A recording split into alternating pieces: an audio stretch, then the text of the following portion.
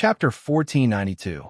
Now that the living conditions of the people in Lantian County had improved, many farmers who had some spare cash started to renovate their houses.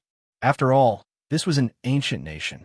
The people still had a very deep sense of home in their hearts.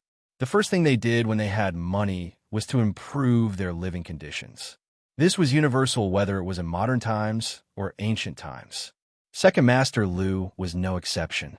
As early as 2 months ago, the construction of their house had already started. Just recently, Second Master Lu brought his 7 sons into the city to buy some furniture, like tables and cabinets. On the way home, he happened to see Yu Deheng being surrounded by 2 masked men. At the critical moment, Second Master Lu hurriedly asked his 7 sons to help. Seeing that someone had come to intervene, the man in black was stunned at first. Then, he revealed a ruthless expression and held the dagger at an even faster speed to cut Yu Deheng's throat. Bang! Seeing this, Second Master Lu's eldest son shouted, picked up a stool, and threw it in the direction of the assassin in black. It was just that the direction of his stool should hit Yu Deheng first and then the assassin in black. Scholar, you get down quickly. Second Master Lu's eldest son also understood this problem, so he shouted and ran straight toward Yu Deheng without stopping.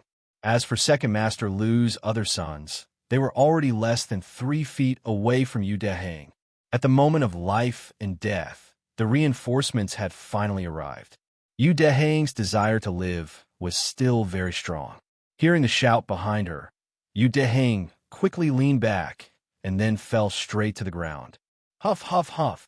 The stool spun rapidly in the air, and with a whistling sound, it smashed toward the assassin in black's face. Oomph! Damn it! Although the assassin knew kung fu, he would definitely not feel good if the stool hit him.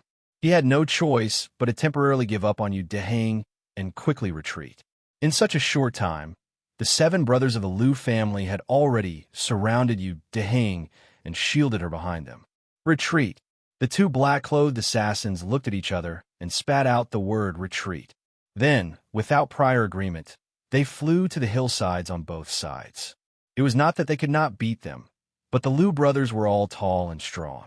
If they really fought, they could win with their kung fu, but it would inevitably take some time. If other people passed by during this time, it would be difficult for them to escape. Ouch! It hurt so much. Yu Deheng, who was lying on the ground, couldn't help but heave a sigh of relief when he saw the assassins escape from the 2 sides of the hill. However, a sharp pain came from the back of his head. He crawled up from the ground and cried out while rubbing his head.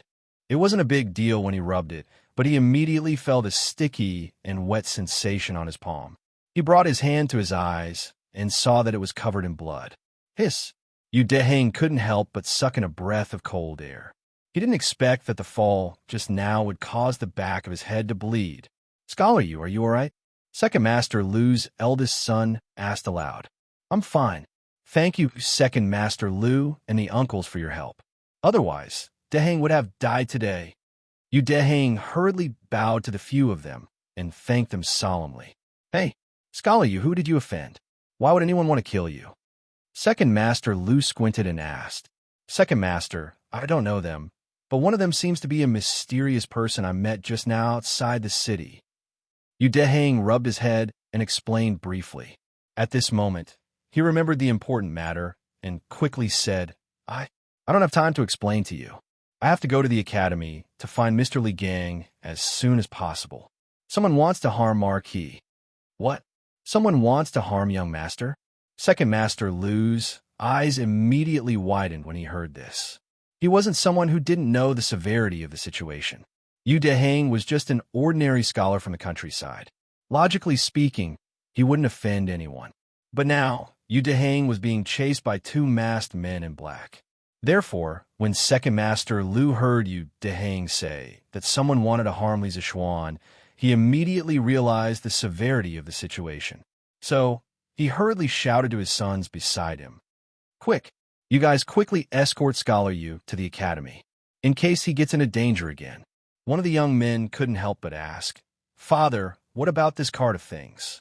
Second Master Lu said angrily, What things? What time is it now?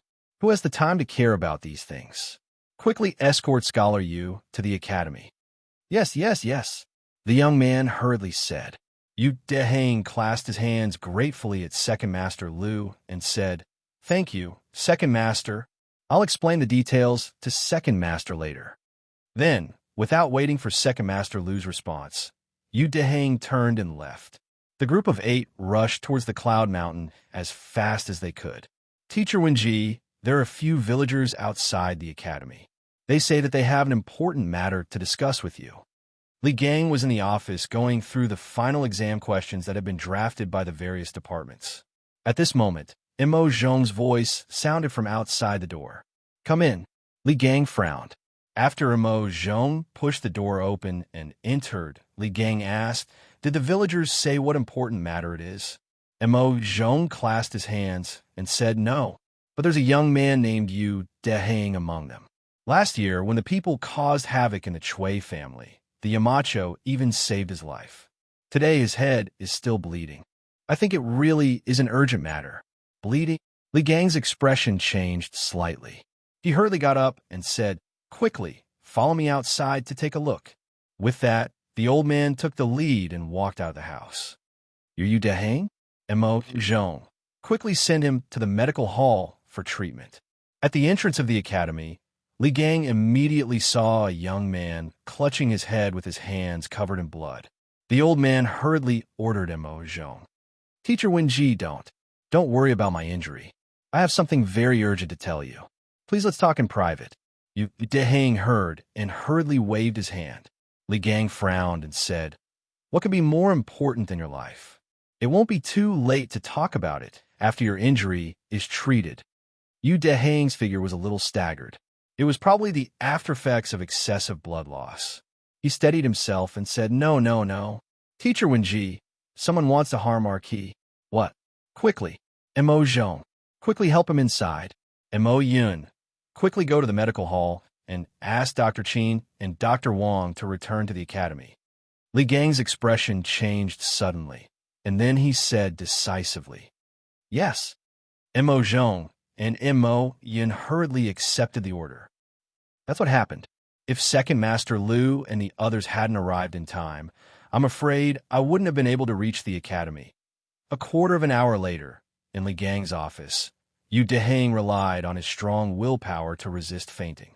He told Li Gang about what he heard outside Chong in city this morning and the assassination on the way to Liyun Mountain. He told Li Gang, Yin Silu, Mo Huai, Ma Zhou, and Su Hongji who came after hearing the news. After saying that, Yu Dehang finally couldn't take it anymore and was about to fall to the ground. Fortunately, Second Master Lu's eldest son was quick to catch him. Li Gang hurriedly said, Quickly, Mo Zhong, help Yu Dehang down with the Lu brothers. First, do some bandaging and wait for Dr. Wang and Dr. Qin to come back. Yes, Teacher Wenji. Mo Zhong led the Lu brothers to help Yu Dehang out. Inside the room, Li Gang's expression had become extremely grim. He said angrily, Yamacho led hundreds of thousands of chickens in Lantian County to go to the various counties in Guangzhou to exterminate locusts. I didn't expect that someone would use this as an excuse to maliciously slander them.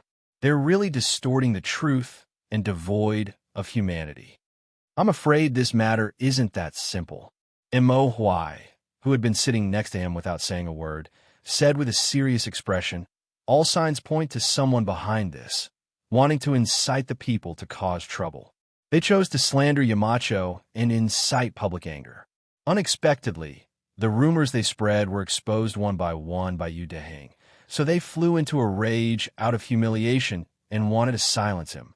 Yin Silu frowned and said, The question is, who would choose to spread rumors to slander Yamacho at this time? What good would it do them? Ma Zhou pondered for a moment and said, Yamacho doesn't attend court all year round and rarely makes enemies in the court. Even if they do have enemies, those people don't seem to be so bold. Mr. Mo is right. I'm afraid this matter isn't as simple as it seems on the surface. Li Gang had calmed down by now. He frowned and said, In your opinion, what should we do now? Mo Huai pondered for a moment and said, No matter what the true purpose of those people is, they must have come with ill intentions. The Academy should immediately clarify those rumors through Detong Daily to prevent more people from being confused and bewitched by the rumors. Li Gang nodded and said, I'll write an article to refute Yamacho according to those rumors one by one. Not only me, but Ma Zhou, you also have to write. In addition, make arrangements for Detong Daily as soon as possible. Leave some places for us in tomorrow's newspaper. Ma Zhou cupped his hands and said yes. Mr. Wenji, should we inform Yamacho of this matter through the telegraph? Seeing that the plan was set, Su Hongji suddenly asked. The room instantly quieted down. After a moment of silence, Li Gang said, No need. Yamacho has rushed thousands of miles to provide disaster relief. It's not good to be distracted at this time. In addition to clarifying the rumors, I'll also write a report to His Majesty and let His Majesty send people to thoroughly investigate who is spreading the rumors. Su Hongji nodded and said, Mr. Wenji has thought it through thoroughly. I have no objections. I have no objections either. I have no objections either. Mo Huai frowned. He felt that there was a bigger conspiracy behind this matter, but he had no evidence and could only agree. I have no objections either. Seeing this, Li Gang nodded and said, Good. Since no one has any objections, let's proceed according to the plan. In addition, those criminals dared to commit murder in broad daylight. This means that Lantian County is not peaceful today. Inform all the students not to leave the academy for the time being. Yes, Dragonhead, we have someone outside Chong in city who instigated the people to be sabotaged by a scholar. He brought people to ambush the scholar on his way home, but they were seen by passers-by, and the ambush failed. In a dark thatched cottage in a village in Xinfeng County, a warrior in a tight suit walked in and bowed to a mysterious person wearing a green mask with fangs. Humph. Trash. A cracked and hoarse voice came from under the ferocious-looking mask. The warrior could not help but shudder. The mysterious man continued. Have their identities been exposed? No. The warrior in tight suit bowed and replied. The room fell into a short silence. After a while, the mysterious person said, We'll spare their lives for now. They can be spared the death penalty, but they can't escape punishment. Cut a tendon in each of their hands. Yes. The warrior in tight suit trembled and left to carry out the order.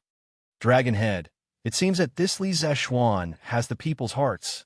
At this time, a ghostly figure walked out from the darkness of the room. Upon closer inspection, there was a sinister scar above his eyebrows. He looked like an evil spirit from hell. He said in a gloomy voice, Oomph, the more he gets, the more I will make him lose. Only when he has nothing and is notorious will he be completely useful to me. This is only the first step. The more exciting part is yet to come. Speaking of this, the masked man's voice had a trace of fanaticism. Have you got the formula for the gunpowder? The scar man replied, No. That Li Zeshuan is cunning and ruthless. There is no place in the Strange Taste Pavilion to produce gunpowder, and no one knows the complete formula. Now we can only use that thing as a substitute. Although it's a little weak, it should be enough. Gunpowder. Logically speaking, only Li Zeshuan and Li Er knew about gunpowder. Who would have thought that these two people knew about gunpowder? The so-called dragon head nodded and said, That's the only way. Tell the people below to be careful. Don't cause any unnecessary trouble. Don't be like that idiot Jean Wanfu, carelessly ruining this Dragonhead's plans. Don't worry, Dragonhead. I will tell the people below to be careful. The Scar Man replied. The mysterious Dragonhead nodded and said after a moment of silence, Tomorrow, release another rumor. I'd like to see how Li Shimin will react when he finds out. Dragonhead, isn't it a little too early? The Scarred Man asked hesitantly. It's not early. It's not early. The mysterious Dragonhead smiled and said, We need to make the Tang Empire fall into chaos as soon as possible. Only then can we do things better. This is called taking advantage of the situation. Tell the Earth Emanations group to get ready. Once the time is right, We will act immediately. Yes, Dragonhead. Dragonhead is wise. The warrior in tight suit bowed and left. Only the Dragonhead was left in the room. With his hands behind his back, he looked in the direction of the Southwest Imperial Palace and sneered twice. Then he muttered, "The show is about to start. Li Shiming, oh Li Shiming, I want you to become my prisoner." Chapter 1493. Your Majesty, Mr. Li Gang of Yanhuang College has sent a memorial. Afternoon, evening. Zhao Song brought a memorial to the Ganlu Hall and bowed to Li Er, who was sitting at the head of the table. Although Li Gang did not hold any position in the imperial court, the old man was well versed in both ancient and modern times. He had been the teacher of two crown princes, Yang Yong and Li Jiancheng. Last year, he had almost become Li Chengxin's teacher. The old man was an influential figure in the literary world of the Great Tang. Although he was not in the imperial court, he still had the authority to listen to memorials. Li Gang's memorial? Li Er had just finished reviewing the memorial. Confused, he hurriedly said, "Hurry and present it." Li Er had a keen sense of smell and sensed that something might have happened at the academy. Otherwise, Li Gang would not have sent him a memorial. Here, Zhao Song stepped forward and handed the memorial to Li Er. Li Er opened it and began to carefully read it. But the more he read, the deeper his frown became.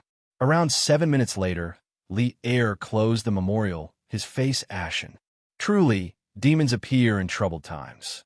It hasn't even been 10 days since the plague of locusts began, but some people are already unable to hold themselves back. Zhao Song had been listening in on the side, confused. He hurriedly said, "This old servant is here. Take a look as well." Li Er threw the memorial to Zhao Song. Zhao Song nimbly caught it, but before he could take a closer look, Li Er coldly ordered, "Pass on the decree to Li Junxian. Order the cavalry to immediately investigate who is spreading rumors and inciting the people. Remember, there is definitely more than one person spreading rumors. You must be careful. It would be best if you could follow the clues and catch the mastermind. To dare to ambush and kill the people in broad daylight, the mastermind must be planning something big."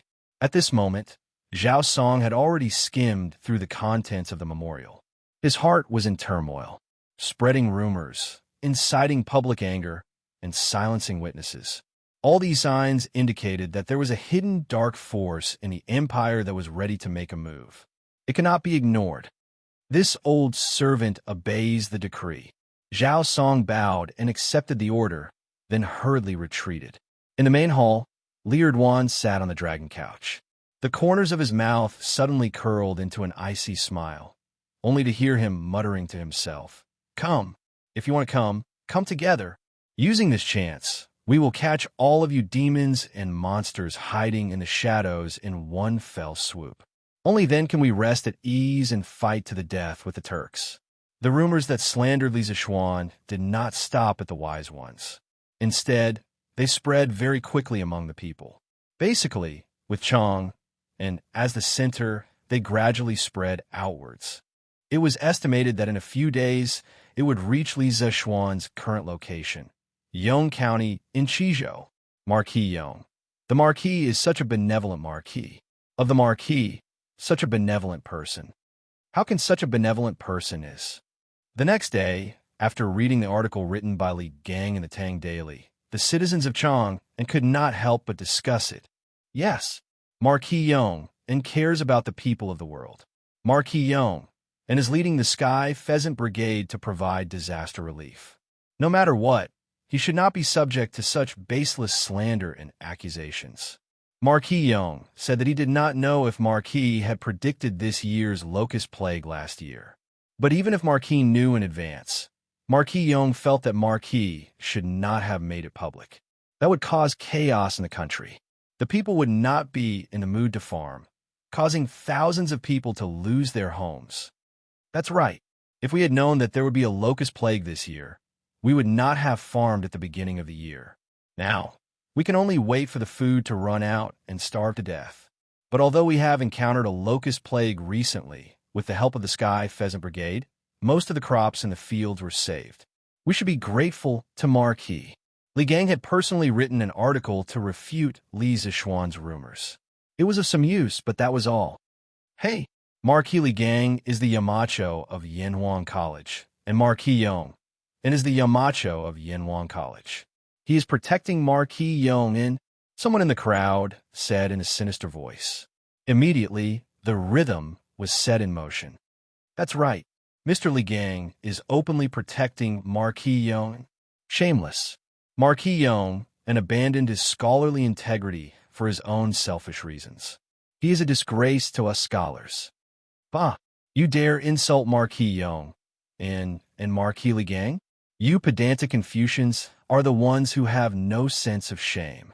Unlike yesterday, there were many more scholars in Li Zishuan's group. This was not strange. Li Zishuan had created the engineering school, and after a year of development, the engineering school had gradually matured. The members of the engineering school were getting louder and louder in the Great Tang. Those lofty and unshakable Confucians naturally hated Li Zishuan. Now that many people were criticizing Li Zishuan, these Confucians naturally would not let go of this chance to hit him while he was down. The two sides quickly began to quarrel, and it wasn't long before chaos ensued. Hey, it is said that this plague of locusts is heaven's punishment for the Son of Heaven for murdering his brother and imprisoning his father. 2 days ago, when the dog ate the sun, Taoist Li Chunfeng of the Imperial Historian Bureau wrote to His Majesty that this represented heaven's warning to the Son of Heaven. If the Son of Heaven does not practice benevolence and repent for his past mistakes, heaven will send down an even greater calamity. After a long while, someone sinisterly said. The crowd immediately fell silent. After all, it was fine to talk about officials, but if they were talking about the emperor, they had to be careful. What? There's such a thing? After a few moments of silence, someone mustered up the courage to exclaim, Hey, how can it be fake? I heard that Li Chunfeng was even beaten 50 times by His Majesty because of this. 50 strikes. It seems that Li Chunfeng's predictions were spot on. Heaven has indeed sent down an even greater calamity, a plague of locusts. Such a large plague was probably extremely rare, even in the previous dynasty. Doesn't that mean that His Majesty did not listen to Taoist Li Chunfeng's advice and did not practice benevolence or repent sincerely? With an emperor who killed his brother, imprisoned his father, and infuriated the heavens, our lives are going to be miserable. The Imperial Army is here. Run. Suddenly, someone pointed at a group of armored soldiers that suddenly appeared on the east side of the street and exclaimed, It's not the Imperial Army, it's 100 riders. The sharp-eyed people recognized the identity of the group of soldiers. Instantly, the group of people who were still discussing fervently scattered like birds and beasts, escaping in all directions. After all, most of them were talking about Lier just now. It was impossible for them not to feel guilty. At the same time, similar rumors were circulating in many places. In the end, this rumor gradually became more and more convincing. It was as if they had seen it with their own eyes. In this rumor, there was a very innocent person who was implicated even though he was lying down. This person was Li Chunfeng. Father, are the rumors on the streets true? Did His Majesty really allow someone to beat you 50 times? In Yanhuang College, Li Yin took the opportunity to find Li Chunfeng, who was arranging the astrological chart in his office during lunch. He asked worriedly, What nonsense are you talking about? Son, what are you talking about? Li Chunfeng was confused. He could not figure out what was going on. Dad, don't hide it from me. I heard it from the Annie who was sweeping the floor of the teaching building. Li Yin thought that Li Chunfeng was deliberately hiding it from him. He could not help but feel helpless. Hide it from you? What did I hide it from you? Also, what did the Annie say? Li Chunfeng frowned. Li Yin saw that Li Chunfeng was going to play dumb, so he said, Dad, the auntie said that when the heavenly dog devoured the sun more than a month ago, you wrote to His Majesty that it represented God's warning to the emperor. If the emperor did not practice benevolence and repent for the mistakes he made in the past, God would send an even greater disaster. Because of this, you were beaten 50 times by His Majesty. Dad, is this true? Nonsense. Li Chuanfeng's expression changed when he heard this. He stood up and looked at Li Yan. He asked sternly, Son, where did these rumors come from? Seeing his father's big reaction, Li Yan quickly said seriously, Father, these words were heard by the sweeping Annie outside the academy. And she said that now many people in Chang and city are saying that His Majesty got the throne unjustly and has no intention of repentance. So your prophecy is right. Heaven has sent a bigger disaster, which is the plague of locusts this time. Li Chuanfeng's face darkened. He gritted his teeth and said angrily, This is outrageous. This is outrageous. These people are not only audacious, they even push me into the fire. No, I have to go to the palace and explain this to His Majesty. Dad, since you did not do this, why do you have to go to the palace? Li Yan quickly asked. Li Chuanfeng looked at his son and said, As the saying goes, gossip is a fearful thing. Moreover, this matter was definitely not as simple as it seemed on the surface. Someone probably wanted to incite the common people to do such a heresy and immoral thing. You stay in the school. I will go to Chang'an City. Shut up, you ungrateful people. His Majesty loves the people like his own children. Marquis Yong, and went thousands of miles to destroy the locusts for the sake of the people. Not only are you ungrateful, you are even speaking ill of His Majesty and Marquis Yong, and behind their backs. Are you even human? In Chang'an City, a beautiful young lady shouted angrily at 3 to 5 people. Hey, where did this little girl come from? She actually doesn't know the immensity of heaven and earth, and is pointing fingers here. A rascally-looking young man was sizing up the little girl with a malicious gaze. The corner of his mouth was currently curled into a wretched smile. That's right.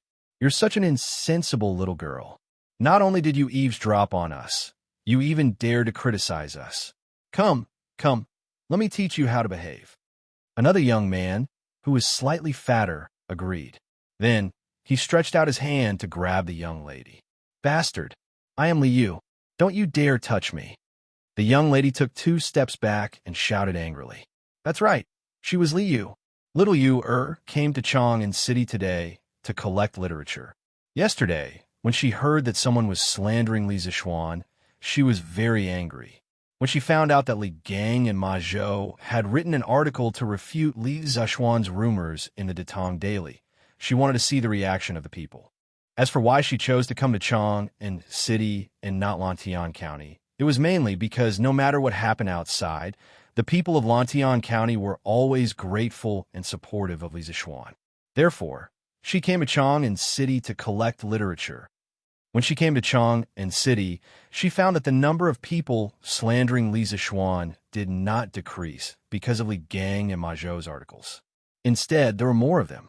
This was because, under the guidance of some people, most of the people thought that Li Gang, Ma Zhou, and Li Zixuan were all jackals of the same tribe. Naturally, their words were not convincing. Because of this, little Yu had already reprimanded several groups of people today. With her glib tongue and smart mind, those who were reprimanded by her were all ashamed and said that they did not dare to slander Li Zixuan anymore. When she was riding on the crest of success, little Yu did not expect to meet a tough nut. Li Yu, you're the gold medal reporter of Datong Daily? The young man who spoke first said with his eyes lit up. Oomph. How is it? Are you scared? Seeing the other party's surprised face, Li Yu said proudly. Hee hee. Scared. Of course I'm scared. Hee hee. Come with me, the gold medal reporter of Datong Daily.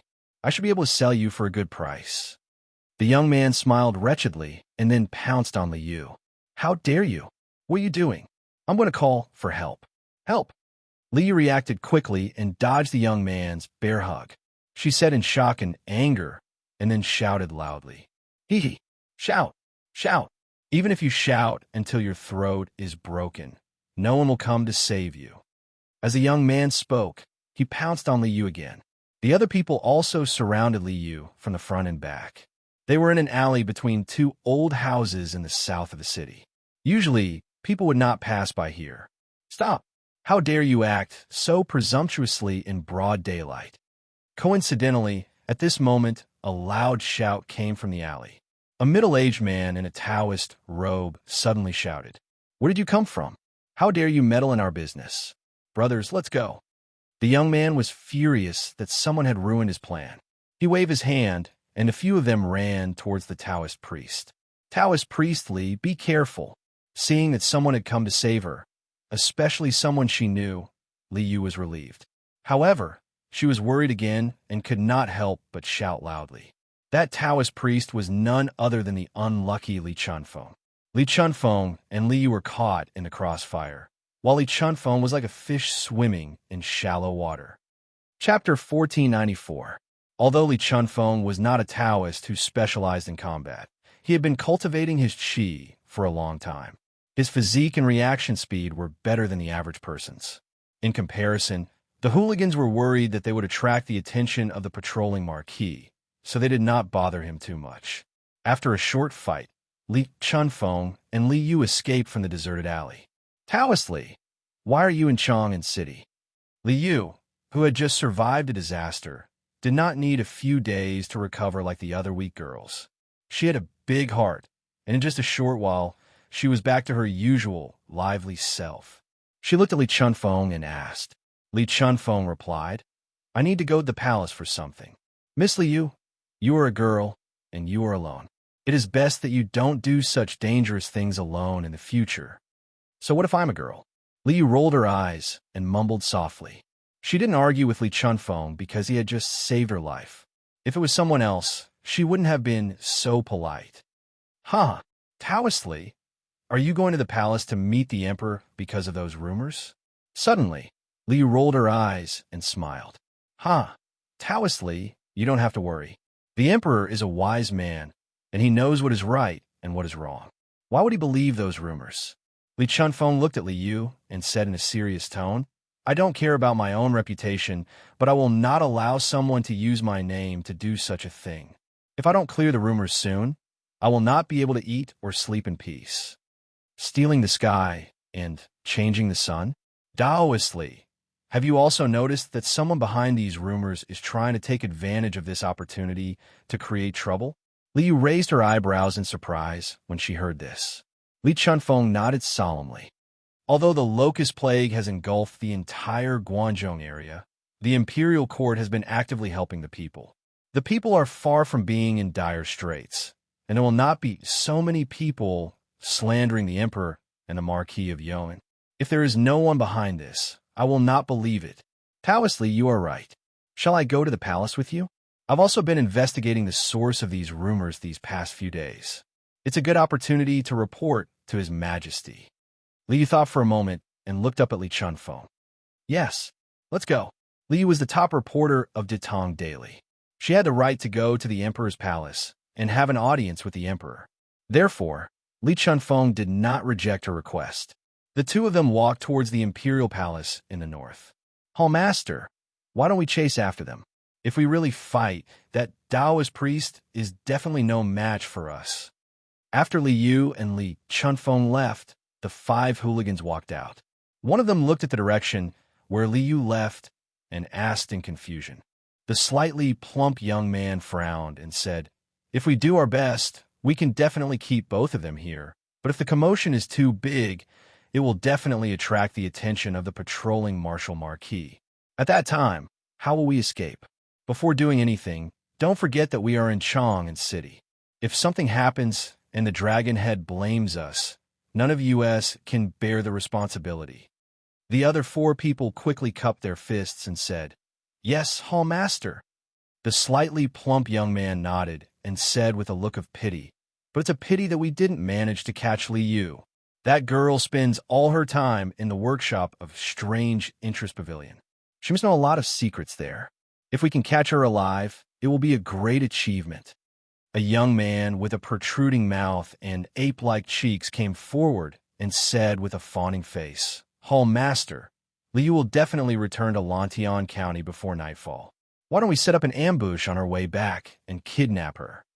The so-called Hall Master heard this and was tempted.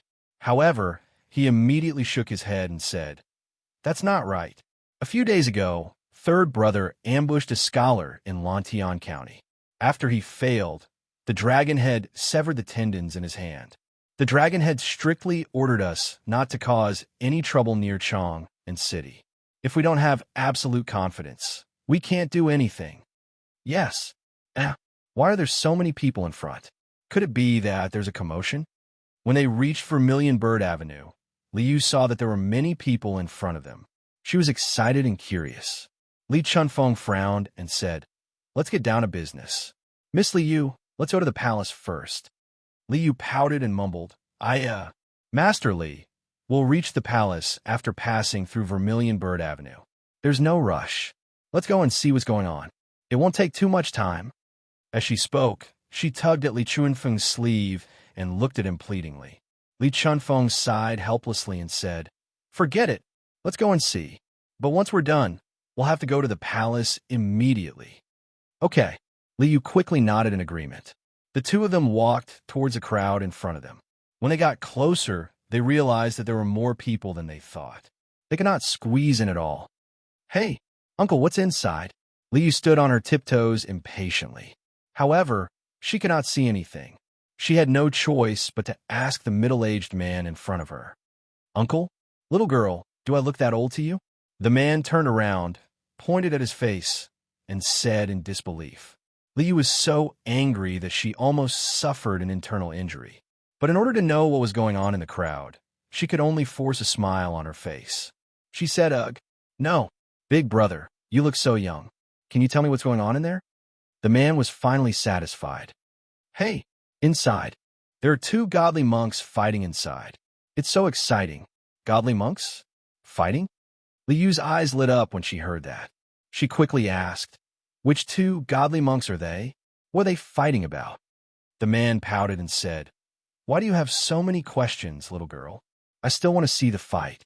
If you want to know, go and see for yourself." After that, he turned around and ignored Liu. Liu opened her mouth. Liu opened her mouth. If it was not for the fact that it was inappropriate for a girl to scold someone in public, she would have already yelled at the man. "Master Li, can you help me squeeze to the front to see what's going on?" Liu was amazed by Li Chunfeng's lightness skills when they were fighting with the hooligans in the South Alley. Liu believed that Li Chunfeng would be able to help her squeeze to the front in this situation. Li Chunfeng was speechless. He said, "The fight between the godly monks is just a smokescreen. What's there to see? Let's just go to the palace." Liu tilted her head and suddenly laughed. "Master Li, Buddhism and Taoism are at odds. As a Taoist, don't you want to see what these two godly monks are capable of? The art of war says that only by knowing yourself and your enemy can you win 100 battles. If you don't go and see, how can you know yourself and your enemy?" Li Chunfeng was stunned. He realized that he could not refute because what Liu said was the truth. In fact, the conflict between Buddhism and Taoism did not happen when Buddhism came from the East. As a foreign religion, Buddhism and Taoism had the same purpose when they first arrived in China. Therefore, the relationship between the two religions was relatively harmonious. However, as Buddhism and Taoism continued to be perfected in China, the two religions gradually formed an independent religious consciousness. Subsequently, the two religions developed a strong, exclusionary ideology. Therefore, the two religions started to compete fiercely for the support of the upper class and the support of the lower class. Especially during the West Jin dynasty, Buddhism developed very quickly and put a lot of pressure on Taoism. Now, the Tang dynasty's ruler did not have any obvious hostility towards Buddhism and Taoism. Although Lier seemed to be closer to Taoism, Taoism and Buddhism developed together. Under such circumstances, the two religions fought even harder to gain the ruler's favor. Follow behind this poor Taoist. Li Chunfeng, who was tempted by Liu's words, took the lead and walked in front to help Liu open the way. "Okay, thank you so much, Taoist Li." Liu quickly followed behind Li Chunfeng with a smile. Li Chunfeng seemed to be surrounded by a strong and invisible force field. Wherever he went, the crowd would make way for him. After a while, the two of them arrived at the front of the line. "Wow, Taoist Li, you're so good." Li Yu patted Li Chunfeng's arm and praised him. Although Li Chunfeng did not show it on his face, he was quite proud of himself. However, what Li Yu said next made him lose all his pride. He almost vomited blood. Taoist Li, since you're so capable, does that mean you don't have to line up at the Academy's cafeteria? If I go to the Academy next time, I'll look for you to have a meal together. If he could swear, Li Chunfeng would be cursing right now. He had cultivated for more than 10 years and finally managed to cultivate some pure Taoist vital qi. In Li Yu's eyes, this vital qi was only used to cut in line. Who was he looking down on? However, Li Chunfeng did not argue with Li Yu. Instead, he looked at the crowd. The monk standing to the west had a dark complexion, but he was wearing a red kasaya embroidered with golden threads. He held a pure gold staff in his hand. His equipment was fully equipped, almost blinding the titanium alloy eyes of others. The monk standing to the east was about 50 or 60 years old. His eyebrows and beard were white, and his clothes were much simpler. He wore a brown monk's robe and held a fine iron staff in his hand. He stood there motionless. This was a real old monk in meditation. Isn't this Master Huikong, the abbot of Daxing Charity? Why is he here? Li Chunfeng was surprised when he saw the old monk's face. In the second year of Emperor Wen's founding emperor, Daxing City was built and the temple was moved to the new capital. It was named the National Temple. When Emperor Wen was in northern Zhou, he was the Duke of Daxing County. The temple was located in Jingshan Square. Hence, it was named after the two words Daxing and Jingshan Square. The Annals of Chong and stated that after the temple was built, its main hall was the largest in the capital.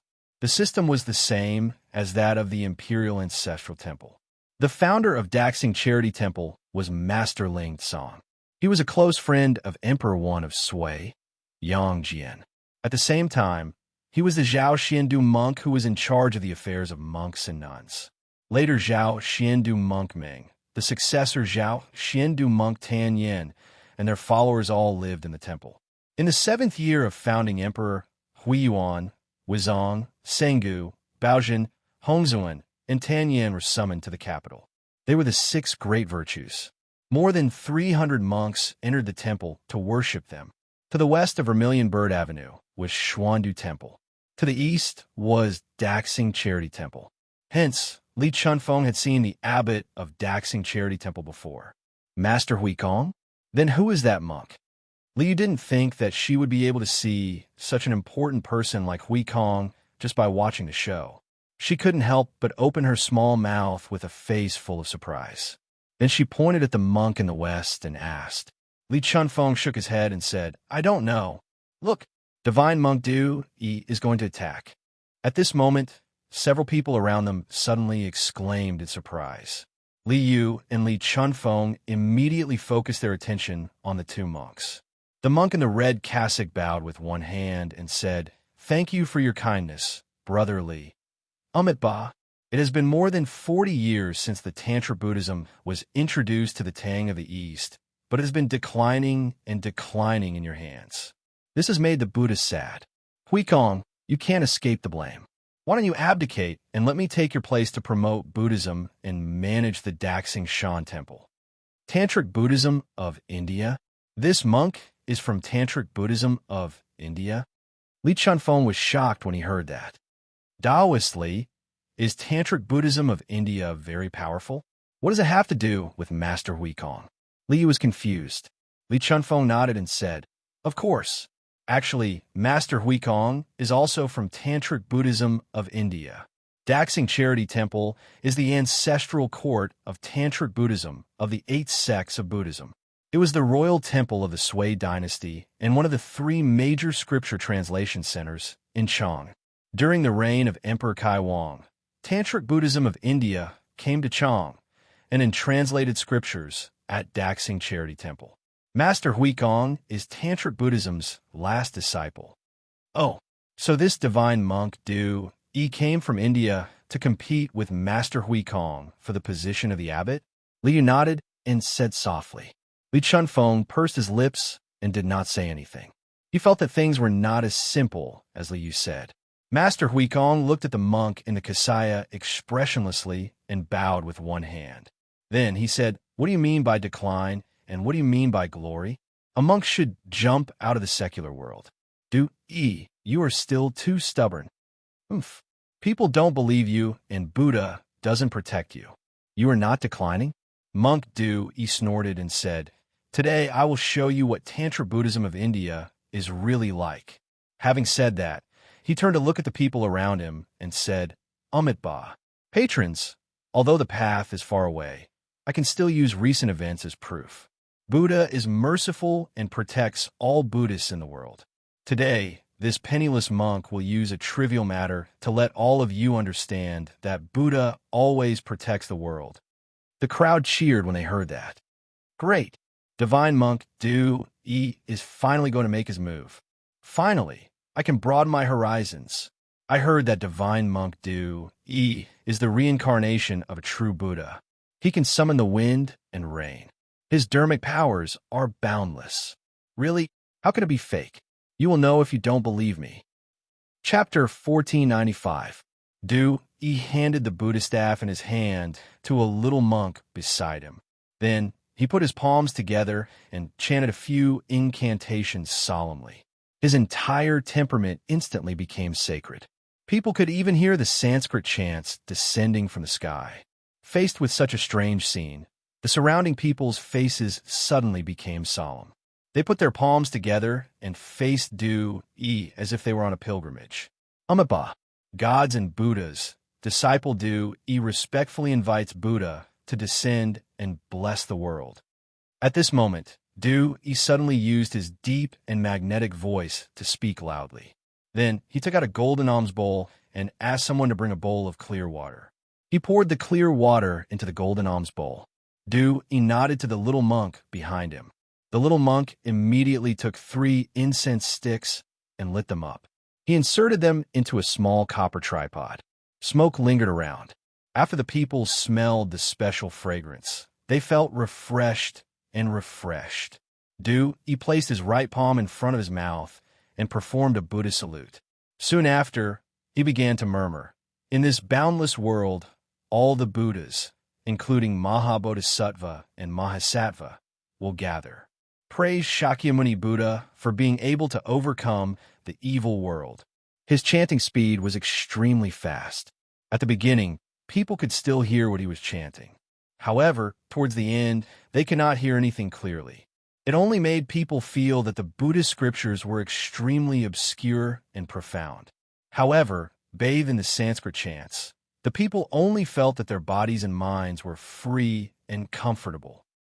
In the 3,000 boundless worlds, vegetation, forests, rice, hemp, bamboo reeds, mountains, rocks, and dust, everything is counted as a Ganges river. A Ganges river sand, a realm. Within a realm, a dust is a tribulation. Within a tribulation, all the accumulated dust is a tribulation. When the flowers bloom, the Buddha nature is revealed. In the heart, there is a spiritual mountain. Open. As time passed, Du's expression became more and more solemn. As he chanted, his voice became louder and louder. All of a sudden, he opened his eyes like an angry Arhut Vajra. He used his right hand to form a seal and pointed at the golden alms bowl that was filled with clear water. Following his last word, "open," a magical scene appeared. Without any warning, an emerald green stalk grew out of the golden alms bowl. The stalk grew longer and longer, followed by a lotus leaf. Moreover, the number of lotus leaves kept increasing. When there were about 4 or 5 lotus leaves, a pink flower bud suddenly grew out of the lush greenery. Under the sunlight, the bud slowly bloomed. A moment later, a lotus flower bloomed proudly in front of everyone's eyes. Reflecting the noon sun, it looked incomparably bright. Witnessing such a spectacle with their own eyes, everyone was stunned. Lotus blooming in clear water, and under the watchful eyes of the crowd, the process of a lotus blooming for several months was revealed in just half an incense stick's time. If this was not the power of the gods and Buddhas, what else could it be? Lotus appeared out of thin air. The Buddha has appeared. The Buddha has appeared. Someone shouted, and the crowd, knelt down in front of Du Yi. They put their palms together and said, "Greetings, Buddha. May the Buddha bless our entire family so that we can be safe and sound. May the Buddha bless my mother so that she can recover quickly. May the Buddha bless me so that I can become rich. May the Buddha bless my wife so that she can give birth to a fat child for me this time." In an instant, the people had all kinds of wishes. Li Yu's eyes widened. She tugged at Li Chuanfeng's sleeve and whispered, "Wow, Priest Li, this divine monk Du Yi is so powerful. I clearly saw that there was nothing in the golden alms bowl except for clear water, but he could make a lotus bloom. It's so magical. Could this divine monk, Du Yi, really be the reincarnation of a god? That's not right. Mister told me before that there are no gods or Buddhas in this world." Li Chunfeng shook his head and said, "Although I can't tell what method Du Yi used, he's definitely not the reincarnation of a god." Priest Li, why are you so sure?" Li Yu asked curiously. Li Chunfeng pursed his lips and did not know what to say. He could only say, "Intuition. I think you're jealous of divine monk Du Yi's supernatural powers." Li Yu curled her lips and said softly. Li Chunfeng almost vomited blood when he heard that. At this moment, Monk Hui Kong, who was opposite Du Yi, was expressionless. He held a Buddhist bow with his right hand and said, "Amit Ba, the lotus flower in the clear water is like the moon in the water. Everything in sight is illusory. Du Yi, you're so good at Buddhism, but you're using it to confuse the masses. That's ridiculous. I advise you to repent before it's too late." Hui Kong, you don't have the ability to communicate with the gods and Buddhas, yet you're slandering me. You're being disrespectful to the Buddha. Aren't you afraid that the Buddha will punish you? Hearing this, Du Yi's gaze focused as he glared hatefully at Hui Kong and said, Abbot Hui Kong's expression did not change. He said, Amit Ba, I have a clear conscience. Why would I be afraid of the gods and Buddhas? Du Yi sneered and said, I can't be bothered to argue with you. I asked you out today to compete in Buddhism. Now that I've used my magic, it's your turn. Let the people of Chong and be the judge and see whose Buddhism is more profound. Hui Kong closed his eyes and recited 2 lines of Buddhist scriptures. He then said, Amit Ba, I don't know your magic. I only know how to recite Buddhist scriptures, promote Buddhism, save the world, and persuade the people to be good. I'm willing to admit defeat in this kind of battle. Du Yi's eyes flashed with surprise. He then could not help but laugh and said, Ha ha, save the world, save the world, save the world. I'll show you what it means to save the world and save the world. Then he held the golden bowl with the lotus and turned to look at the people who were kneeling on the ground. He was about to speak when he looked at Li Chunfeng and Li Yu. He said unhappily, Why aren't you two kneeling when the gods and Buddhas are descending? Because everyone around them had knelt down. Only Li Yu and Li Chunfeng were still standing. Moreover, these 2 people were standing at the front, so they were particularly conspicuous. Just now, Du Yi was debating with Hui Kong, so he had no time to observe the situation around him. Now that he turned around, he happened to see these 2 living people standing. How could he bear it? The rest of the people who were kneeling on the ground looked at Li Yu and Li Chunfeng angrily after hearing Du Yi's question. Li Yu blushed and did not know what to do for a moment. Li Chunfeng's expression did not change. He bowed and said, Master, please don't blame me. It's not that I don't respect the gods and Buddhas, but I only believe in the Jade Emperor and the 3 pristine Taoist ancestors. That's why I can't kneel. Du Yi's expression turned slightly better when he heard that. So you're a friend from Taoism. Then, please stay here and observe the ceremony. Feel the holy light of Buddhism. Then, Du Yi glanced at Li Yu, who was beside Li Chunfeng. He didn't say anything, probably because he didn't want to argue with the girl. He turned to the people kneeling on the ground and said loudly, Everyone, listen to me. Amit Ba, dear benefactors, this lotus is the lotus under the Buddha. This water is the holy water of Jasper Lake. The Buddha said, when the flower blooms, one can see the nature of Buddha. There is a spiritual mountain in one's heart. If you can see the water lotus, it means that you are fated with the Buddha. The Buddha is compassionate to all living beings, So he specially gave me the holy water of the divine lotus to cure all diseases. Therefore, the holy water of the golden bowl can cure all diseases in the world. Eating the lotus leaves can prolong one's life without any pain or worry. Wow! As soon as Du Yi finished speaking, the surrounding people were in an uproar. According to Du Yi, the water in the golden alms bowl could cure all kinds of diseases, and the lotus in the clear water could prolong one's life. Wasn't this the effect of a divine object in the heavens? As a mortal, who would not want to drink the holy water and eat a lotus leaf? Therefore, the people kneeling on the ground went crazy. Divine monk, my leg hurts when it rains. Please give me a drop of the holy water of Jasper Lake. In the future, this old man will definitely abstain from meat and pray for the divine monk day and night. Master, my mother has been suffering from abdominal pain recently. Please do me a favor and give my mother a drop of the holy water of Jasper Lake. I will go to the temple tomorrow to buy some incense money. Please give me a drop of the holy water of Jasper Lake. I am willing to donate 100 strings of incense money. I have been suffering from headaches recently. Please give me a lotus leaf. I am willing to donate 200 strings of incense money. Soon, the scene almost turned into an auction. Previously, the monk Du Yi used the ability of clear water lotus, which made everyone completely believe that he was the reincarnation of the true Buddha. So now, naturally, no one doubted that the water in his golden alms bowl could cure all kinds of diseases. There were millions of diseases in the world, and there were always some that could not be cured. For some rich people, as long as their diseases could be cured, they were willing to fork out some money. Therefore, in order to get a few drops of the holy water, the rich people began to throw money at it. Li Chunfeng, who was standing at the side, frowned imperceptibly. Seeing this, Liu quickly asked in a low voice, Master, can the water and lotus really cure all diseases and prolong one's life? Should I go and ask for a piece too? Li Chunfeng replied without hesitation, Impossible. I am not good at medicine, but ever since I entered Yinhuang College, I have often talked with Master Sunday. There is no such thing as a miracle medicine that can cure all diseases in this world. However, your body is fine. Why do you want to ask for water and lotus like those people? At the end of his sentence, Li Chunfeng looked at Li Yu with a puzzled expression.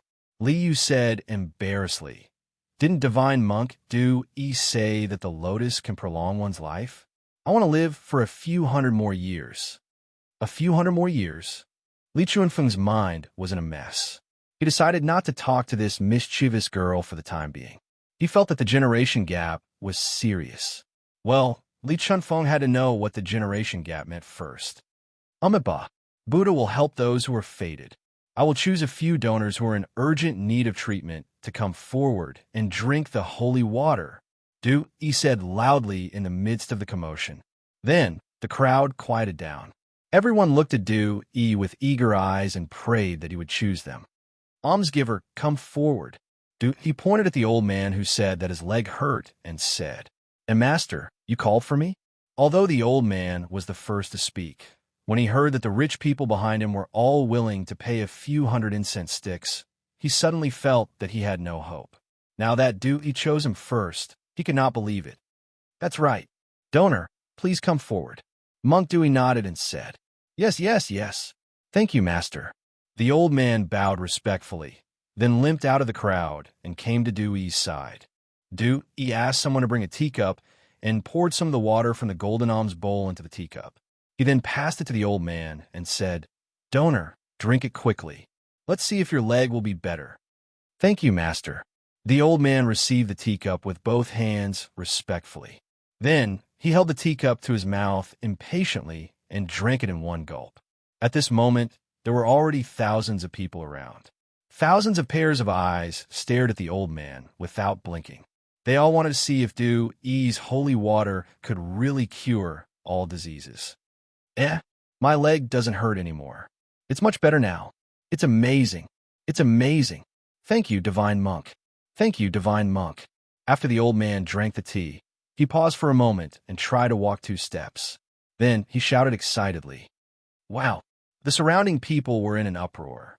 This time, those who were sick became even crazier. Master, Master, Master, please give me a bowl of holy water. I'm willing to pay 300 strings of incense money. Master, I'm willing to pay 400 strings of incense money. Master, please give me the Jade Lake holy water. Master, I'm willing. Seeing that the people were so crazy, he revealed an imperceptible smile at the corner of his mouth. He made a Buddhist salute and said in a loud voice, Amit Ba, benefactors, please don't be impatient. Listen to this poor monk. Hearing this, the people quieted down. Dewey pointed at the old man and said, This benefactor's leg disease has been around for a long time. Just now, half a bowl of holy water didn't completely cure it. He needs to take another bowl of holy water in half a month to completely cure it. Master, where can I get the holy water in half a month? The old man was in a dilemma. He smiled and said, Although this poor monk is a member of Tantra Buddhism, I've already joined the Dragon Sect. The Dragon Sect's mission is to help those in need. If you're willing to join the Dragon Sect, as a disciple, you can enjoy a bowl of holy water every half a month. There's such a good thing? Master, this old man also wants to join the Dragon Sect. What do you think? The old man said excitedly.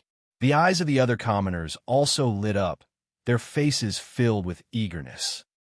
He said solemnly, Amit Ba, if you join the Dragon Sect, you have to obey the sect's rules and believe in Buddha. You have to abstain from meat and pray to Buddha every day. Are you willing? I'm willing. I'm willing.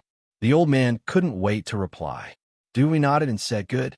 Then this poor monk will make the decision to accept you as a member of the Dragon Sect. In the future, you have to abstain from meat and pray to Buddha, accumulate virtue, and do good deeds. Yes, Master. The old man put his palms together and bowed. Master, I want to join the Dragon Sect too. Master, I beg you to take me in. At this time, the surrounding people began to scramble to join the Dragon Sect.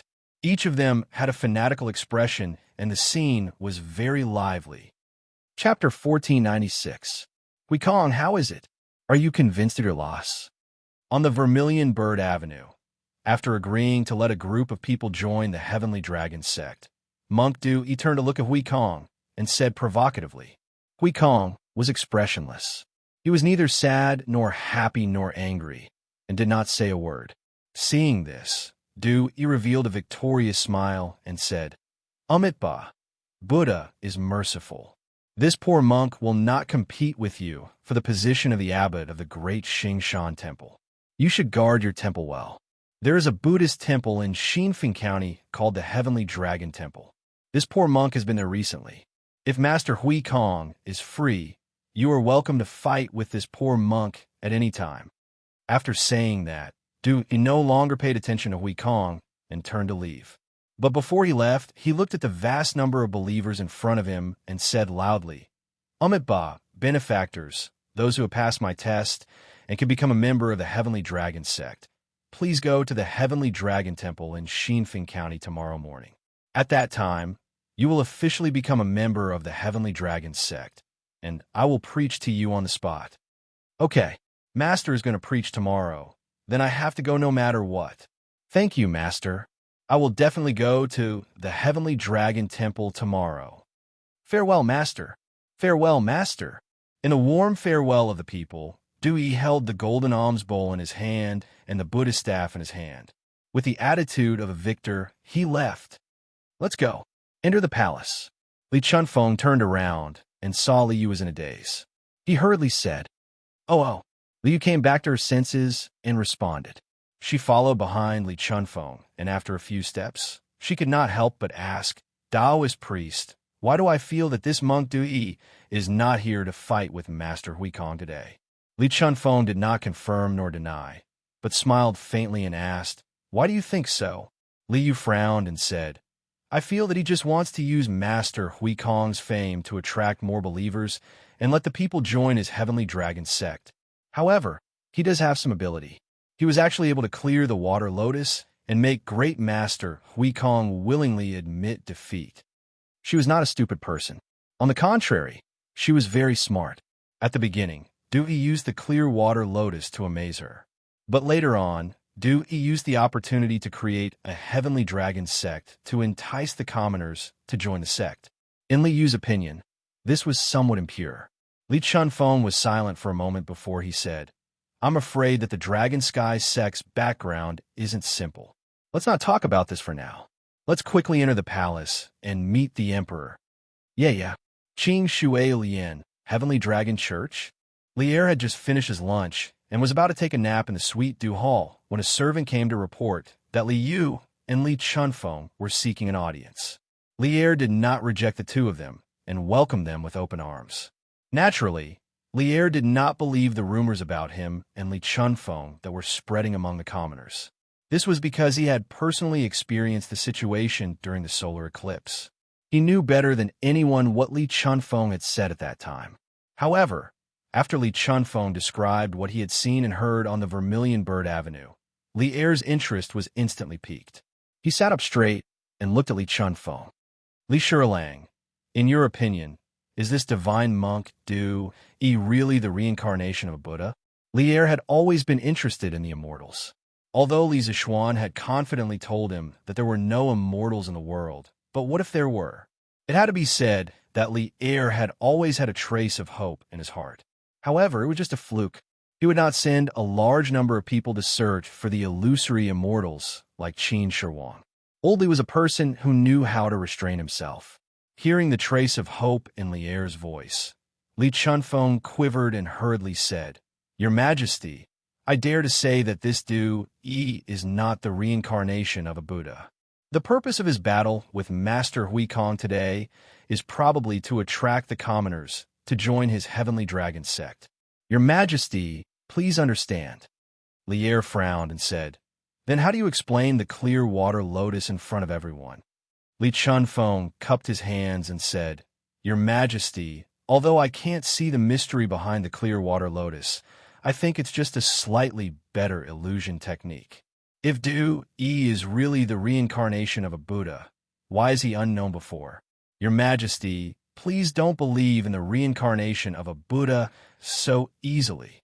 Whether it was for the benefit of Taoism or his responsibility as a subject, Li Chunfeng had to dispel Li Er's fantasies about the immortals. Otherwise, if Li Er believed in Du Yi's evil and summoned him and put him in an important position, it would be troublesome. Illusion technique? Are you saying that the clear water lotus is just an illusion technique? Li Er was curious and asked. Li Chunfeng nodded and said, Your Majesty, in Taoism, there are the 5 elements, 8 trigrams, and Shimen Duanjia. In Buddhism, there are also supernatural powers and illusions. This Du Yi is from the Tantric sect of India. As far as I know, there are very few high monks who don't know illusions. Your Majesty, please consider it rationally. Li Er nodded thoughtfully.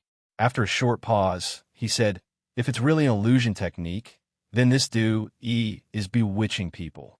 I'll send someone to investigate the origin of this heavenly dragon sect and their intentions. You don't have to worry about it anymore. Your Majesty is wise. Li Chunfeng cupped his hands and said, Your Majesty, in order to save the locust plague, Mr. traveled thousands of miles to the various counties to provide relief. Now, there are many unfavorable rumors about Mr. Your Majesty, please help Mr. to clear Mr.'s name. At this moment, Li Yu stood out and bowed to Li Er. Li Er nodded and said, I've heard about the rumors about the Duke of Yuan. I've already ordered people to investigate the source of the rumors. When the time comes, I'll definitely give the Duke of Yuan an explanation. I'm not a muddle-headed ruler. I won't believe in slanderous rumors. Li Yu heaved a sigh of relief and said, Your Majesty is wise. I'm impressed. Li Er couldn't help but laugh and said, You little girl, what benefits did the Duke of Yuan give you for you to speak up for him like this? He always felt that Li Yu was very familiar. There was an indescribable feeling that was very close to him. That was why he gave Li Yu the title of a gold medal reporter.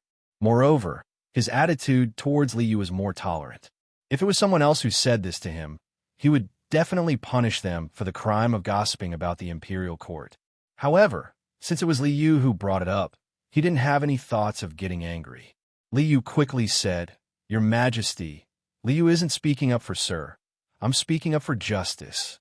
Even if I don't say anything, I'm sure Your Majesty knows what kind of person Sir is. However, the rumors about Sir are endless. Not only that, aren't there many rumors about Your Majesty among the people?" Li Er's face darkened. Li Chunfeng had mentioned those rumors before, but he said it in a more tactful manner. Now that Liu said it again, it was the same as exposing his scars again. Looking at everything together, I feel that there must be someone with bad intentions behind this. They want to incite the people to be dissatisfied with Sir, the imperial court, and even Your Majesty. Although I'm just a little girl, Sir said that everyone has a responsibility for the rise and fall of the world. I hope Your Majesty can treat this matter seriously and not let those evil people succeed. Li Er's face turned solemn. He had indeed thought about the mastermind behind this, but he didn't expect Liu to have such thoughts. He couldn't help but look at Liu with praise and said, "What you said isn't without reason. I'll order the Supreme Court to investigate this matter. You don't have to worry." Liu breathed a sigh of relief and said, "Your Majesty is wise. I'll take my leave then." "I'll take my leave too," Li Chunfeng said. Li Er nodded. After the two left, Li Er's face turned gloomy. The rumors that Li Chunfeng had told him earlier kept echoing in his mind. This plague of locusts is God's punishment for the emperor for killing his brother and imprisoning his father.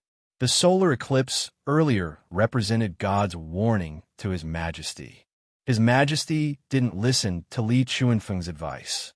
He didn't practice benevolence and didn't repent sincerely. That's why this plague of locusts is caused. These rumors could be said to be a dagger dipped in poison, stabbing straight into Li Er's heart. As an emperor, Li Er knew the importance of the people's hearts more than anyone else. Otherwise, he wouldn't have said to Li Zishuan in prison, "The emperor is the boat, and the people are the water. The water can carry the boat, but can also capsize the boat." He agreed greatly. It was because he knew the importance of the people's hearts that Li Er was so angry that someone was spreading rumors against him and shaking the hearts of the people. Especially at the end of last year, the 1,000-year-old Chui family was directly trampled by the angry people. Li Er deeply understood the importance of the people's hearts. Those who were spreading rumors now were similar to Li Zishuan's method of dealing with the Chui family last year. They wanted to use the power of the people and the power of public opinion to achieve their own goals. Obviously, someone wanted to destroy his roots. Naturally, he couldn't just sit there and wait for death. He had to fight back. Zhao Song. Previously, I asked the 100 Cavalry Division to investigate the rumors about Li Zishuan. How's the investigation going? After a long silence, Li Er suddenly opened his mouth and asked coldly. Zhao Song bowed and said, "Your Majesty, so far, we've caught 5 people who deliberately spread rumors and incited the people. However, these people are very tight-lipped and refuse to admit to their crimes." Li Er's eyes were cold as he said, "Then, use torture. As long as we can confirm that they're deliberately inciting the people, then use torture, regardless of life or death." Li Er could feel that in the peaceful kingdom, there was actually a huge, unstable factor hidden in it. He had to do something, or else when the person in the dark finished all the arrangements, it would be too late for him to make a comeback. At this time, why would he care about the life and death of those suspects? Zhao Song shuddered. He understood that Li Er was really angry. He quickly bowed and said, "This old servant obeys." Li Er thought for a while and ordered, "This dragon sect also needs to be thoroughly investigated. Immediately send out a spy from the 100 Cavalry Division. Before tomorrow night, you must give me a result." Zhao Song cupped his hands and said, "Understood." Other than that, order the Wu Ho government to strengthen the patrols in Chong and City to prevent people from using this opportunity to stir up trouble. Order the Yanwang College's Ma Zhou. The recent Datong Daily needs to focus on the current rumors and refute them. Do not let the people be misled by scoundrels and do illegal things. After a moment of silence, Li Er ordered again. "Understood." Zhao Song cupped his hands and said. Li Er waved his hand and said, Send the order as soon as possible. This old servant will take his leave. Zhao Song cupped his hands and left the hall. Dragonhead, we already have 3,000 followers in Chang'an City. With these followers, we can establish a firm foothold in Chang'an City and develop more followers. Xinfeng County, in a secret room under the Sky Dragon Temple, the monk Dewey no longer had his previous arrogance. Instead, he respectfully reported to a masked man. So this man was the dragon head of the dragon sect. Previously, the rumors about Li Zixuan, Enli Air, and Chang'an City were spread by him. The iron-masked man nodded and said, "You did well. We are new here, so we need the support of a group of followers to establish ourselves in Chang'an City. But in your opinion, is it really impossible for Abbot Hui Kong to cooperate with us? You guys are from the same sect, and he won't even give you this bit of face?" Dewey performed a Buddhist bow and said, "Dragonhead, although Hui Kong is a member of the Tantric sect, he has lived in the central region for decades and has long regarded himself as a Tang person. In my opinion, he will definitely not cooperate with us." Hearing this, the iron-masked man sighed and said, "What a pity. Hui Kong has quite a reputation among the nobles in Chang'an City. If he can be used by us, our plan is at least half successful." Dragonhead, why are you so disheartened?" Dewey smiled and said proudly, "Since Hui Kong is not willing to cooperate with us, then we will develop our own followers. Today, this poor monk used some means to recruit 3,000 followers for my dragon sect. In time, this poor monk's reputation and connections in Chang'an will definitely surpass Hui Kong's." The iron-masked man nodded. After a moment of silence, he said, "In that case, we will have to trouble you. There is not much time left for us. Li Zixuan is more astute than others. We must complete all the arrangements before he returns to Chang'an. Otherwise, he will definitely see through us. After everything is done, the position of Nation Master will definitely belong to you. At that time, why do you have to go back to India to suffer?" Dewey said with joy, "Thank you, Dragonhead. I will do my best to help Dragonhead accomplish your great task." Due to the cover of the mask, the iron-masked man's expression could not be seen. He continued, "Your Jade Lake holy water is very good.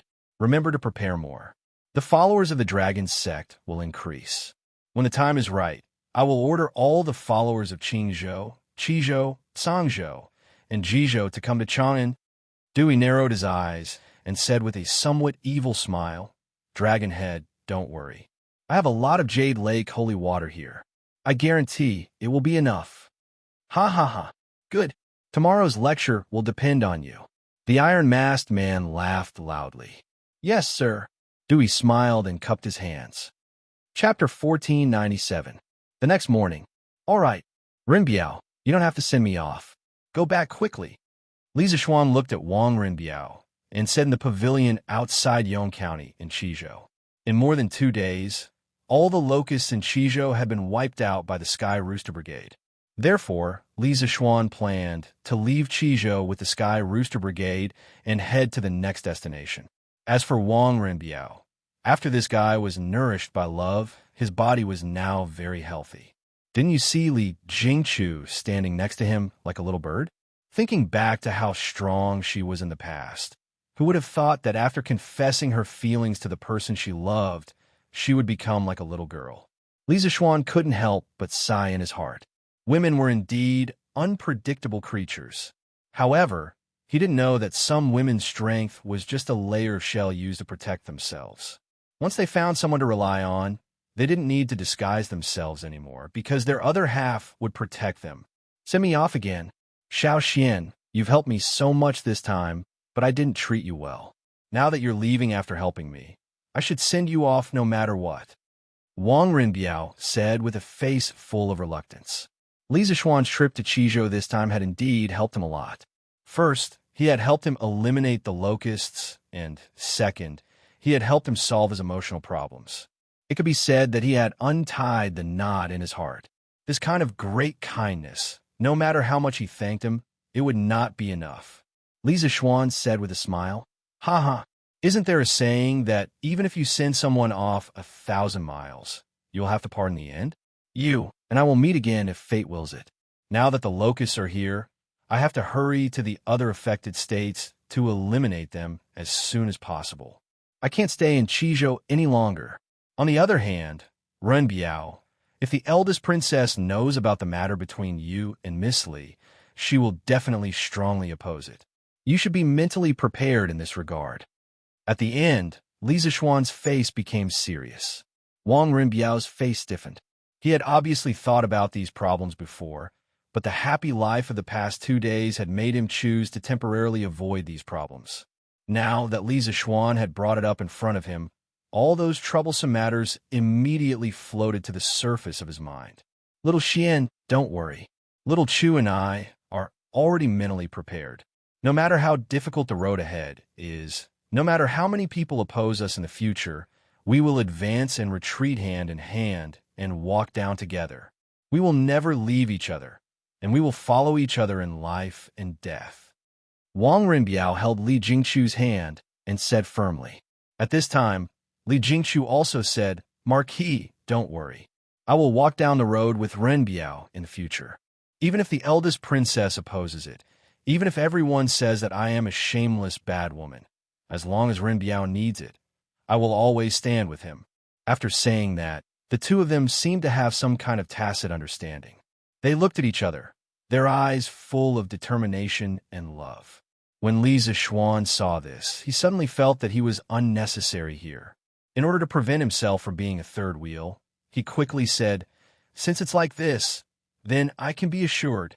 Renbiao, Miss Li, if you need my help in the future, just ask.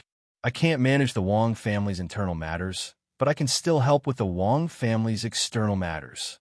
Wang Renbiao said gratefully, Many thanks. In the past, he did not need the help of others, but it was different now. Since he chose to be with a commoner girl, he had to be prepared to break off relations with his family and even be kicked out of his family. The Taiyuan Wang family's young master that everyone envied before, without the support of his family, could become a commoner. In this kind of situation, Li Zishuan was still willing to extend a helping hand to him. This meant that this was true friendship. How could Wang Renbiao not be grateful? How could he not be moved? Li Zishuan nodded and said, All right, you guys take care of yourselves. Renbiao, your body hasn't fully recovered yet, so you need to recuperate for a period of time. With Miss Li here, I definitely don't need to worry about this. Let's part ways here. See you again someday. Wang Renbiao and Li Jingchu both cupped their fists and said in unison, Little Xian, Marquis, take care. See you again someday. Li Zishuan nodded. Suddenly, he looked at Lung Yuyao and said, Miss Lung, you take care too.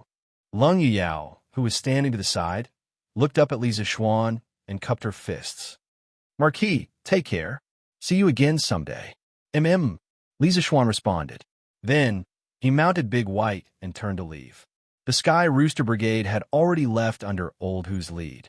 Their next stop was the Lan province, because he had received a letter from his father-in-law asking for help yesterday.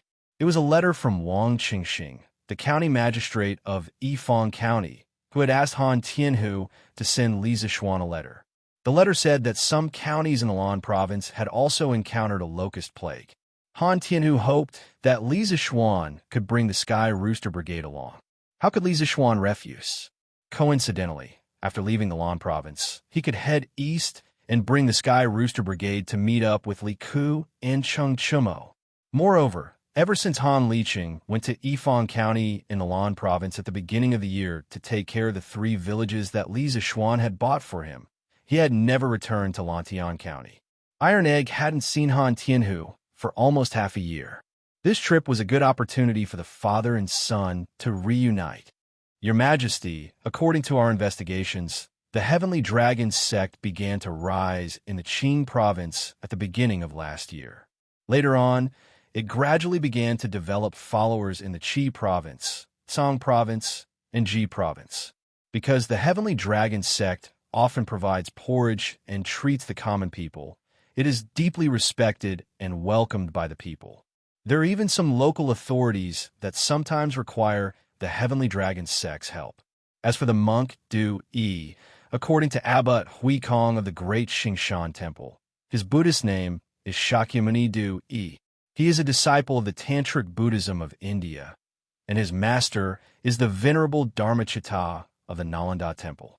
Nalanda Temple is the holy land of Buddhism in India, and the Venerable Dharmachitta is the most famous monk in India. It is said that he is more than 700 years old, but he has the face of a man in his 30s. The Indians call him the living Buddha. At noon, Li Junxian arrived at the Sweet Dew Palace and reported to Li Er. Due to the urgency of Li Er's order yesterday, the entire 100 Horsemen department had been mobilized in order to find out what Li Er had told them as soon as possible. Including him, he hadn't slept a wink since he received the order yesterday. However, his efforts had paid off, and he had found out something. That is Nalanda Temple, Dharmachitta. Li Er frowned. This Dharmachitta is really more than 700 years old? Li Junxian had a troubled expression. This subordinate has no way to investigate this, but according to Abba at Huikong, Dharmachitta is very profound, and he is the most likely venerable to become a Buddha in the past thousands of years. In fact, this venerable Dharmachitta did indeed have a great background. Dharmachitta, also known as Dragon Wisdom Bodhisattva, Samanahadra Ali, Dragon Bodhi, and so on, was born in India, now India. He was the direct disciple of Dragon Fierce Bodhisattva and was the fourth-generation founder of Tantric Buddhism. Dragon Wisdom Bodhisattva had ascended to the Holy Land, and his divine power was unimaginable. His virtue was known throughout the 5 heavens, and his name spread far and wide. It was said that when Xuanzang traveled to India to study, he met Dragon Wisdom Bodhisattva at the eastern border of the Great Forest. Seeing that Dragon Wisdom Bodhisattva was about 700 years old and looked like he was in his 30s, he decided to learn Buddhism from him. Thus, from a certain perspective, Tang Xuanzang could be considered Dragon Wisdom Bodhisattva's disciple. In fact, in another few decades, in the Kaiyuan era, Dragon Wisdom Bodhisattva, who was also Dharmachitta's other disciple, Shan Wu-wei, would also come to Great Tang. According to the official records, Shan Wu-wei was deeply favored by Tang Xuanzang, and he became the revered state teacher. At this moment, Li Er nodded thoughtfully. After a moment of silence, he asked, "How many members does the Heavenly Dragon sect have now? Who is the person in charge?" Li Junxian clasped his fists. "Your Majesty, the Heavenly Dragon sect has around 3,000 members in Chang'an. As for how many members there are in the other 4 provinces, this general has yet to find out. According to our investigation, Shakyamuni is the venerable of the Heavenly Dragon sect, and he has a hall master and a dragon head. However, the dragon head of the Heavenly Dragon sect has always been mysterious, and it is said that very few people have seen it. I heard that Shakyamuni has a holy water called the Jade Lake that can cure all illnesses." Li Er couldn't help but frown. He stood up and walked 2 steps with his hands behind his back. "I didn't expect the Heavenly Dragon sect to have hidden in our Great Tang for so long and have so many members. In the long run, they will be a great threat to the imperial court. Wait, if the Heavenly Dragon sect has risen in Qingzhou, why haven't we received any reports from the Qingzhou provincial governor? This general doesn't know." Li Junxian clasped his fists. However, according to the intelligence obtained by the 100 Horsemen Department, not only will the local officials not resist the Heavenly Dragon sect, they will even welcome them. This is because the Heavenly Dragon sect has a holy water called the Jade Lake that can cure all illnesses. Firstly, it can help the local officials treat their illnesses, and secondly, if the officials suffer from a difficult illness, they will inevitably seek help from the Heavenly Dragon sect. Li Er was displeased. Preposterous. The local officials should be unconditionally loyal to the imperial court. If that's the case, won't they be suppressed by the Heavenly Dragon sect? It's fine if the Heavenly Dragon sect is wholeheartedly benevolent, but if they harbor evil intentions, won't these local officials become accomplices? Li Junxian decisively shut his mouth, not daring to interrupt. Even if he was beaten to death, he wouldn't say a word when it came to the affairs of the imperial court, because he understood what his duty was. After a few moments of silence, Li Er's anger somewhat subsided. He muttered, "Did you manage to interrogate those 5 people who were intentionally spreading rumors? Are they related to the Heavenly Dragon sect?" To tell the truth, Li Er really wanted to obtain evidence of the Heavenly Dragon sect's crimes so that he could use this opportunity to arrest all of them. For the Great Tang, this would remove an unstable factor. Li Junxian clasped his fists. "Your Majesty, even though those 5 were tortured to the point of fainting from the pain, they were still unwilling to say anything. Now, 2 of them have been tortured to the point of death, but they would rather die than tell us why they spread the rumors." Li Er's face instantly turned so gloomy that it seemed like water would drip from it. "Preposterous. Then continue to arrest them and torture them. We don't believe that they'll all be so stubborn." Li Junxian hesitantly said, "Your Majesty, if we make such a big fuss, we might harm the innocent, and if word gets out, the court might criticize us and harm Your Majesty's reputation. Your Majesty, please reconsider." Although the cavalry were very cautious in arresting people, there was no guarantee that there wouldn't be any innocent among them. Moreover, if the court learned of this, they would fiercely object. Li Er's brow furrowed, and after a few moments of thought, he said, "Be more cautious when arresting people and more discreet when interrogating them. We must find out as quickly as possible if these people spreading rumors have any connection to the Heavenly Dragon sect." Li Er felt that he could no longer be overly cautious.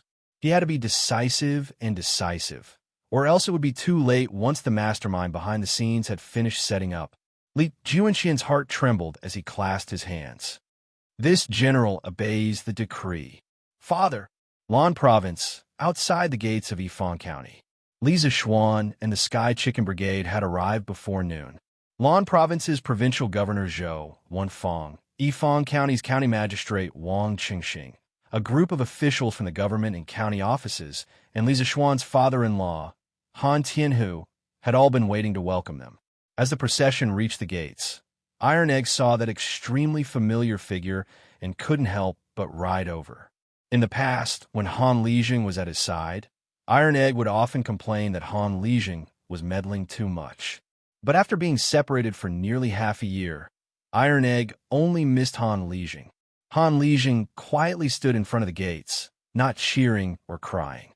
It wasn't that he didn't want Iron Egg, but there were so many officials standing next to him that he needed to maintain his calm and self-control.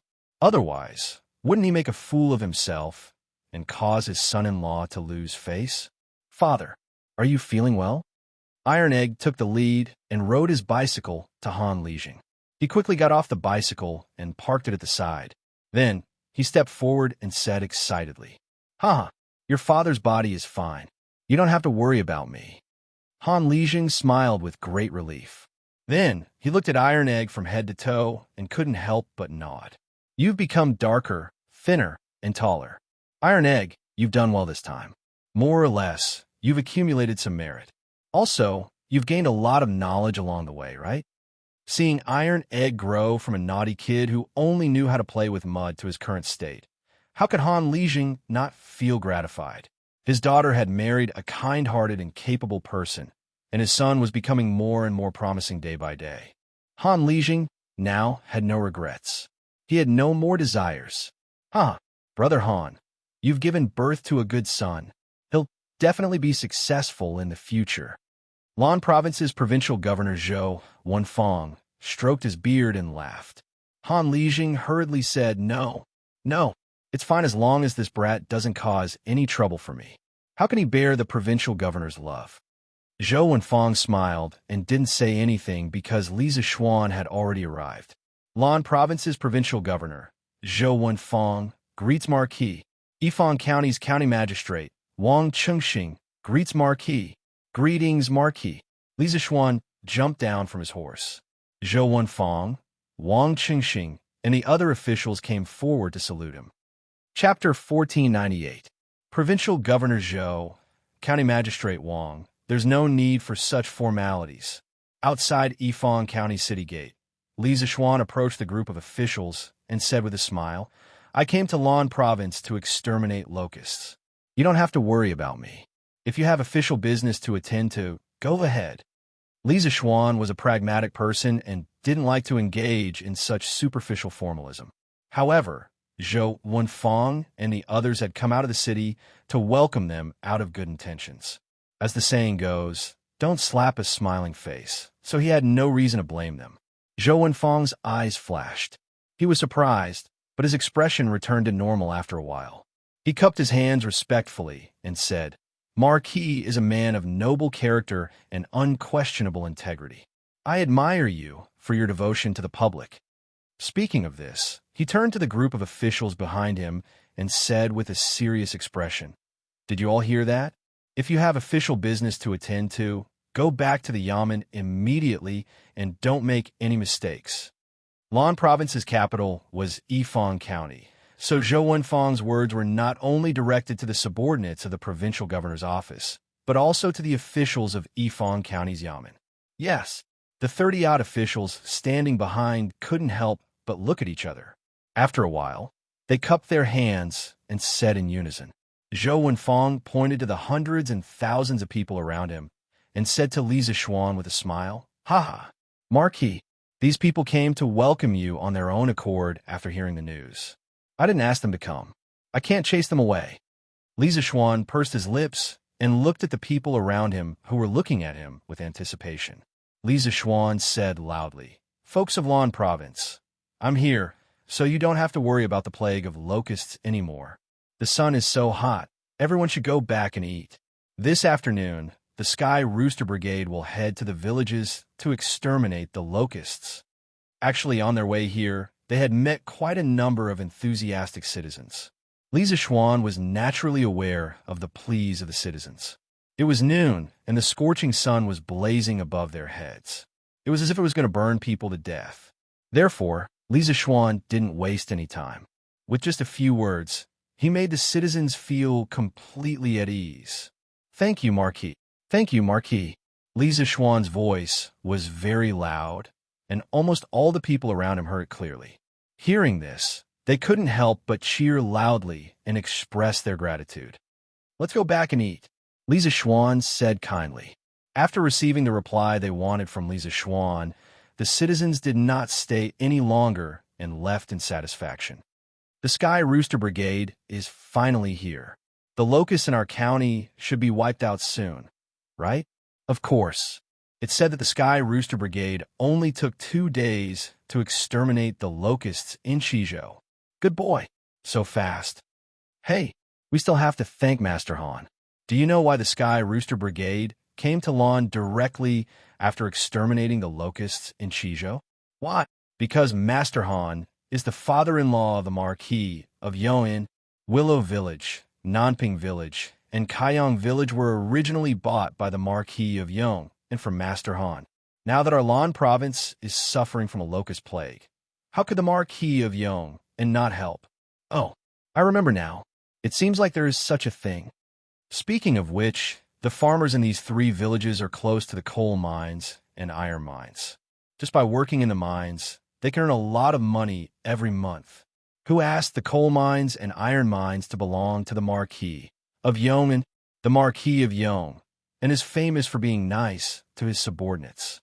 Before this, although Li Zishuan had never been to Lan Province, many citizens in Lan Province had received Li Zishuan's kindness, especially the citizens of Yifang County. This was because Li Zishuan not only owned coal mines, but also iron and aluminum mines. Although mining would pollute the local environment, ever since Han Lijing came here, he had been using the method that Li Zishuan taught him to treat sewage. Therefore, after half a year, the local environment was not polluted much. Instead, the citizens earned a lot of money working in the mines. Marquis, this official has prepared some light wine in the residence. There are no delicacies, only some ordinary home-cooked meals. I hope that Marquis will honor me with your presence. Outside the city gates, Li Zishuan and Han Lijing exchanged a few words. At this moment, Zhou Wenfang stepped forward and cupped his hands. Actually, this lunch banquet was not just a home-cooked meal. However, after seeing Li Zishuan's actions, Zhou Wenfang guessed that Li Zishuan did not like their extravagance and waste. Therefore, he changed the delicacies into a home-cooked meal. Li Zixuan nodded and said, "A home-cooked meal is just right. I'll have to trouble Provincial Governor Zhou to prepare some home-cooked meals for the children as well." Regarding Zhou Wenfang's character, Li Zixuan had heard from Han Lijing that he was a smart person who knew how to curry favor with his superiors but would not overly curry favor with them. This kind of person could not simply be defined as a corrupt official because he was not corrupt. He only knew a little about the way to curry favor with his superiors.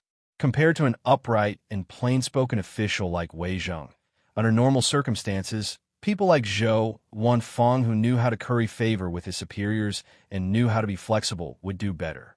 Therefore, Li Zixuan did not have any bad feelings towards Zhou Wenfang, but he also did not have a good impression of him.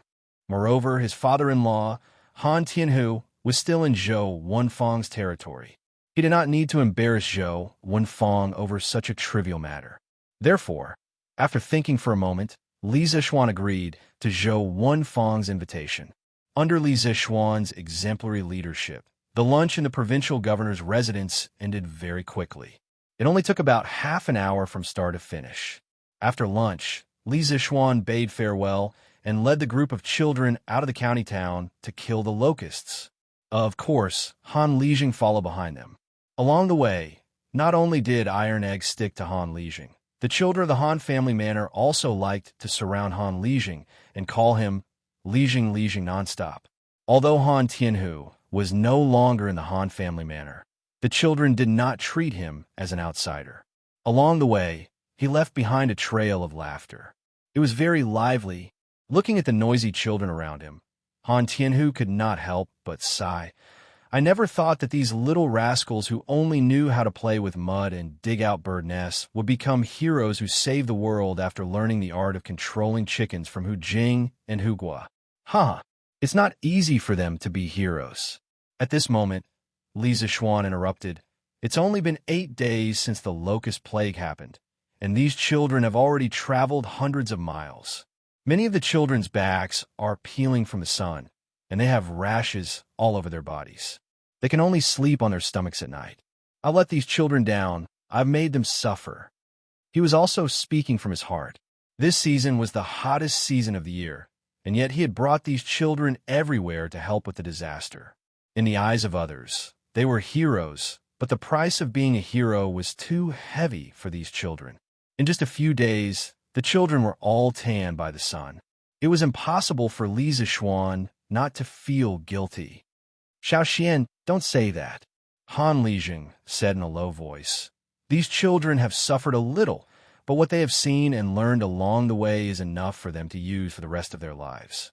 To be able to follow you to kill locusts and gain experience is their honor. When they grow up, they will be grateful to you." Li Zixuan shook his head and did not reply. Suddenly, Li Zixuan caught a glimpse of a particularly large pond in front of them. The pond's topography was lower in the south and higher in the north. The most important thing was that its shape was very strange. The part near the north was built with stone dams. Seeing this, Li Zixuan quickly reacted. He pointed at the pond and asked, "That pond must be the sewage treatment pond father-in-law had people repair, right?"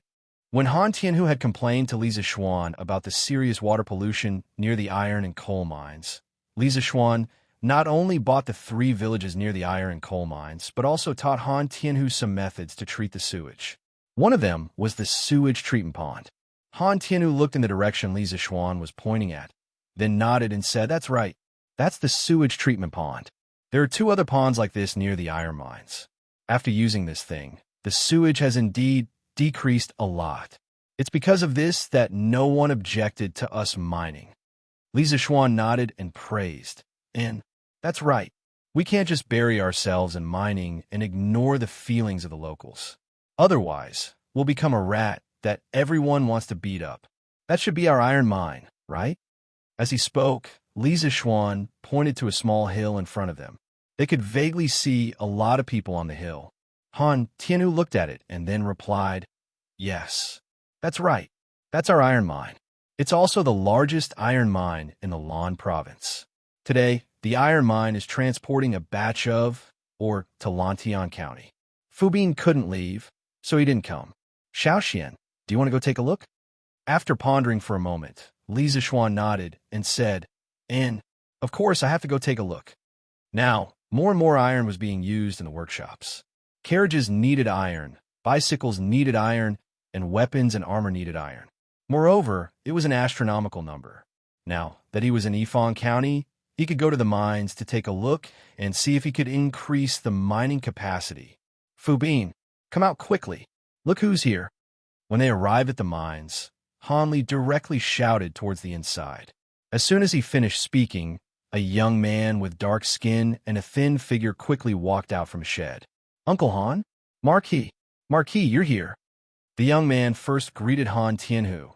Then when he saw Li Zixuan, he couldn't help but be stunned. He quickly went forward and bowed respectfully. Marquis, I know you're going to Yifang County at noon, but I couldn't leave at that time, so this young man is Fu Bin. Li Zixuan waved his hand and smiled. No matter. You did the right thing. Business is more important. There's so many people welcoming me. You will make a difference, right? Hey, you're tanned and thinner than before. Looks like you've suffered a lot here. Do you want me to transfer you back to Lantian County? Just by looking at Fu Bin's tanned and thin appearance, it was obvious that he had suffered a lot here.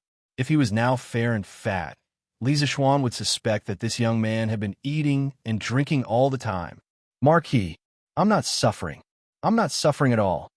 Hearing this, Fu Bin shook his head like a rattle drum and quickly said. Han Tianhu laughed. This young man has taken a fancy to Registrar Zhang's daughter.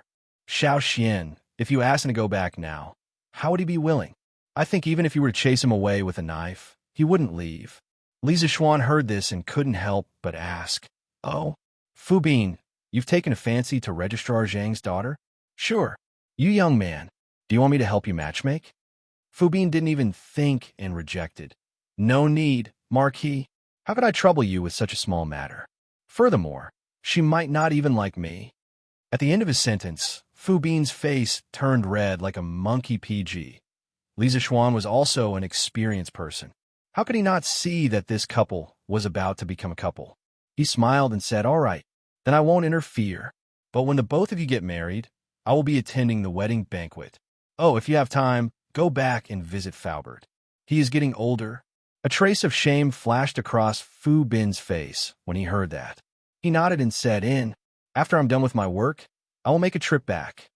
Faubert didn't have any children and had always treated Fu Bin as his own son. Fu Bin knew this very well. Li Zixuan nodded and didn't dwell on this matter. He said seriously, Xiao Bing, how is the iron mine's production now? When it came to serious matters, Fu Bin's face immediately turned serious. He quickly replied, Marquis, this iron mine can now mine about 5,000 caddies of ore a day. Under normal circumstances, we have to send a batch of iron or out of the warehouse every 3 days.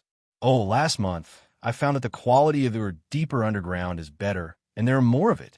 I got someone to dig a mine that is 4 to 5 feet deep and plan to mine from the bottom. This way, we can mine at least twice as much iron ore. The ancient people couldn't dig tens of meters deep into the ground like the modern people. At that time, due to the lack of advanced machinery and technology, most of the ore they mined was near the surface. Fu Bin could think of using a mine to mine directly from the bottom. This was considered a new approach. However, this method of his could easily lead to danger. What? Mine? Li Zixuan's face changed and quickly said, Where is this mine? For me to take a look. Fu Bin saw Li Zixuan's face and had a bad feeling. But he couldn't think of what he did wrong. He could only bite the bullet and said, Marquis, the mine is over there. Follow me. Okay. Under Fu Bin's lead, Li Zixuan came to a 1-meter deep, bottomless pit. Above the pit, there was a rotating device similar to the one above the well. It should be used to pull people or goods. Marquis, do you think there is anything wrong with this mine? After a while, Fu Bin asked. Li Zixuan thought for a while and said, Xiao Bing, it is good that you can think of this method. But this method is risky. Chapter 1499. Risks? Marquis, what risks are there? In ancient times, most of the mining was done close to the surface. Some of the ore was even directly exposed to the surface, so Fu Bin couldn't think of any risks at the moment. Li Zixuan pondered for a moment, then said, "Firstly, if it rains due to the terrain, the rainwater will gather in the mine, which is definitely a threat to the safety of the miners. Secondly, the deeper the mine, the less air there is, the more likely the miners will suffocate to death. Thirdly, and this is also the most serious point, if the mining route and the size of the mine are not strictly controlled, it is very likely that the mine will collapse. When that happens, no one will be able to come out, and the casualties will be disastrous. No one can bear the responsibility for this." After hearing Li Zixuan list out the risks, Fu Bin's face instantly turned pale. Although his skin was already tanned, it was still very obvious that his face was pale. "Marquis, then why don't I get someone to fill up the mine?" Fu Bin was scared. Although he was almost half a gangster in the past, and although he was now the manager of an iron mine and could be said to have great power in his hands, he didn't dare to get involved in a murder case. "Yeah, Xiao Xian, since mining in this mine is so dangerous, why don't we fill it up to prevent the miners from losing their lives? Besides, this mine is so deep. What if a playful child comes here to play and accidentally falls in? The air near the surface of this iron mine is enough for us to mine for another 2 years. There's no need to take such a risk." Han Tianhu, who was beside him, also said with concern. Li Zixuan frowned and didn't say a word. He was also weighing the pros and cons in his heart. When it came to mining, if there was a large amount of or on the surface, then the best choice was of course to mine on the surface. Not only was it simple and convenient, but the mining efficiency was also much higher. Because the surface area was large, it was convenient for more people to mine at the same time. However, the problem was that the ore on the surface was often limited. Most of the ore was distributed below the surface. Just like this iron mine, the ore on the surface probably didn't even account for 1% of the total reserves. Should he give up eating for fear of choking? Or should he face the difficulties head-on? This was a question worth pondering. After pondering for a long time, Li Zixuan said, "Don't fill it up yet. This mine is only 4 to 5 feet deep. If we can control the path and the size of the mine well, the risk is relatively low. Xiao Bing, in the future, when the miners are mining in the mine, the tunnel must not be more than 10 feet wide. Also, you need to plan the mining route in advance. You cannot dig through 2 tunnels. In addition, the mine could only be dug from the depth of the mine. It couldn't be dug any further. The deeper it went, the greater the risk. Before the miners entered the mine, they had to use torches or candles to check if there was enough air underground. They also had to build a drainage ditch above the mine to prevent rainwater from entering the mine. Do you remember all these? A depth of 4 to 5 feet was only about 10 meters. In fact, it wasn't that deep. Most modern mines were about a few hundred meters deep. The world's deepest mine, Bonig Mine, was more than 4,000 meters deep. Therefore, in comparison, as long as the safety measures were in place, there shouldn't be any danger in this mine. Of course, more importantly, Li Zixuan wanted to try mining underground. As Tang Dynasty's industrial base became more and more complete, the demand for all kinds of ores would increase. The ores on the surface would not be able to meet the demand. By that time, they would have to mine from underground. Rather than not knowing anything at that time, it was better to start accumulating the experience and skills of mining underground. This way, they could be prepared when the time came. Fu Bin was actually a little scared at this time. After listening to Li Zixuan's words, he hesitated and asked, "Marquis, is this really okay? There won't be any deaths, right?" Li Zixuan stared at Dong Xuebing, but he thought about it again. Sometimes, it might not be a bad thing to be timid. Take Fu Bin, for example. If he had the guts, he would have started using the mine method to mine. Also, the depth of the mine would definitely be more than 10 meters deep. If that was the case, the miners here would have already lost their lives. As long as you do as I say, everything will be fine.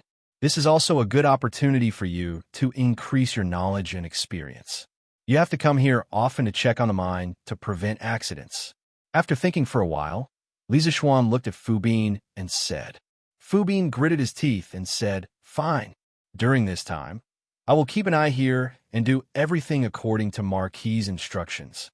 Li Zishuan nodded and suddenly remembered something. He said seriously, Xiao Bing, you can use the mine to mine the iron mines, but you cannot use this method at the coal mines. No matter how shallow the mine is, you cannot use it. Do you understand? Fu Bin was puzzled and asked, Marquis, why is that so? Dong Xuebing really had this thought. Since the iron mines can be used to mine the mine, then the coal mines should be able to do it too. Mining in a mine is more efficient than mining in an open pit. After all, mining in an open pit requires the soil to be removed from the surface. Mining in an open pit can be done directly from the mine. Li Zishuan said seriously, Don't ask why. Just do as I say. Remember, do not dig on top of a coal mine. I would rather waste more manpower digging in an open pit than dig on top of a coal mine. Or else, a lot of people will die.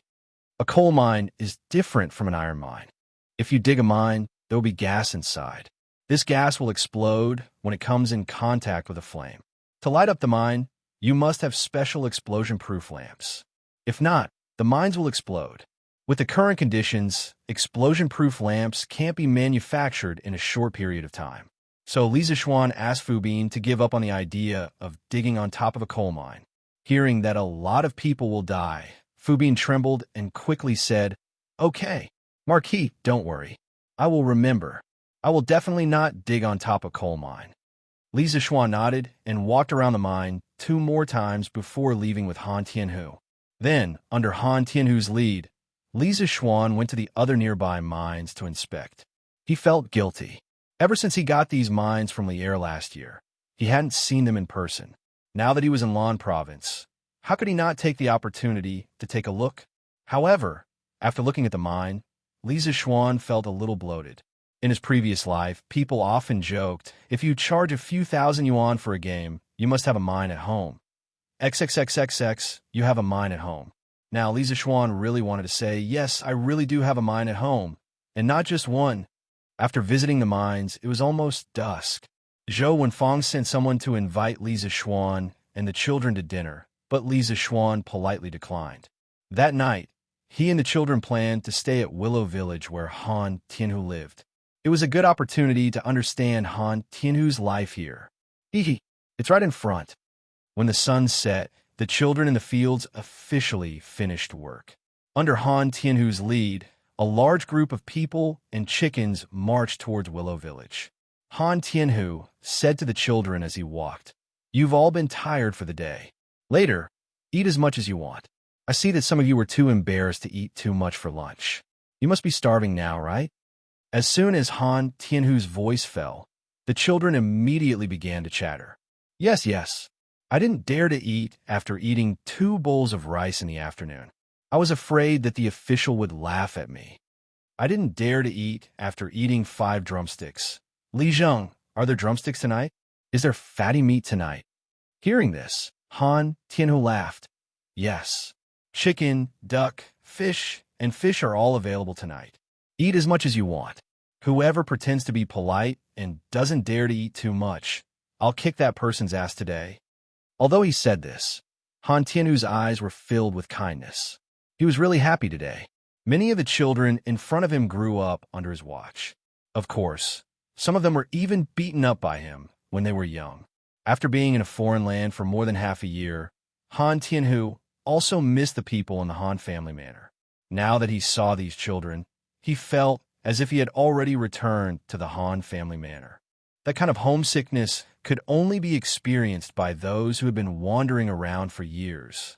Oh, I want to eat 4 bowls of rice tonight. I want to eat 10 drumsticks tonight. I want to eat 2 bowls of meat.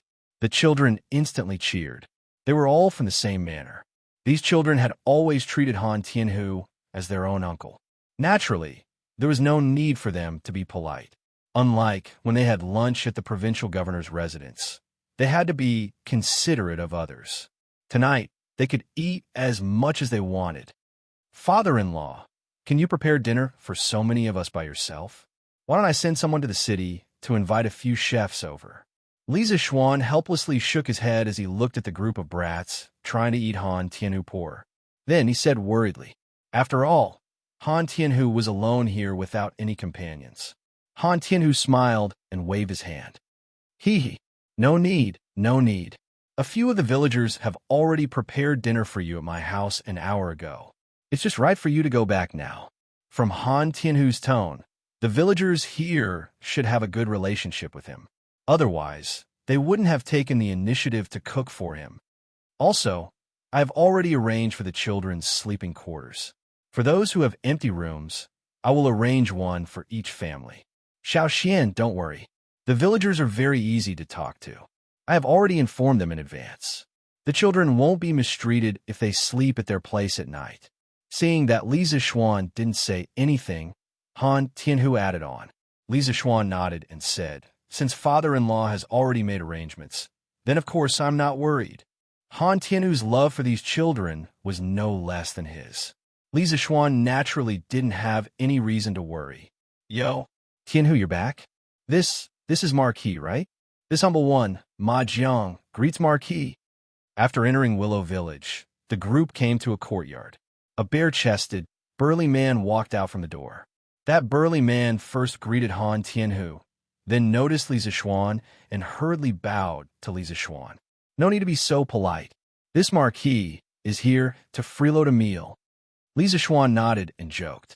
However, he had some doubts in his heart. This person in front of him actually called Han Lijing Tianhu. This was very rare. One must know that even in the Han family manor, when the villagers saw his father-in-law, they would only call him Lijing. Almost no one would call him by his name.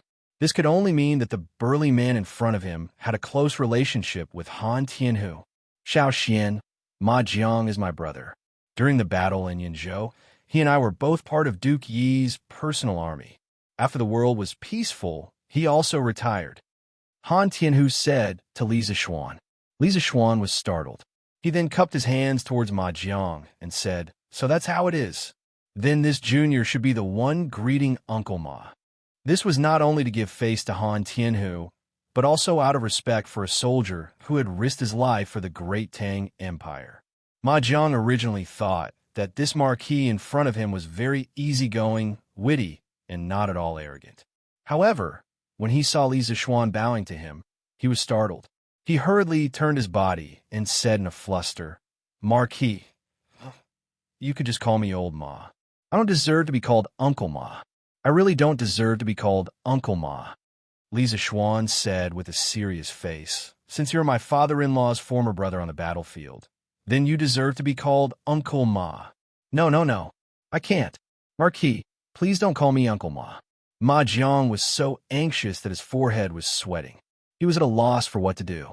At this time, Han Lijing said, little Xian, Old Ma, let's not get entangled in this.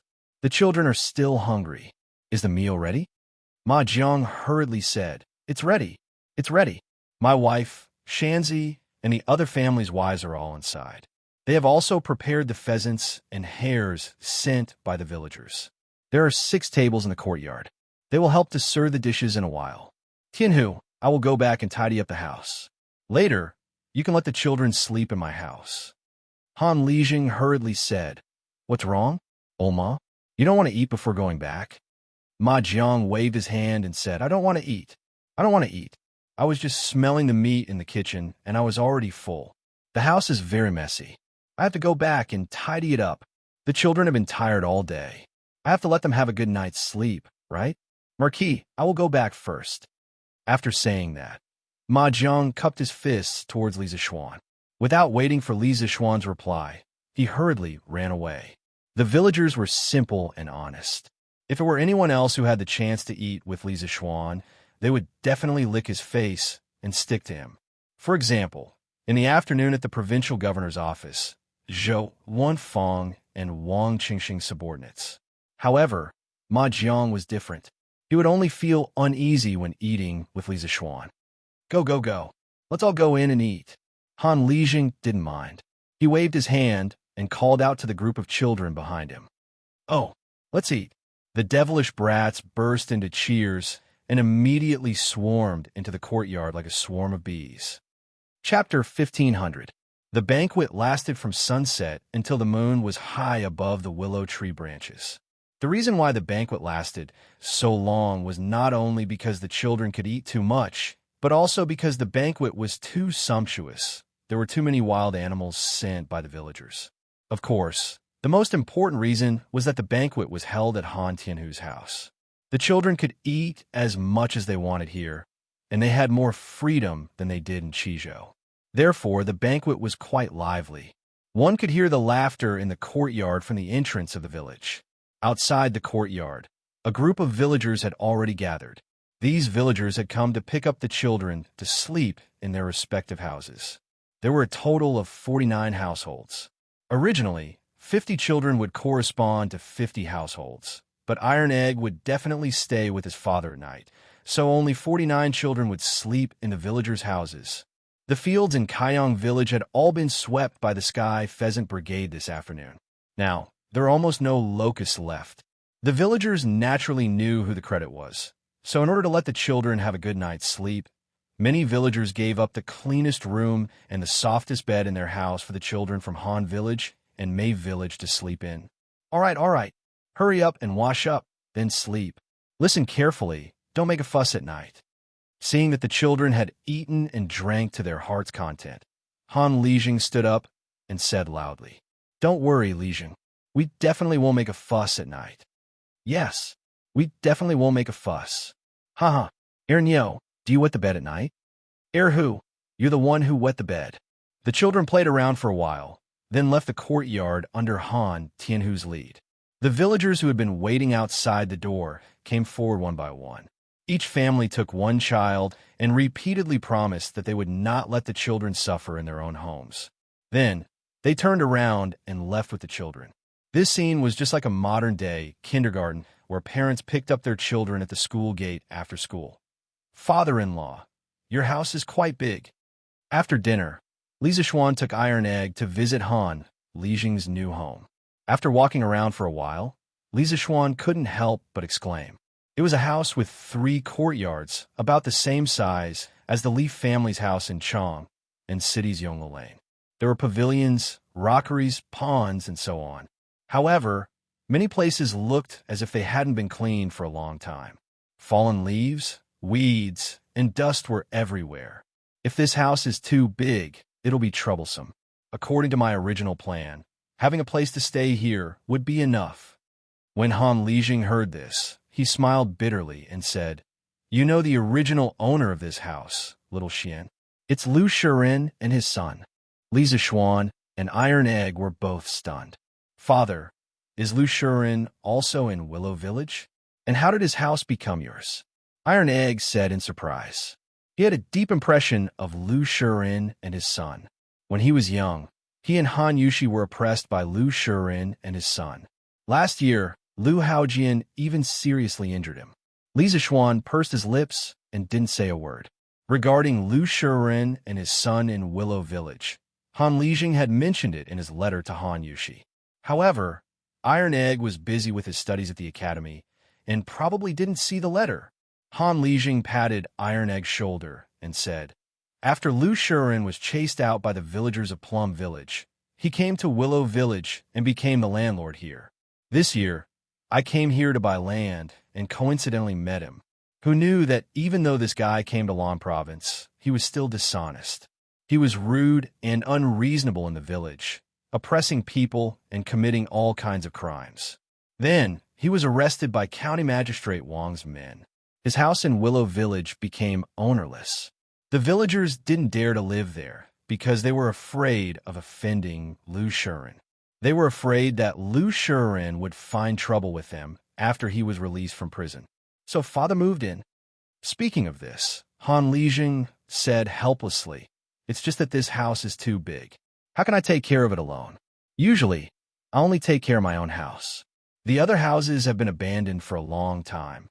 This was also the reason why Han Tianhu didn't leave more children to live his house. Those rooms that hadn't been cleaned for a long time would take a lot of time to clean up. It was already not easy to clean up 2 rooms for Li Zishuan and Iron Egg to live in. "Father-in-law, you could buy some servants back. First, they can help you clean up the house. Second, they can take care of your daily needs. It's so convenient." Hearing this, Li Zishuan said with a smile. Although Han Tianhu's body was quite good, he was getting older. How could there be no one to take care of him? Han Lijing waved his hand and said, No, I'm fine living alone. What's the point of buying servants? Father, just listen to Master. If you don't have enough money, I still have some money here. I'll give it all to you. Iron Egg interrupted at this time. This child was starting to feel sorry for his father. Hey, you stinking brat. Your father wants your money? I'm just used to living alone. I don't want the trouble. Hearing this, Han Lijing couldn't help but pat the back of Iron Egg's head. Although he said this, his heart felt warm. All right. That's your room. Go wash up by the well, and then sleep. After pausing for a moment, Han Lijing urged Iron Egg again. Oh, then I'll go to sleep first. Father, Master, you guys should sleep early too. Iron Egg knew that he couldn't persuade Han Tianhu. He stopped persuading him and prepared to sleep. Go. Li Zishuan nodded and replied. Iron Egg turned around and left. Li Zishuan picked up where he left off and said, Father-in-law, you definitely have to buy a slave. Otherwise, you'll be the only one living in such a large residence. What kind of person is that? I'll pay for it. Tomorrow, I'll get someone to help you find a few loyal servants. This wasn't a problem of money, nor was it a problem of being used to living alone. It was just that living in such an uninhabited house for a long time would make one feel more lonely. It was also a torture to one's heart. Seeing Li Zishuan's determined face, Han Lijing thought for a moment and replied, All right, let's just buy a few servants. Xiaoxian, you don't have to pay for it. I have more money than I can spend. After I'm done with this, I'll go buy some servants. Li Zishuan said suspiciously, Father-in-law, don't wait until we leave and change your mind. I think you should go buy some tomorrow. Han Lijing glared at him and said angrily, You little brat, do I look like someone who doesn't keep his word? Hee, what a joke. Li Zishuan laughed dryly and suddenly asked, That's right. Father-in-law, how do you know that, Ma Jiang? Did he used to live here? Han Lijing thought for a moment and said, That's right. Old Ma was originally from Willow Village. He joined the army first. I joined half a month later than him. When I first joined the army, I didn't know anything. With old Ma's help, I didn't have to suffer a lot of beatings. Later, we were transferred to the personal guard camp and became the personal guards of Duke Yi. Back then, in the Battle of Yinzhou, we were heavily surrounded. I blocked an arrow for Duke Yi. Old Ma wasn't bad either. His martial arts were even better than mine. He killed dozens of Turkic soldiers alone. However, I had to return home early because of my leg injury. Old Ma waited until the world was at peace before he retired. He had a lot of military achievements. Logically speaking, he could use them to get an official position. However, he said that he didn't know how to be an official and didn't want to be one. He only wanted to go home to farm and accompany his wife and children. So he went back to Willow Village in Yifeng. I didn't expect that we two old brothers would meet again in our lifetime. It's really fate. Li Zishuan sighed and said, That's really a coincidence. It's really a coincidence. Han Lijing nodded. Then, his face suddenly became sad. He sighed and said, It's a pity that some people, no matter how coincidental, will never meet again. After saying that, Han Tianhu's figure became inexplicably lonely. His back also became bent, as if he had suddenly aged a few years. Li Zishuan's heart moved. He thought for a while and asked, Father-in-law, are you thinking of your old comrades? Han Lijing nodded and said, Yes. Many of us died in that battle. We couldn't bring back the bodies of our brothers. In the end, we could only bury them near the border of Yinzhou. Now that I'm living in Yifeng, it's not far from Yinzhou. Every Qingming festival, I can go and pay my respects to my brothers. It's pretty good. Hearing that, Li Zishuan suddenly remembered that at the end of last year, Han Tianhu went to Yinzhou. After he came back, his temperament changed greatly. He became even more silent. Later, in order to help him deal with the sewage around the mine, Han Tianhu bought Willow Village, Nanping Village, and Kaiyang Village with his sponsorship. Then, he completely lived in Lanzhou. Now that he thought about it, Han Tianhu insisted on going to Yunzhou and living in Willow Village. Could it be that it was convenient for him to pay his respects to his old comrades. Father-in-law wanted to be the guardian of the heroes' graves. After comforting Han Tianhu for a while, it was almost late at night. Li Zixuan went to the well and took a simple cold shower. Then, he went back to his room to sleep. The next day, early in the morning, the sky was not completely bright.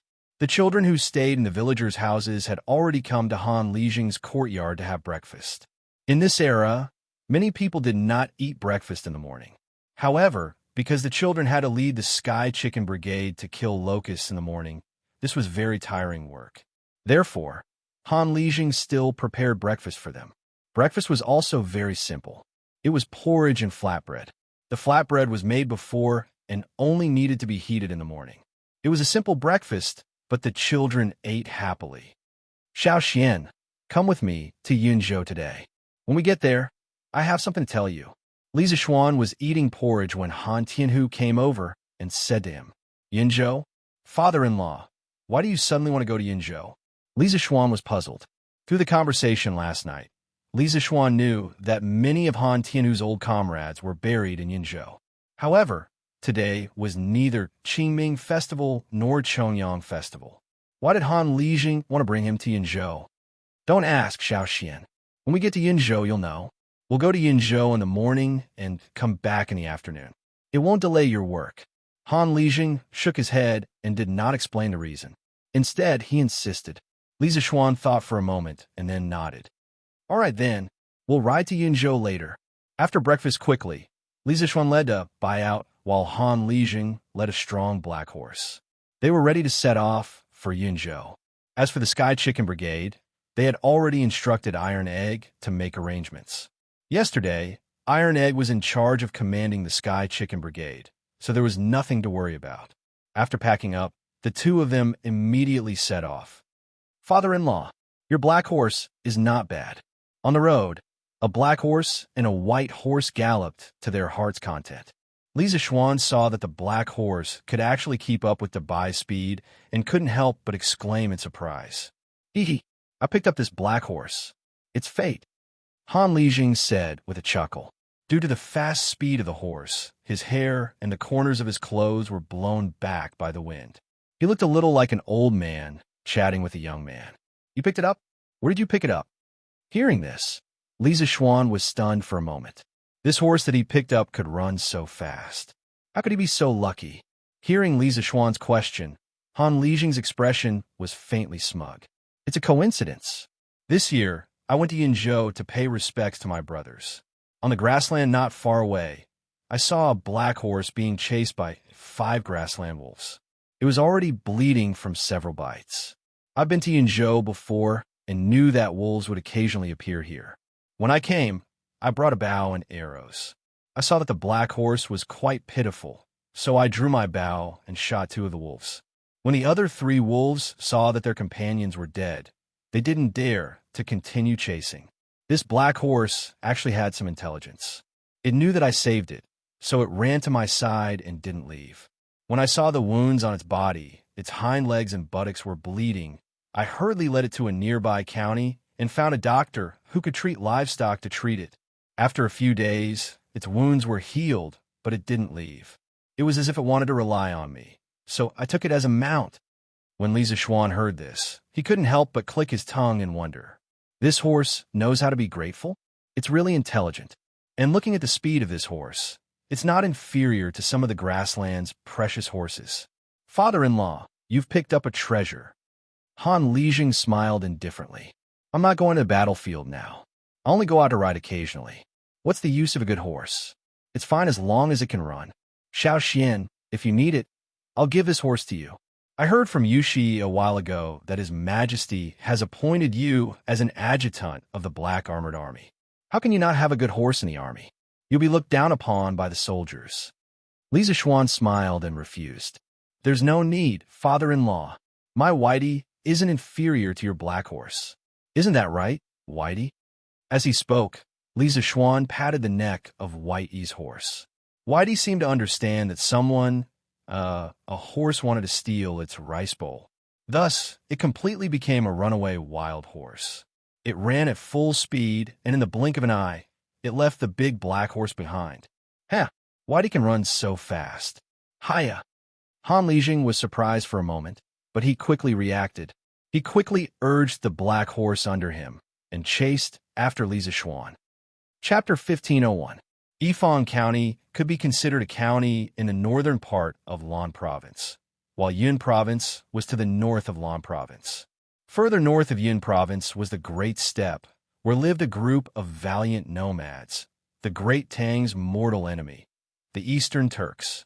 After leaving Yifang County, the father-in-law and son-in-law rushed for an hour and arrived at the boundary of Yinzhou. Cloud Province was one of the 16 provinces of Yinyun between the Great Tang and the Turks. Since ancient times, it had been an important military base on the northern border, a barrier between the Great Tang and the Turks. There were not many people here, but many soldiers were garrisoned here. According to Han Lijing, Yunzhou County had 40 to 50,000 soldiers. Cloud Province only had one county under its jurisdiction, Yunzhou County. After reaching Yinzhou, Han Lijing had no intention of stopping.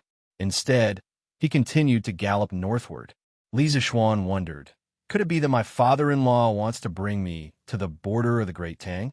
After galloping for another half an hour, Han Lijing finally stopped at the base of a mountain. Little Xian, this is Mount White. Han Lijing jumped down from his horse and pointed at the mountain range as he said to Li Zishuan.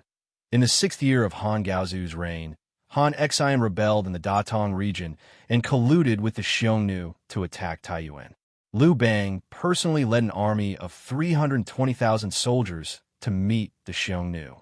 First, they won at the Copper Rollers, and then they pursued until they reached Lufan. It was winter and snow was falling, making the weather extremely cold. Although the Han army was 12 or 13, when they saw that the Xiongnu only had old and weak soldiers, they were even more eager to win. Ignoring the advice of the scouts, Liu Bang led the vanguard in pursuit of Mount White, but in the end, they fell for the Xiongnu's trap. Mao Dunchanyu led his 400,000 cavalry to surround the Han army. The Xiongnu besieged Mount White for 7 days and 7 nights, leaving the Han army without food or water. The strategist Chen Ping advised Liu Bang to have Mao Dunchanyu withdraw his army through marriage. Liu Bang agreed and sent someone to the Turkic camp to relay Liu Bang's proposal. At that time, the 320,000 soldiers that Liu Bang had brought were about to arrive at White Mountain. If Mao Dunchanyu had not agreed, he would have been attacked from both sides. In the end, the Xiongnu retreated and Liu Bang left thousands of corpses on White Mountain. However, the Great Han Dynasty also started a marriage alliance with the Xiongnu. Only during the Hanwu Dynasty did Wei Qing and Hua Tubing attack the Xiongnu in the north to wash away the humiliation. Han Tianhu was originally from the Han family of the previous dynasty.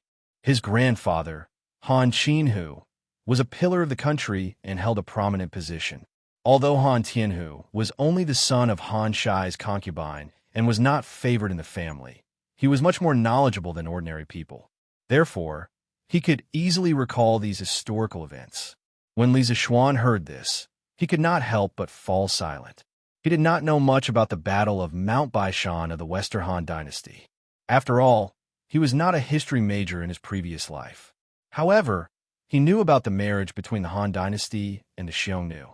Didn't Zhao Jun leave the fortress at that time? When Liu Bang first established the country, the national strength was not strong. It was indeed difficult for him to resist the Xiongnu. But to use women in exchange for peace is truly despicable. After a moment of silence, Li Zishuan opened his mouth to speak. Han Tianhu nodded his head vigorously and said emotionally, "Little Xian, you are right. This old man thinks the same way. Why should the good women of the Central Plains be sent to the Turks to be abused by those barbarians? Back then, when we followed the Qin king to the border, wasn't it so that the common people could live a peaceful life? Wasn't it so that our Great Tang would not have to use women in exchange for peace with the Turks? Good men of the Great Tang should die standing, not kneel and beg for the general interest, dragging out an ignoble existence. Therefore, Thousands of good men of Great Tang were buried at the foot of Mount Baishan. At this moment, the two of them led their horses around a bend and followed the direction that Han Lijing was pointing at. When Li Zishuan took a closer look, he was stunned. Thousands of mounds of different sizes were neatly arranged at the foot of the mountain. In front of each mound was a small wooden plaque that was about a foot long. He could vaguely make out the words carved on the wooden plaque. Clearly, this was a graveyard for thousands of people. In front of the thousands of mounds was a huge mound. It was so huge that even 20 people holding hands would not be able to encircle it. In front of the mound was a tombstone that was about 1 zhang tall. On it were the words Heroes of Great Tang. Inexplicably, Li Zishuan felt like crying. The tomb at the front is full of soldiers whose bodies were incomplete and whose identities could not be identified. Back then, we didn't know their names, so we could only bury them here. Looking at the huge tomb in front of him, Han Lijing said faintly, "When Han Tianhu was young, he was looked down upon by the Han family's matriarch and was forced to wander the Jianghu. He did not have much affection for the Sui dynasty. Later, Li Yuan raised his army from Taiyuan and broke through Chang, and with the momentum of wind and thunder, establishing the Great Tang Empire. In the following war, he was unstoppable and showed signs of pacifying the entire country. Suddenly, the Turks invaded the borders. It was also at that time that Han Tianhu officially joined the army and slowly became Qin Xiong's personal guard. In the war between Great Tang and the Turks, Han Lijing had experienced life and death. His feelings for his comrades and for his country had deepened. It was because of this that he volunteered to come to Lan Province to guard the tombs of these heroes. Influenced by Han Tianhu, Li Zishuan also felt a little sad, especially when he thought of the people buried under this huge tomb. They had risked their lives for this country, but in the end, their corpses were not even pieced together. They did not even have a tomb of their own. Li Zishuan did not feel good about it. What he didn't know was that this was already considered good. In many dynasties, soldiers would bury their fallen soldiers in a mass grave after the battle. Like this, every soldier had a grave and a tombstone. This was already very humane. As for those incomplete corpses being buried in a mass grave, there was nothing that could be done about it. Li Zishuan walked up to the massive tomb and took a deep breath. Then, he respectfully bowed to the tombstone. "You can go in peace. I will protect this Great Tang for you. Little Xian, come with me." At this moment, Han Lijing sighed and walked up the mountain. He said to Li Zishuan. Li Zishuan did not know what was going on, but he could only follow. Mount White was a mountain range that included many peaks. The peaks here were not steep, and the two could easily reach the top with their horses. "Little Xian, look over there." When they reached the top of the mountain, Han Lijing pointed to the north and said to Li Zishuan. Li Zishuan looked in the direction of Han Lijing's finger and saw flocks of sheep on the grassland to the north of the mountain range. Near each flock of sheep, there were 2 people following them. They must be the shepherds who looked after the flock. The Turks are actually herding sheep here? Aren't they afraid that the imperial court's soldiers will rob their sheep? Li Zishuan frowned. These flocks of sheep were not far from the border between Great Tang and the Turks. In Li Zishuan's view, these people dared to herding sheep here. Han Lijing shook his head and said, "No, they are not Turks, they are Han." Han? Li Zishuan could not help but ask in surprise. Since they are Han, why would they be herding sheep on the grassland? Aren't they afraid of being robbed by the Turks? Han Lijing closed his eyes in pain and sighed. He replied, "To be precise, they are Han who were enslaved by the Turks. They are all shackled on their feet and tied with ropes around their necks. The Turks raised them like livestock and forced them to work for them. After so many years, they can't escape, nor do they want to escape. If we send soldiers to rescue them, the Turks behind them will immediately shoot them down and then escape." Li Zishuan widened his eyes in shock. Hearing Han Lijing's words, he could not help but grit his teeth and clench his fists. He could not help but emit a thick killing intent. Li Zishuan took a deep breath and suppressed the anger in his heart. He then asked, "Father-in-law, why would the Han work for the Turks on the grassland? Were they captured by the Turks?" Han Lijing shook his head and said, "Some of them were captured by the Turks from the border counties. Most of them were captured by the Turks during the end of the Sui dynasty, when the people of the Central Plains escaped from the chaos of war. These people, no one knows how many there are in total. It could be hundreds of thousands, or it could be 1 million. But no matter what, most of the Han people on the grassland were controlled by the Turks. They either became slaves, worked like cattle or horses, or were sent to the Turks' army. When there was a war, they were usually arranged to be at the front as human shields." Li Zixuan was shocked. 1 million? There are really so many Han people who fled to the Turks? Han Tianyu nodded and said, "Of course. Now Shili Khan claims to have 1 million control bowstring warriors. So many people. Where do you think they came from?" Li Zixuan was speechless. He did not expect that among the 1 million control bowstring warriors of the Turks, there were actually many Han people. Shelley was really vicious to use Han people to attack Han people. In truth, Han Tianyu wasn't exaggerating at all. The Great Tang had just been founded, and its national strength was weak, but it had encountered the Eastern Turks, whose national strength was at the peak. This was a peak that had never been seen in the history of the Turks. In the Book of Sui, Biography of the Turks, it was written, "At the end of the Sui dynasty, there were many people returning to China. Then the Turks became strong and prosperous, and their power surpassed the Middle Xia." Their power surpassed the Middle Xia. These 4 words vividly demonstrated the strength of the Eastern Turks at that time. The Book of Old Tang, Biography of the Turks, also wrote, "Shibi Khan is an auspicious person, the son of the Khan who enlightens the people. When Sui Dai succeeded the throne, the world was in chaos, and the people of China were running for it. His tribe was strong and prosperous, from Khitan and Shirwei in the east to Tehun and Gaochang in the west. They were all subordinates. More than 1 million control bowstring warriors. The prosperity of North D was unprecedented.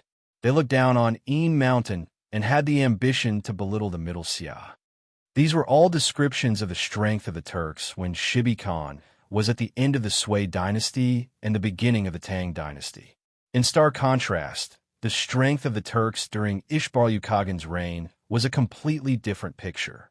In the Book of Sui, Biography of the Turks, it was written, "Ishbar-Yukagin's bravery won the hearts of the people, and the northern barbarians all submitted to him. All of them became bandits, and he had 400,000 control bowstring warriors." From 400,000 control bowstring warriors to 1 million control bowstring warriors, how long had it taken? 30 years. Yes, only 30 years. In 30 years, the Eastern Turks could mobilize an army from 400,000 to 1 million. This meant that the number of people needed to mobilize an army had increased by 1.5 times. But the harsh environment of the steppe made it impossible to rely on natural population growth. Moreover, the 400,000 control bowstring warriors of Ishbar-Yukagin's reign was a grand occasion before the Turks were divided into the eastern and western tribes. If one were to take into account the loss of population and army caused by the civil war of the Turks, as well as the sudden decrease in population and army caused by the division of the Turks into the east and west, as well as the loss of population and army caused by the several fierce attacks of the Sui dynasty against the Turks, then before the civil war of the Central Plains, when Shibi Kaghan had just become the Kaghan of the Turks, the number of soldiers in his army could not have exceeded 200,000. But after the internal strife of the Central Plains, countless Hans sought refuge in Turkic lands, and the Eastern Turks rapidly expanded their army from 200,000 to 1 million. This meant that at least 800,000 Han elites of the Central Plains had joined the Eastern Turkic army. This sort of expansion speed could only be described as frenzied. Of course, not all Han were sent into the army, as the logistical support of 1 million control bowstring warriors was an astronomical number. The Turks alone would not have been able to support such a large army. Thus, even more Han were enslaved by the Turks. This was the result of countless Han of the Central Plains entering the Great Wall during the chaos of the Sui dynasty. As a result, the national strength of the Eastern Turks became unprecedentedly strong. Father-in-law, since there are so many Han in the Turks' territory, Can you think of a way to have them work together to resist Xieli? When the time comes, the Great Tang can take advantage of the situation to send out troops, coordinating from the inside and outside. Even if the Turks have 1 million controlled bowstring warriors, what can they do? After a long silence, Li Zishuan suddenly asked, "Little Xian, the human heart is a complicated thing. It's definitely not as simple as you think." Han Lijing shook his head and earnestly said, "Those Great Tang civilians who were captured by the Turks, perhaps many of them still want to return to the Great Tang, but those Han who took the initiative to join the steppe might not necessarily have their hearts on the Great Tang side. In a million-strong army of the Turks, there are at most 200,000 to 300,000 Turks, but how can 200,000 to 300,000 Turks control 700,000 to 800,000 Han? Have you ever thought about this question?" Li Zishuan frowned, his face turning unsightly. Without waiting for his reply, Han Lijing expressionlessly said, "Although the Turks' control over the Han is very strict, if they want to rely on this to control 700,000 to 800,000 Han, it's no different from wishful thinking. For so many years, the reason why the Han of the steppe did not cause any trouble is because some of them do not want to return to the Great Tang. They are willing to serve the Turks, and in their bones, they have already forgotten that they are Han." Chapter 1502. Some of them did not want to return to the Great Tang and were willing to serve the Turks. They had already forgotten that they were Han Chinese. Hearing those words, Li Zishuan felt his hands and feet turn cold. No, to be more precise, his heart turned cold. This was an expression of extreme heartache. At first, when he heard Han Lijing say that the Turks were using the Han people as the vanguard, he was angry. But when he heard that the Han people were willing to be the dogs of the Turks, his heart was immediately filled with anger. Extreme anger. Why? He really wanted to ask those who betrayed their ancestors why. Did they really forget that they were descendants of the Yellow Emperor? Don't you feel that it's a little inconceivable? But this is the human heart. Seeing Li Zishuan's face turn green and white, Han Lijing sighed softly and said, "Especially in troubled times, the human heart is even harsher and more realistic. Why did those people choose to serve the Turks during the war at the end of the Sui dynasty? Wasn't it to obtain the protection of the strong? That's right, at that time, the Turks were fully deserving of the title of the strong in the eyes of the people. Even now, many people still think so. During the chaos of the Sui dynasty, the heroes of the Central Plains rose together. 18 rebellious kings fought for supremacy. But which of the rebellious kings did not curry favor with the Turks? There were even Turk soldiers who joined the armies of some kings to fight. So, who dared to say that the Turks were not strong? For the sake of this expert's protection, some of the Han people were willing to become the dogs of the Turks, even selling their lives for them. Little Xian, this is human nature. Those Han Chinese who were kidnapped by the Turks to the Central Plains as slaves are lamentable. But those who were willing to become the lackeys of the Turks and betray their ancestors are even more hateful. Because in order to obtain the favor of their masters, they would also brandish their butcher's knife when necessary and viciously cut down their former compatriots. If you meet such people in the future, you must not show mercy." At this point, Han Lijing patted Li Zishuan's shoulder with a complicated expression and sighed deeply. Li Zishuan pursed his lips and didn't say anything. At this time, he had already calmed down. As someone who had transmigrated from a modern world, he knew the complexity of the human heart. Throughout history, similar situations could be said to be common. For example, the most typical example was the million-strong Ming army that surrendered to the Manchus at the end of the Ming dynasty. After Li Zicheng conquered Beijing, the Ming army, which was originally serving the Ming dynasty, saw that Li Zicheng was strong, so they flocked to him.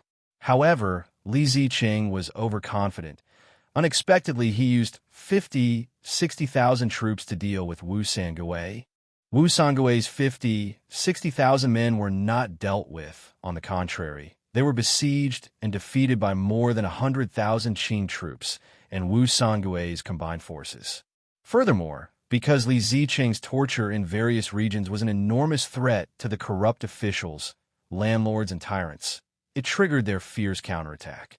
In order to suppress these rebellions and prevent new rebellions, he had no choice but to station a large number of troops in various regions.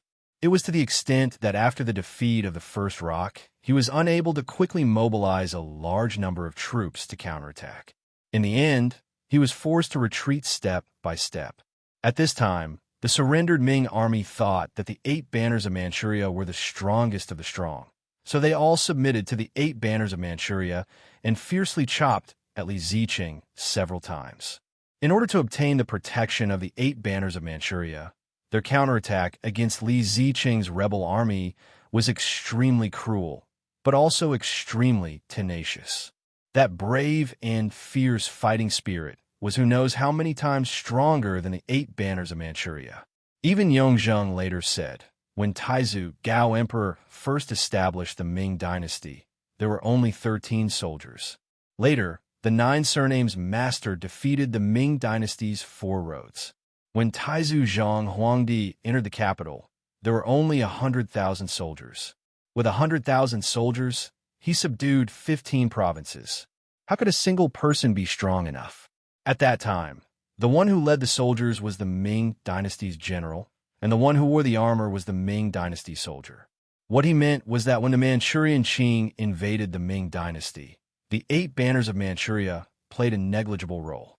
Furthermore, because the Manchurian descendant from White Mountain and Blackwater had almost zero resistance to the smallpox virus wreaking havoc in the Central Plains and Jiangnan, in the war south of the Huai River and Qinling Mountains, there were no real Manchurian soldiers at all. Whether it was the 10 days in Yangzhou or the 3 massacres in Jiading, whether it was sweeping through the remnants of the peasant army or attacking the remnants of the former Ming dynasty, the ones who swung the butcher's knife were all the former Ming dynasty soldiers who had shaved their heads and changed their clothes. There was no sign of the 8 banners of Manchuria's soldiers at all. Speaking of which, what was the difference between the Han of the Central Plains who entered the Turkic lands to seek protection and the surrendered soldiers of the late Ming dynasty? Perhaps they were originally wolves, but now they had been tamed into dogs. They were exceptionally friendly to their new masters, but exceptionally cruel to their former brethren. Father-in-law didn't bring this son-in-law here today just to show me these things, right? After seeing through the nature of those people, Li Zishuan felt a little tired. However, thinking that Han Liqing had specially brought him here, it probably wasn't just for this matter. Thus, he turned around and asked Han Tianhu. Han Tianhu pondered for a moment before saying, at the end of the 4th month, the Great Tang destroyed Liang Shidu and pacified the Shuo side in one fell swoop. During this time, the Turks failed to rescue Liang Shidu and were defeated by the Great Tang army. From then on, the Great Tang and the Turks were already in a state of full preparation for war. As for when the war would begin, it would depend on His Majesty and Shili's intentions. Little Xian, you're now an officer in the Black Armored Army. In the future war between the Great Tang and the Turks, you might even participate in it. The reason this old man brought you here today is to let you have a clear understanding of the current Turks.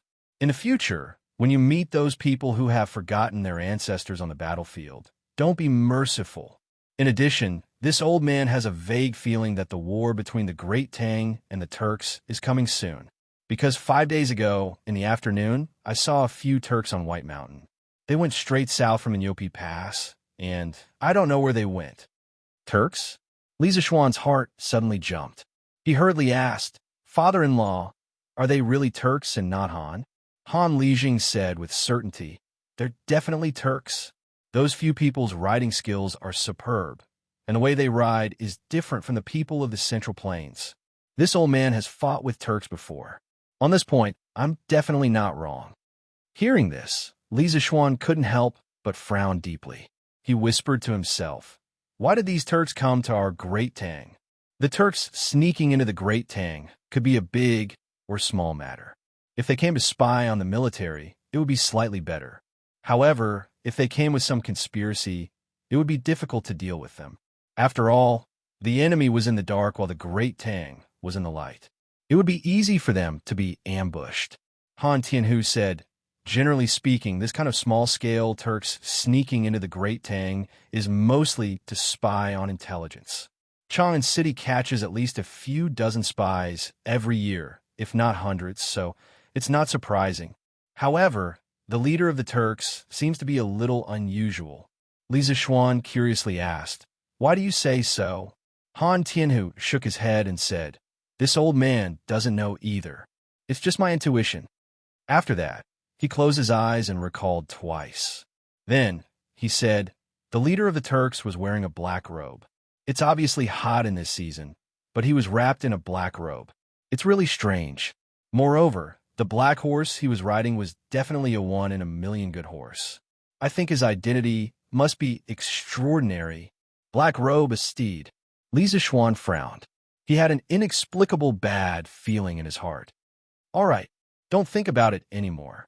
Counter soldiers with arms, water with an earth weir. It's time for us to go back. Han Lijing let out a sigh and said, Li Zishuan nodded. The father-in-law and son-in-law led their horses down the mountain and galloped towards Lan Province. Chang'an City. "Ah, Madame Wang, why do you look so good today?" A lady looked at another lady in surprise. "Huh, do I? Why didn't I feel it?" The lady touched her face and said in disbelief. Although she said this, the smile at the corner of her mouth betrayed her. "Of course. Madame Wang, did you buy some new rouge? Which store is it? I'll go back and ask someone to buy some." "Huh, what new rouge? I guess it's because I went to Xinfeng County to listen to Master Du Yi's lecture yesterday." "What? Listening to someone's lecture can make one's complexion better? Is that true?" "That depends on who's lecturing. Master Du Yi's Buddhist teachings are profound. I can understand everything he lectured. After listening to it, I felt very comfortable and slept very well at night. That's why my complexion looks better than before." "Isn't that too magical? Then, when is Master Du Yi going to lecture again? I want to go and listen too." "Master Du Yi will lecture again the day after tomorrow. But only people from the Dragon Sect can go." "Sister Chun, I'm afraid you can't go." "People from the Dragon Sect? Sister Wang, so you've joined the Dragon Sect?" "Yes. Not only me, but my husband has also joined the Dragon Sect. With the holy water given by the divine monk, my husband's injured leg no longer hurts. I think this Master Du Yi is the reincarnation of a Buddha. When I listened to his lecture yesterday, I faintly saw a 5-colored Buddha light around him. If he's not the reincarnation of a Buddha, what else can he be? This Dragon Sect is really powerful. I want to join it too." After 2 days of fermenting, the reputation of the Dragon Sect in Chang'an City and the surrounding counties could be said to be like the sun in the sky. In the marketplace, tea houses, taverns, shops, and even on the streets, there were people everywhere talking about the Dragon Sect and Sakya Du Yi's magical magic. Of course, this also reflected how many people had joined the Dragon Sect in these 2 days. "Dragon Head, we already have 8,000 followers near Chang'an City. I think we should be able to reach 10,000 before tomorrow." In a secret room, Sakya Du Yi respectfully said to the Iron Masked Man, "Yes, very good." The Iron Masked Man nodded slightly and then said, "Give the name list of all the followers to Zhang Liang and ask him to pick out those who have official positions or prominent family background from the list as soon as possible. Then focus on training these people. Your next task is to make these people completely convinced by you and obey your orders." "Yes, Dragon Head, don't worry. I have ways to make those people obedient. Du Yi cupped his hands and said proudly, "Yes." The Iron Masked Man nodded with satisfaction. Sakya Du Yi suddenly thought of something and said, "Oh right, Dragon Head, I've already found out the information you asked me to find out. Jin Wanfu is imprisoned in Cell B8 of the Supreme Court." Did he confess anything?" The Iron Masked Man said in a deep voice. Sakya Du Yi bowed and said, "Not at the moment, but it's hard to say in the future. In addition, the few disciples that we sent to spread the rumors never came back after they were captured. I've investigated and found that they're not in the capital office, the Supreme Court, or the Ministry of Justice. It's really strange."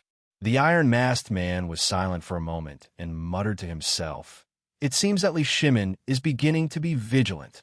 I think our people are either captured by the Imperial Army or the 100 Cavalry. There's no one in the Supreme Court, Ministry of Justice, or the Capital Office. Sakyadu said in surprise. Dragonhead, what should we do? Will those followers betray us? The iron-masked man let out a hoarse laugh. Hee, do you think they will dare to? I don't think so. Sakyadu was stunned for a moment. Then he said, Dragonhead, Jean Wanfu's family is not in our hands. If he betrays us, won't Dragon's sect be in danger? The iron-masked man was silent for a moment and then said coldly, Then let him never open his mouth. I'll leave this matter to you. Do it cleanly and don't give yourself away. Sakyadu bowed and said, Yes. Dragonhead. Also, stop spreading rumors.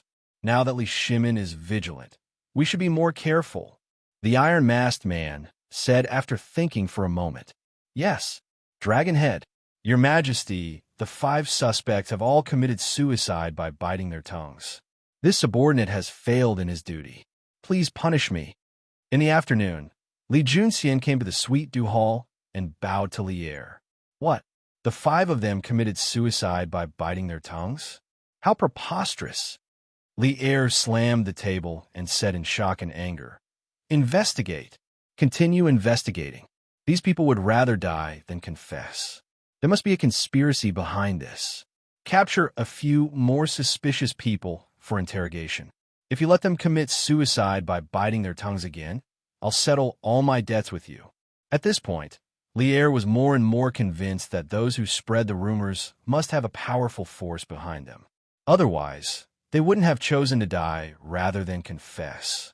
Li Junxian's heart trembled, and he quickly clasped his fist and said, This general obeys. After hesitating for a moment, Li Junxian said, Your Majesty, more and more people have joined the Dragon Sect in the past 2 days. Even some officials have secretly joined. Li Er's face turned ugly. After pondering for a long time, Li Er said, Li Chunfeng said that Du Yi is good at using illusions, but it won't be easy to make the people believe that it's an illusion. I heard that Du Yi has a kind of holy water that can cure all kinds of diseases in the world. Find a way to get some, and send it to the Great Tang Alliance Medical Center to Divine Dr. Sun. Chapter 1503. In the Suite du Hall. After hearing Li Er's wonderful idea, Li Junxian felt troubled. It wasn't that he hadn't heard of the Jade Lake holy water of the Heavenly Dragon Sect, but only the members of the Heavenly Dragon Sect could obtain it. But why would the members of the Heavenly Dragon Sect give him the Jade Lake holy water? After all, this was something that could cure all kinds of illnesses. Speaking of which, was he supposed to join the Heavenly Dragon Sect as a spy? The prerequisite was that he knew what being a spy meant. Why? Is there any problem? Seeing Li Junxian standing there with his brows furrowed, Li Er couldn't help but ask. There's no problem. This general obeys the decree.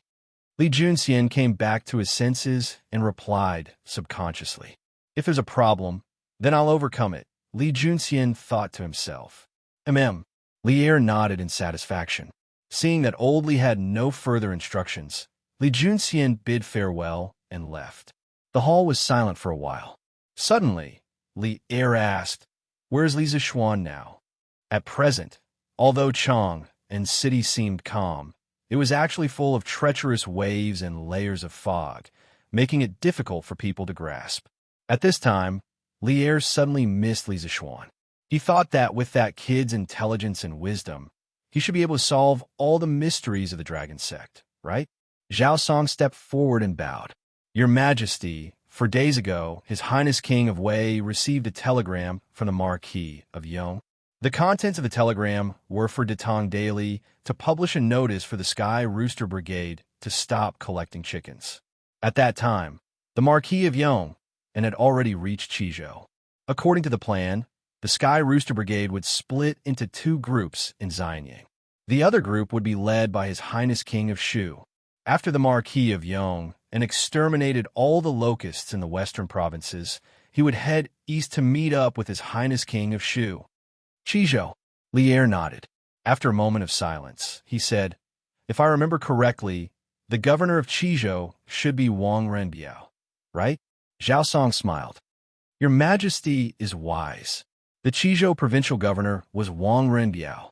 The reason why Marquis Yong ordered Datong Daily to publish the announcement that the Sky Pheasant Brigade has stopped collecting chickens is because Marquis Yong received 100,000 chickens from provincial governor Wang as reinforcements. The Sky Pheasant Brigade has now exceeded 600,000. 600,000. It was twice as much as when they left Chang'an. Great. Good. I finally heard some good news. Lier sighed. Night, in the Supreme Court's prison. You two go take a look at Cell A. There are a few dishonest prisoners over there. Give them a good beating. Inside the cell, a slightly plump middle-aged man with a mole on the bridge of his nose and wearing a jailer's uniform walked to the vicinity of Cell B and ordered the jailers guarding there. Obviously, this guy was the head of the prison.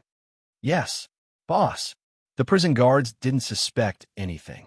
They cupped their fists and headed towards the cell area. Venerable One, quick. Go in quickly. There's only half an incense's time. Please hurry. After the jailers left, the head of the prison turned around and said respectfully to the man who was also wearing a jailer's uniform behind him, half an incense's time is enough. Don't worry. The man patted the jailer's shoulder, took the key, and walked towards cell B8. Ding-ling, ding-ling. With the sound of iron chains, the iron door of cell B8 was opened. I've told you everything I wanted to tell you. What else do you want to ask? In the cell, a slightly plump man with disheveled hair and a dirty face was sitting on the ground. When he heard the cell door open and someone walk in, he said impatiently, "Oh, you've told me everything? Then what did you tell me?" The jailer said faintly.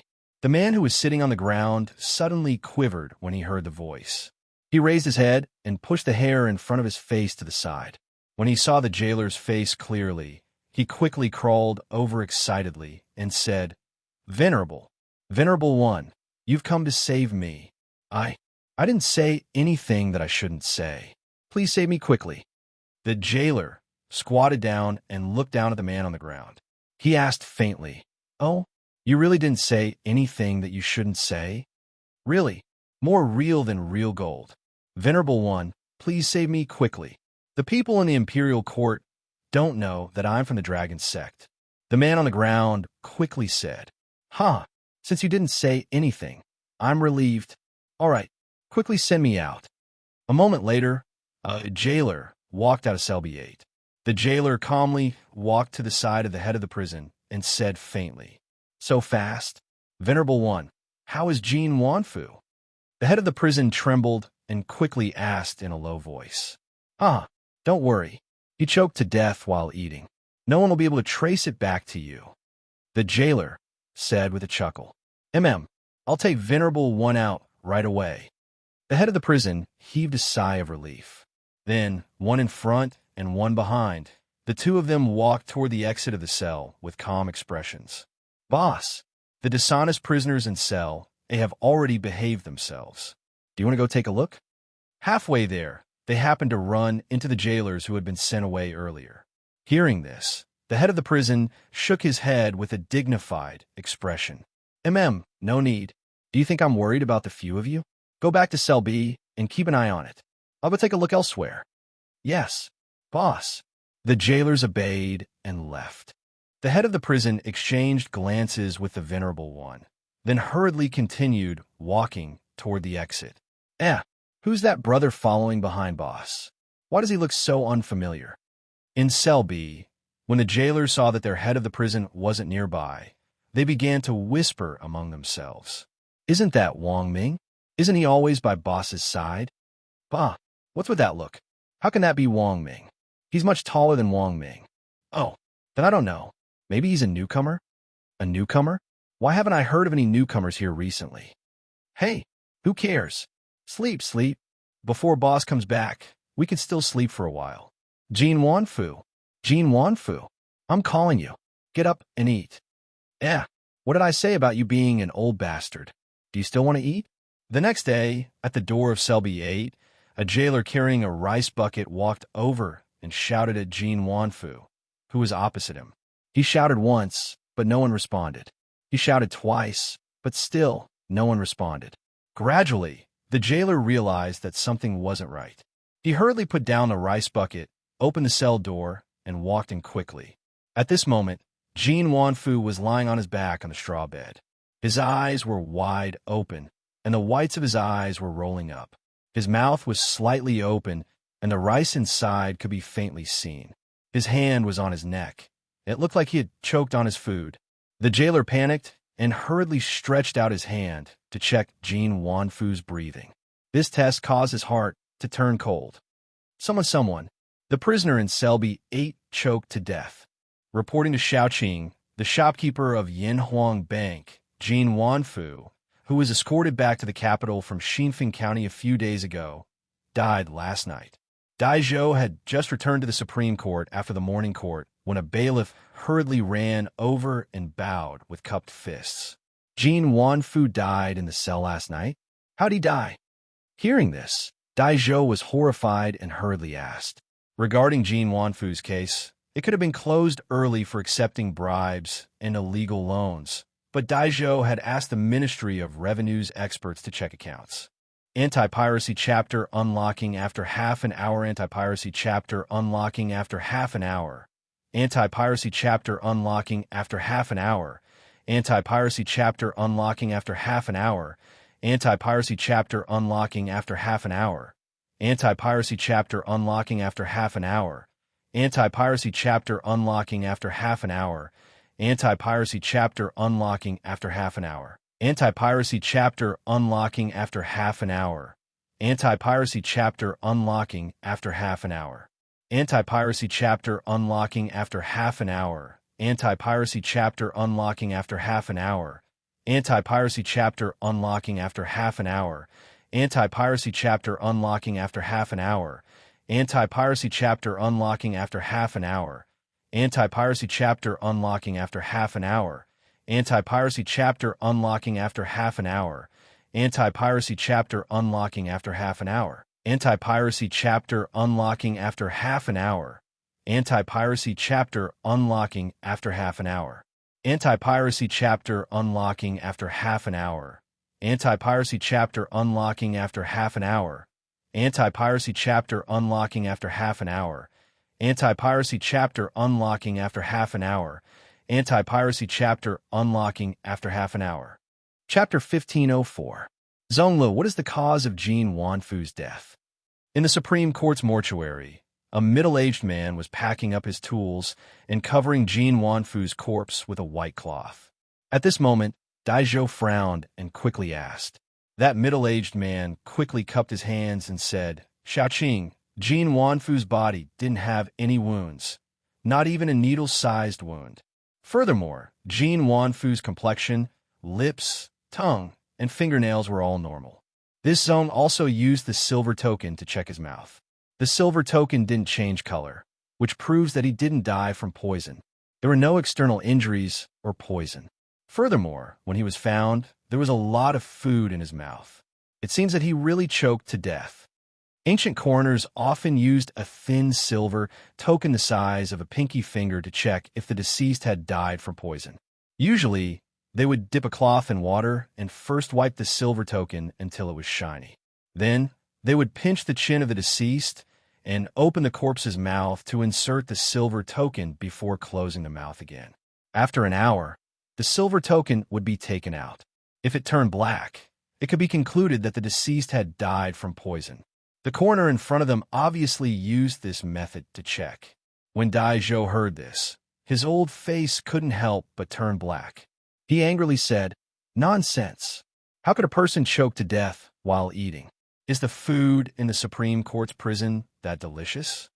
This, Coroner Zhonglu was choked by Dai Zhou's words and was speechless. If possible, he didn't want to say that Jean Wanfu choked to death. However, all the signs and expressions showed that Jean Wanfu choked to death and wasn't killed. All right, Zhonglu is just stating facts. Xianin, don't vent your anger on him. Dai Zhou, courtesy named Xianin. At this moment, Lu Dui spoke up. He had also rushed over after hearing that Jean Wanfu had died in prison. After stabilizing Dai Zhou, Lu Dui looked at Zhonglu and said, Zhongli, Jin Wanfu was the shopkeeper of Yanhuang Bank in Xinfeng County when he was alive. It could be said that he lived a luxurious life. What kind of delicacies had he not eaten? How could he possibly choke himself to death just because of a prison meal? Therefore, before you come to a conclusion, you must be extremely careful, unless you are absolutely certain that he choked to death. After hearing Lu Dui's words, Zhongli couldn't help but hesitate. After hesitating for a moment, he cupped his hands and said, "Minister Lu, people who choke to death are usually choked to death by lumps of food in the upper part of the esophagus. They would open up the esophagus and compress the airway, or even completely compress the airway, resulting in death by suffocation. It's simple to determine if Jin Wanfu was choked to death. We just need to cut open his throat and take a look. But if we do that, we will have to destroy the body of the deceased." Speaking to the end, Zhongli started to feel awkward again. After all, the dead were more important than the dead, especially in this era where most people believed in ghosts and gods. Unless it was someone who had committed a heinous crime. Under normal circumstances, when a person died, all debts would be erased. Very few people would deliberately destroy the corpse of the dead. Lu Dui frowned and raised his head to look at Dai Zhou. Seeing Dai Zhou secretly nodding at him, he muttered to himself for a moment and waved his hand. "This case is of great importance. Immediately perform an autopsy. There are too many mysteries surrounding Jin Wanfu. Now that he died without knowing the cause of his death, we must find out the cause of his death. You don't need to have too many misgivings." Zhong Li's expression turned solemn as he cupped his hands and said, "Yes, my lord." After saying that, he hurriedly picked up the toolbox on the table and prepared to perform an autopsy. Time slowly passed, and Zhong Lu was sweating profusely. Fortunately, Jin Wanfu had died not long ago. Otherwise, the stench of the corpse in the room would be unbearable. About half an hour later, Zhong Lu stood up. Before he could heave a sigh of relief, Dai Zhou asked, "How is it? Did this Jin Wanfu choke to death?" Lu Dui also looked over with an inquiring expression. Zhong Lu cupped his hands and said, "Reporting to the two sirs, after this Zhong's examination, the food in Jin Wanfu's mouth didn't completely enter the esophagus, let alone compress the airway. Therefore, this Jin Wanfu definitely wasn't choked to death. The food in his mouth looked like it was forcefully stuffed in after he died." As expected, Dai Zhou's expression changed slightly and said, "Then how did Jin Wanfu die?" Zhongli shook his head and said, "At present, we can only confirm that Jin Wanfu didn't choke to death. As for the specific cause of death, it still needs to be investigated. Although there was some food in his esophagus, it definitely wouldn't cause death. Previously, this Zhong said that there were no external injuries on his body and that he didn't die from poisoning. Therefore, this Zhong suspects that he should have died from internal injuries. This subordinate needs to perform a full autopsy on Jin Wanfu's body. Sirs, please leave." He was worried that the scene would be too bloody and frightened or disgusting Lu Dui and Dai Zhou. "Do as you wish. You must investigate the cause of Jin Wanfu's death thoroughly," Lu Dui said earnestly to Zhong Lu and then left the mortuary with Dai Zhou. "Minister Lu, since Jin Wanfu didn't choke to death, then he must have been killed. However, the Supreme Court's prison has always been heavily guarded. It's almost impossible for outsiders to enter without making a sound. Therefore, this subordinate suspects that this matter must have been done by people from the Supreme Court." After leaving the mortuary, Dai Zhou cupped his hands and said to Lu Dui. Hearing that, Lu Dui pondered for a moment, then nodded with a serious face and said, "Xin Yin's words are very reasonable. This official orders you to immediately interrogate the prison guard who was on duty last night." Understood. Dai Zhou's spirits were lifted, and he hurriedly cupped his hands and accepted the order. "Are you sure that the Supreme Court's people won't be able to find out that it was you? I heard that Dai Zhou of the Supreme Court is impartial and resolves cases like a god. Ever since he took office, he has never been wronged.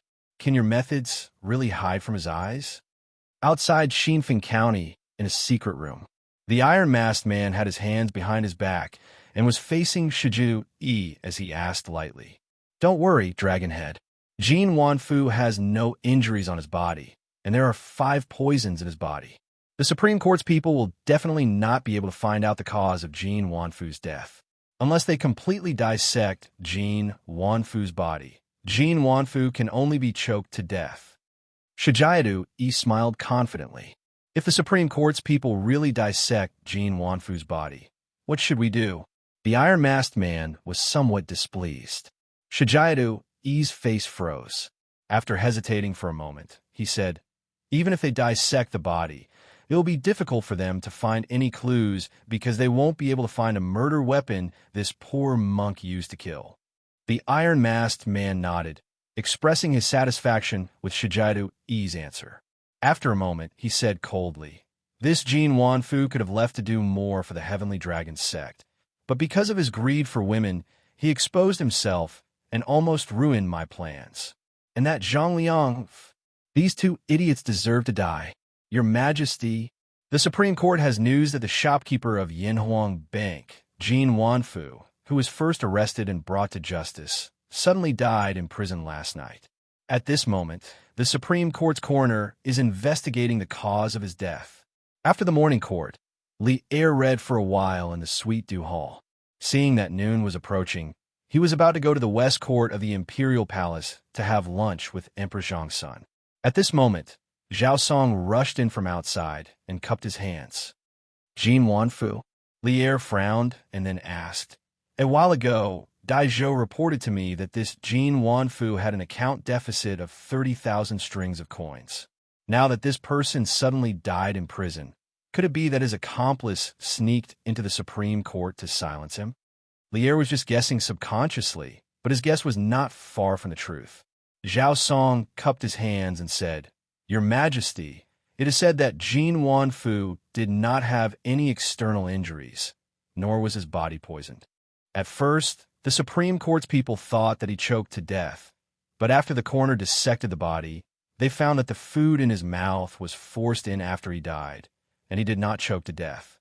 At this moment, the Supreme Court's coroner is fully dissecting the body to determine the real cause of Jin Wanfu's death. Hearing this, Li Er could not help but rub his eyebrows. Recently, too many things had happened in Chang'an City, which gave him a headache. After a moment of silence, Li Er said solemnly, Let the Supreme Court investigate thoroughly. They must find the cause of Jin Wanfu's death and the mastermind behind it. Yes, Xianyin, how's the interrogation? In the afternoon, Lu Dui came to the prison cell and saw Dai Zhou sitting in front of few tables with a tired face. Hearing this, Dai Zhou quickly stood up and cupped his hands at Lu Dui.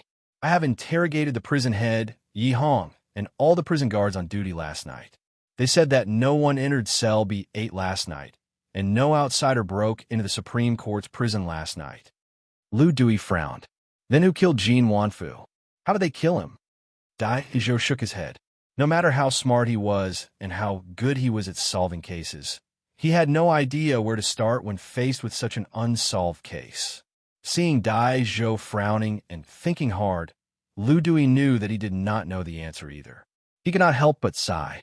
His Majesty already knows about Jin Wanfu's death, and he ordered us to find the cause of Jin Wanfu's death as soon as possible and find the murderer. We have a hurry. Dai Zhou cupped his hands and said, I will do my best. I am not worried about your ability. Lu Dui nodded and cheered Dai Zhou on. Officer Lu, Officer Dai, Coroner Zhong Lu has found the cause of Jin Wanfu's death. At this moment, a Yamen runner rushed in and cupped his hands at Lu Dui and Dai Zhou. The two of them looked at each other and were pleasantly surprised. Lu Dui quickly said, Let's go. Let's go to the mortuary immediately. A moment later, the two of them arrived at the mortuary. Before they even entered the room, a very strong smell of blood rushed to their faces. Dai Zhou and Lu Dui were eager to find the answer, but did not care about this at all. The two of them directly pushed the door open and entered. Yes, no need to be so polite. Quickly tell us the real cause of Jin Wanfu's death. Zhong Lu was about to salute, but was interrupted by Lu Dui. Yes, sir. Lu Dui nodded and said, I found 2 deep holes in Jin Wanfu's throat that went straight to the back of his head. This is the fatal wound. Jin Wanfu should have died suddenly because of this reason. 2 deep holes that went straight to the back of his head. Daizhou's face was full of shock. He then said in a low voice, "Could it be that someone used a sharp object like a needle to enter Jin Wanfu's mouth in the form of a hidden weapon, causing his death?" Zhonglu shook his head and said, "No. I did not find any murder weapon in Jin Wanfu's body. The thin needle that Officer Dai mentioned was also not there." Lu Dui could not help but ask, since there was no murder weapon, then how did the deep holes in Jin Wanfu's throat form? Zhonglu said, "I don't know." In addition, these 2 deep holes did not go through the back of his head. The murderer's control of strength is very good. If I'm not wrong, the murderer should be someone who practices martial arts, and his martial arts are not low. Daizhou seemed to have thought of something, and his face turned ugly. He cupped his hands at Lu Dui and said, "Officer Lu, those jailers are definitely not telling the truth. I will go to the prison and interrogate them again." Lu Dui nodded and said, "Go. If necessary, you can use torture." In order to solve the case as soon as possible, old Lu could be considered to be going all out. Daizhou cupped his hands and left. Chapter 1505. Father, you don't have to worry about my homework. Why don't you tell me what case you're investigating first? Who knows? Maybe I can even help. In the main hall of the Sun residence, Sun Zifan couldn't help but say when he heard Sun Fujia's reprimanding words. Sun Fujia swallowed the food in his mouth and glanced at his son indifferently. Then he said angrily, "You're always ignorant and incompetent. It's fine as long as you don't help. Who dares to expect you to help?" "Ha!" Without waiting for Sun Zifan to refute, Mrs. Sun was unhappy. She knocked on the bowl with her chopsticks and said unhappily, "What are you talking about? Our family Zifan is also a student of Yanwang College. His grades aren't among the best, but he's still above average. He's not bad compared to the other officials' children. How can he be ignorant and incompetent in your eyes?" Sun Fujia was stunned by the question. In order to eat as soon as possible, he quickly begged for mercy. Okay. Madam, you're right. My family Zifan isn't ignorant and incompetent. He's a pillar of the country. Can this old man eat now? If you want to eat, then eat. Who's holding your hand and not letting you eat? Mrs. Sun rolled her eyes in annoyance and said softly. Sun Fujia suddenly choked. However, he had worked overtime at the yamen for so long. At this moment, his stomach was growling with hunger. He didn't have time to talk back. He could only turn his grievances into appetite. Sun Zifan, who was watching from the side, couldn't help but secretly give his mother a thumbs up. He thought to himself that his mother still loved him. After Sun Fujia ate a few mouthfuls of food, he didn't feel as hungry as before. At this moment, Sun Zifan said, "Father, can you tell me what happened in the Supreme Court?" Sun Fujia thought for a moment. Although under normal circumstances, the Supreme Court's cases couldn't be revealed to outsiders. That was only to prevent people related to the case from knowing the news in advance. Sun Zifan was obviously not one of them. So, after hesitating for a moment, Sun Fujia said, "Speaking of this case, it has something to do with the Yamacho." "Oh? It has something to do with the Yamacho?" Hearing this, Sun Zifan immediately became alert.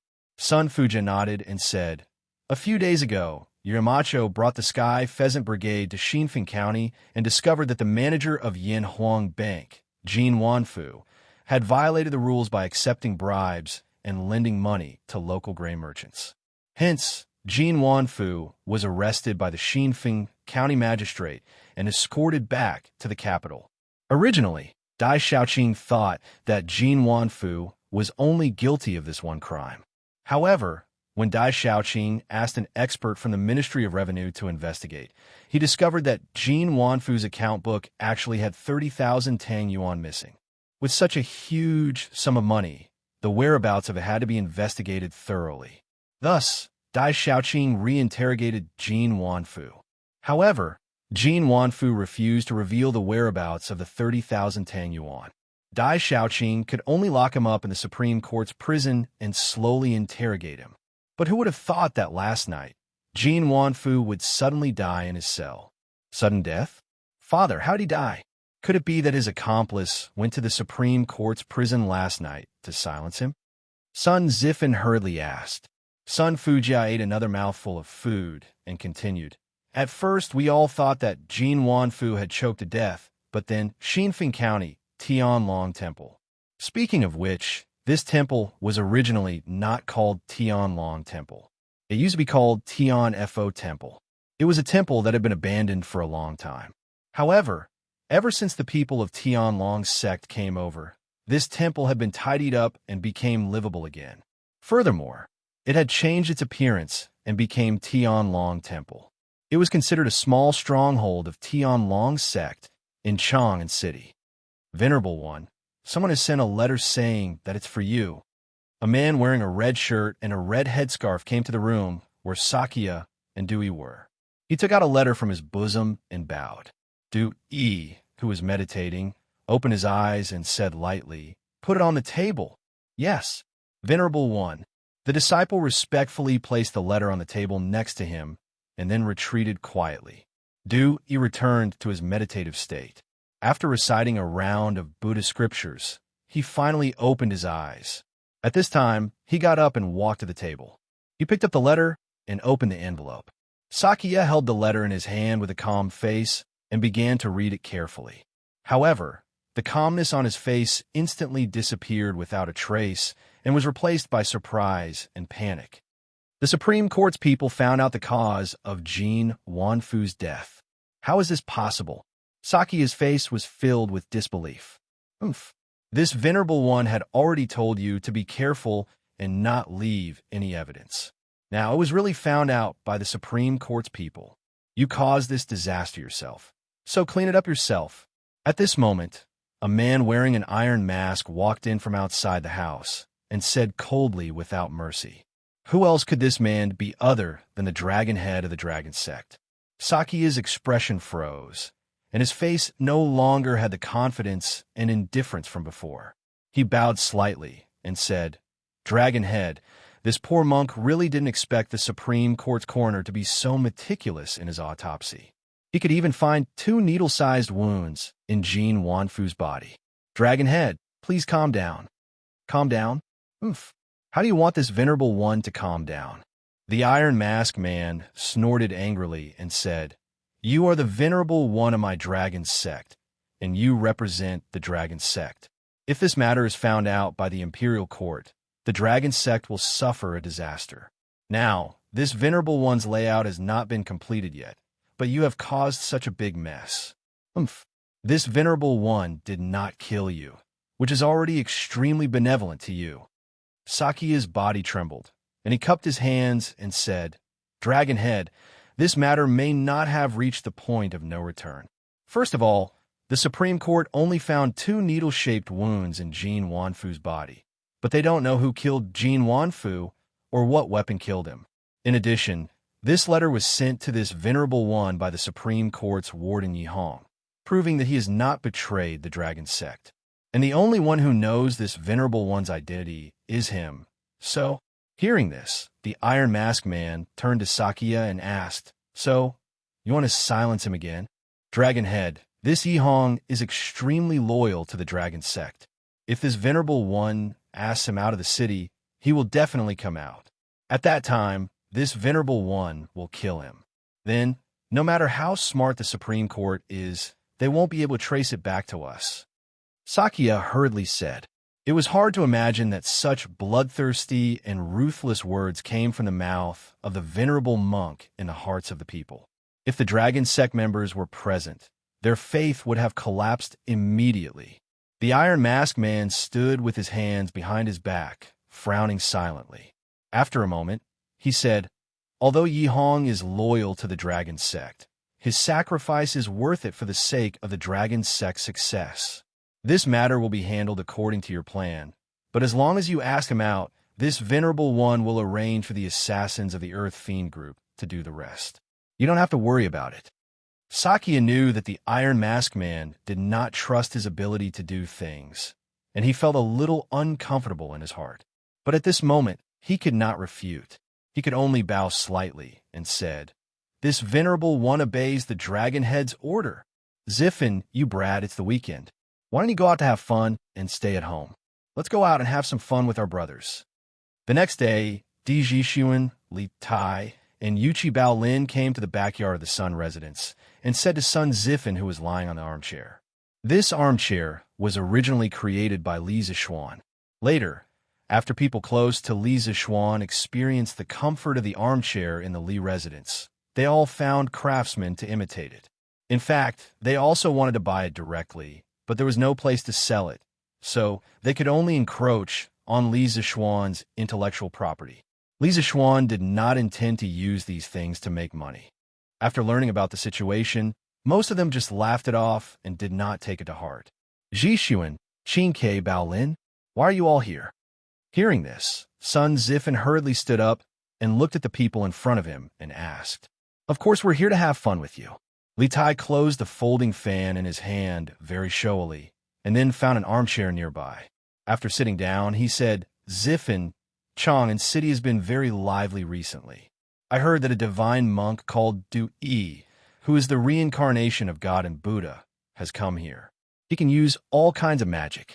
The people are talking about him like a god. Sun Ziffin said with a look of disbelief. Qingke, Yamacho said that there are no immortals in this world. This divine monk, Du, he must be a liar. The reason why so many people believe him is that his deception skills are better. Qingke, Jishuan, do you still believe this? Li Tai said carelessly, It's not about whether we believe it or not, but the people have already talked about this divine monk, Du, you like a god. Isn't it a pity if we don't go and see for ourselves? Besides, if Du Yi is really a liar who fooled the people, we can expose him on the spot. Let's see if he dares to pretend to be a god and fool the people in the future. Di Jishuan nodded and said, Qingke is right. We are all disciples of engineering. Naturally, we don't believe in the reincarnation of God and Buddha. This Du Yi either wants to use this trick to cheat money, or he wants to use the identity of the reincarnation of God and Buddha to bewitch the people for his use. No matter what the situation is, we can't sit by and let him continue to pretend to be a god. Sun Ziffin frowned and said, If you want to expose Du Yi's deception, you can go. Why do you have to drag me into it? Li Tai and Di Jishuan looked at each other and wanted to say something but stopped on second thought. Yuchi Baolin was more straightforward.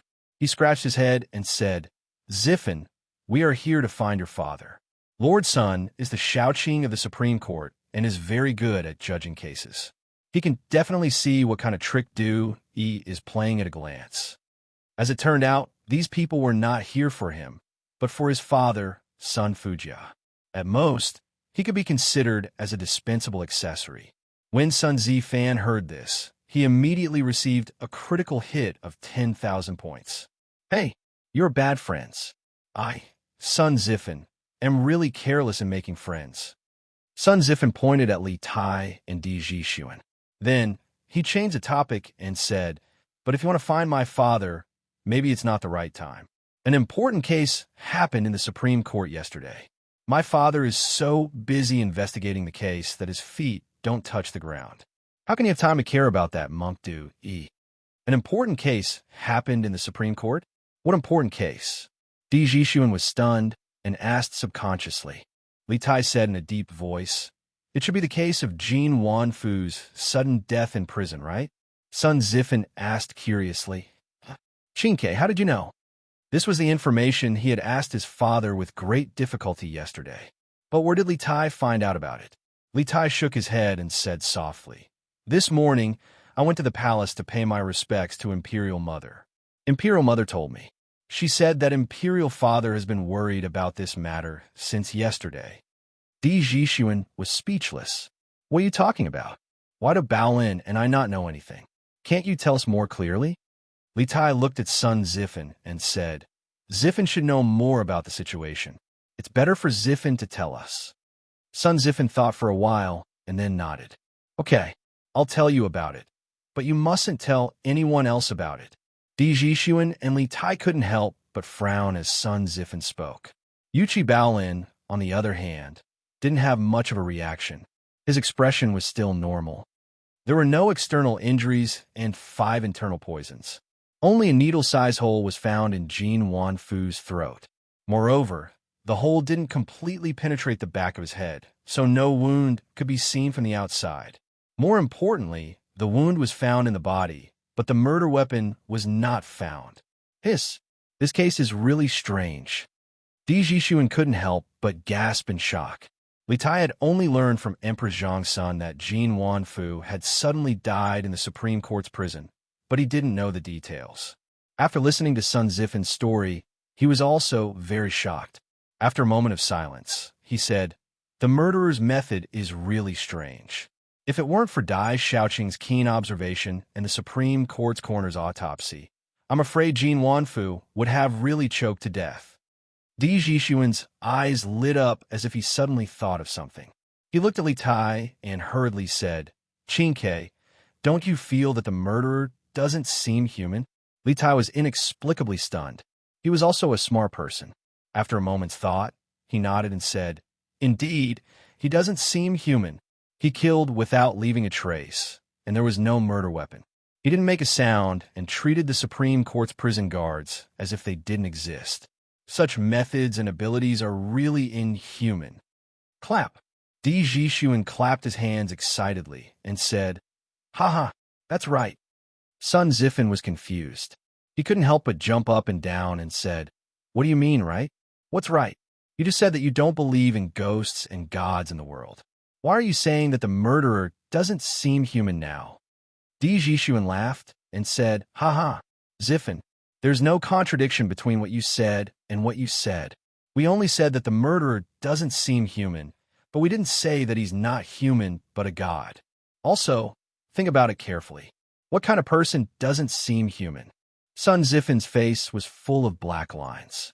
He said angrily, "I say, Jixuan, just say what you want to say. Don't keep me in suspense." "Hee. All right then. I won't keep you in suspense." Seeing that Sun Zifin was about to go berserk, Di Jixuan smiled and explained, "What I mean is that the murderer's modus operandi is strange and doesn't seem like something a mortal can do. Isn't there a person who doesn't seem human near Chong and City right now? There might be some connection between the two." "You mean that Monk Dui?" Sun Zifin thought for a moment and understood. He widened his eyes and couldn't help but exclaim. Chapter 1506. That's right. The murderer of Jin Wanfu, in order to conceal his identity, deliberately mystified and made the case unpredictable and confusing. This action was somewhat similar to that of Du Yi, who pretended to be mysterious and mystifying. Of course, this is just our initial suspicion. There is no evidence, but it may not be impossible. It just so happens that we're going to meet Du Yi. If we can really find evidence that he is related to the case, wouldn't it be killing two birds with one stone? In the backyard of the Sun Mansion, seeing Sun Zifin's shocked expression, Di Jixuan nodded slightly and explained. Hearing this, Sun Zifin couldn't help but have an idea in his mind. He wanted to investigate the case with Li Tai and Di Jixuan. If Du Yi was really related to Jin Wanfu's murder, he would be helping his father, right? He wanted to see if his father would still say that he was ignorant and incompetent in the future. Once this idea was born, it spread and grew crazily in Sun Zifin's heart like weeds. Therefore, Sun Zifin looked at Di Jixuan and said, "Then what are we waiting for? Let's go. Let's go and see if Du Yi is playing tricks on us." Di Jixuan was speechless. "Are you interested in investigating the case?" They didn't come to the Sun Mansion to look for Sun Zifin. They wanted to ask Sun Fujia for help. Now that Sun Zifin wanted to take the initiative to join them, to be honest, they were a little disgusted. After all, they were going to investigate the case, not go out for a meal. Sun Zifin heard the disdain in Di Jixuan's tone. He couldn't help but raise his head and say proudly, "What? It is said that a son inherits his father's work. Like father, like son, like son. My father is the deputy minister of the Supreme Court. He can solve cases like a god. I am his son. In this aspect, I am much better than you, right?" Puffed. "Ha! So, Zifin, you also want to be the deputy minister of the Supreme Court in the future?" Hearing this, Di Jixuan couldn't help but laugh out loud. Sun Zifin rolled his eyes and said, "Jixuan, don't tease me with these words.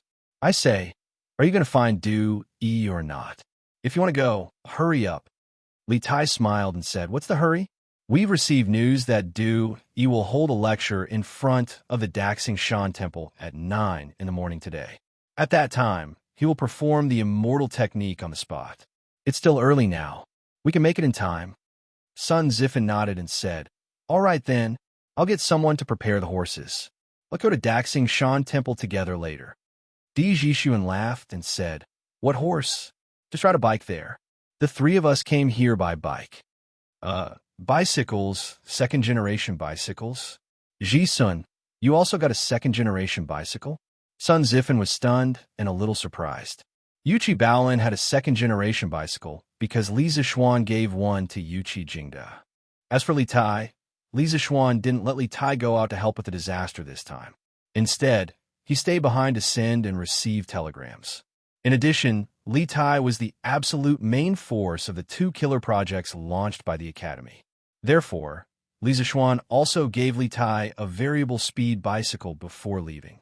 But where did Di Jixuan get it? Sun Zifen couldn't help but feel puzzled. Di Jixuan said proudly, Hey, 2 days ago, the Flaming Yellow Chamber of Commerce launched another batch of second-generation bicycles. I asked all the servants to line up in the shops of the Flaming Yellow Chamber of Commerce, and finally got one, but it's not as good as Qingque's variable speed bicycle. Sun Zifen was speechless and said, You should be grateful. I still don't have one. Di Jixuan laughed and said, There will definitely be one after a while.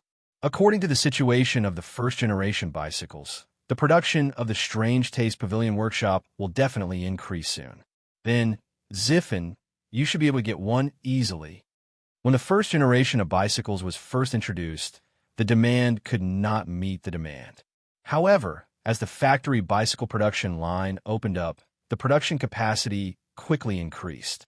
Families who could afford bicycles could basically buy them later on. Now, with the second generation of bicycles, the production capacity would definitely increase greatly in the future. Li Tai waved his hand and said, Let's not talk about this first. Zifen, quickly pack up. We should go. Sun Zifen was speechless and said, Pack my ass. Qingque, your variable speed bicycle can carry people. You can carry me. Li Tai's little face darkened and said unhappily, No, you're so heavy. How can I carry you? Go find Baolin. Sun Zifen was furious. Damn it. Qingque, touch your conscience and tell me, which one of us is heavier? Of course you're heavier. I can't feel it if I'm heavy. Divine Monk Du, he actually came to Chang'an to preach. That's great. Yes, last time Master Du, he preached in Xinfeng County, I had something to do and missed it. What a pity. Today's scripture conference can also be attended by ordinary people. It's not like last time when only the members of the Sky Dragon Society could attend. After this scripture conference, I want to join the Sky Dragon Society. My neighbor Old Wong got a bowl of Jasper Lake holy water from the Sky Dragon Society. After drinking it, I heard that his legs and feet no longer hurt. That's amazing. I also want to join the Sky Dragon Society, but I don't know if Master Du he will accept me. Outside of the temple, there was a temporary altar with a big red curtain on top of it. It actually blocked the entrance of the temple. If an ordinary shop encountered someone causing trouble in front of their door, they would have directly torn down the platform, because this was simply destroying the business. Translator, Endless Fantasy Translation Editor. Endless Fantasy Translation, however, the Daxing Shan Temple was a Buddhist temple. The monks inside were all from the Tantric sect and were of the same origin as Sakya Du-yi. Although it was excessive for Sakya Du-yi to set up an altar and preach in front of other people's temples, the monks of the Daxing Shan Temple did not come out to tear down the platform. Wow, it's still more than half an hour before 9, and there are already so many people here. When Li Tai and the others came to the Daxing Shan Temple from the Sun Mansion, they saw that the altar was surrounded by people. Di Jixuan could not help but be surprised. Li Tai said in a deep voice, This shows that Du is good at bewitching people. I heard that in just a few days, tens of thousands of people have joined the Sky Dragon Society. It's enough to see how terrifying the expansion of the Sky Dragon Society is. The rapid expansion of the Sky Dragon Society is not good news for the Imperial Court. Based on the current situation, Du Yi is only a venerable of the Sky Dragon Society. There's also a mysterious dragon head behind him. If this person has bad intentions and incites these people to revolt, it will be troublesome. Di Jixuan's eyes darkened as he analyzed. Li Tai nodded and said, Jixuan, what you said is not without reason. These days, my imperial father has been troubled by this matter. It's fine if the dragon head of the Sky Dragon Society is wholeheartedly kind. If he has other intentions, we must expose his true face as soon as possible to prevent more people from being deceived. I think we should squeeze to the front first. Otherwise, we won't be able to see how Du Yi uses the immortal art. Sun Zifen said at this time. Yes, that's right. Zifen, you have a strong physique. You take the lead. Di Jixuan joked. Sun Zifen said angrily. Nonsense. If I want to take the lead, it should be Bao Lin. Who among us is stronger than Bao Lin? Then I'll take the lead. Yuchi Bao Lin gave a simple and honest smile and went to lead the way. He was such an honest person. As long as his friends treated him sincerely, he did not mind taking a small loss for them. With Yuchi Bao Lin, the human tank, opening the way, they finally squeezed to the front. Hey, look at the arrangement of the immortal art altar. It really looks like it. I wonder what kind of immortal art Du Yi will perform today. After seeing the arrangement of the immortal art altar, Di Jixuan could not help but sigh. Before Li Tai and the others could say anything, a big man beside them could not help but say angrily, Kid, you don't know how to be polite. How dare you call the Master's Dharma name directly? Be careful that the heavens punish you. That's right. How can you call the Master's Dharma name directly? I wonder which family this kid is from. You don't know the immensity of heaven and earth. It was Di Jixuan's unintentional words that had aroused the anger of the surrounding Heavenly Dragon sect disciples. They were all glaring at Di Jixuan as if they were going to beat him up if he didn't admit his mistake. Seeing this, Di Jixuan shrunk his neck and decisively admitted defeat. I just came from another place and have only just heard of the Master's reputation. Please don't blame me. Hearing this, the believers finally let Di Jixuan go. Phew! Di Jixuan heaved a sigh of relief. For a moment, he felt like a little lamb that had fallen into a pack of wolves. It was too frightening. Jixuan, the people here only know the divine monk. No one knows you. You must be careful with your words and actions. Li Tai said softly. Di Jixuan said softly. Qingke, these believers are too crazy.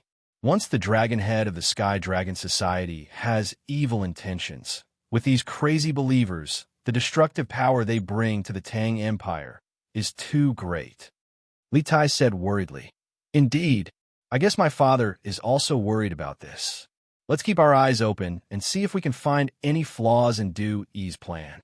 Di Jixuan, Sun Zifen, and Yuchi Bao Lin all nodded seriously. Dong! Creak! After waiting for more than 15 minutes, a dull sound suddenly came from the altar, followed by the creaking sound of a door opening. Yes, it was the sound of a door opening, but it wasn't an ordinary door. The wooden planks in the middle of the altar suddenly opened to both sides, and a monk in a red and golden cassock rose from the ground to the surface. Moreover, he was still rising slowly. The monk held a staff in his left hand, and his legs remained in a cross-legged position. Just like that, he rose from the ground and rose higher and higher. Finally, the wooden planks in the center of the altar closed again, and the monk sat cross-legged in midair, holding a Buddhist staff in his left hand and a Buddhist salute in his right hand. It looked like he was chanting sutras, and he had the demeanor of a deity in heaven. Whoosh!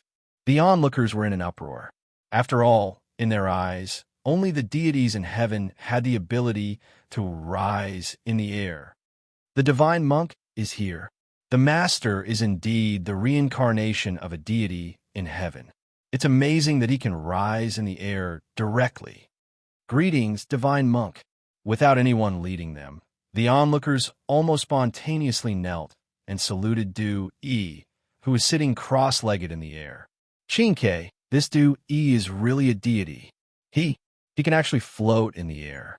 This, Sun Ziffin widened his eyes and couldn't help but exclaim in surprise. Don't talk nonsense.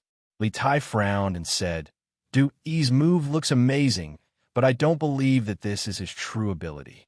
He might have done something behind the scenes. Chinke, are we kneeling or not?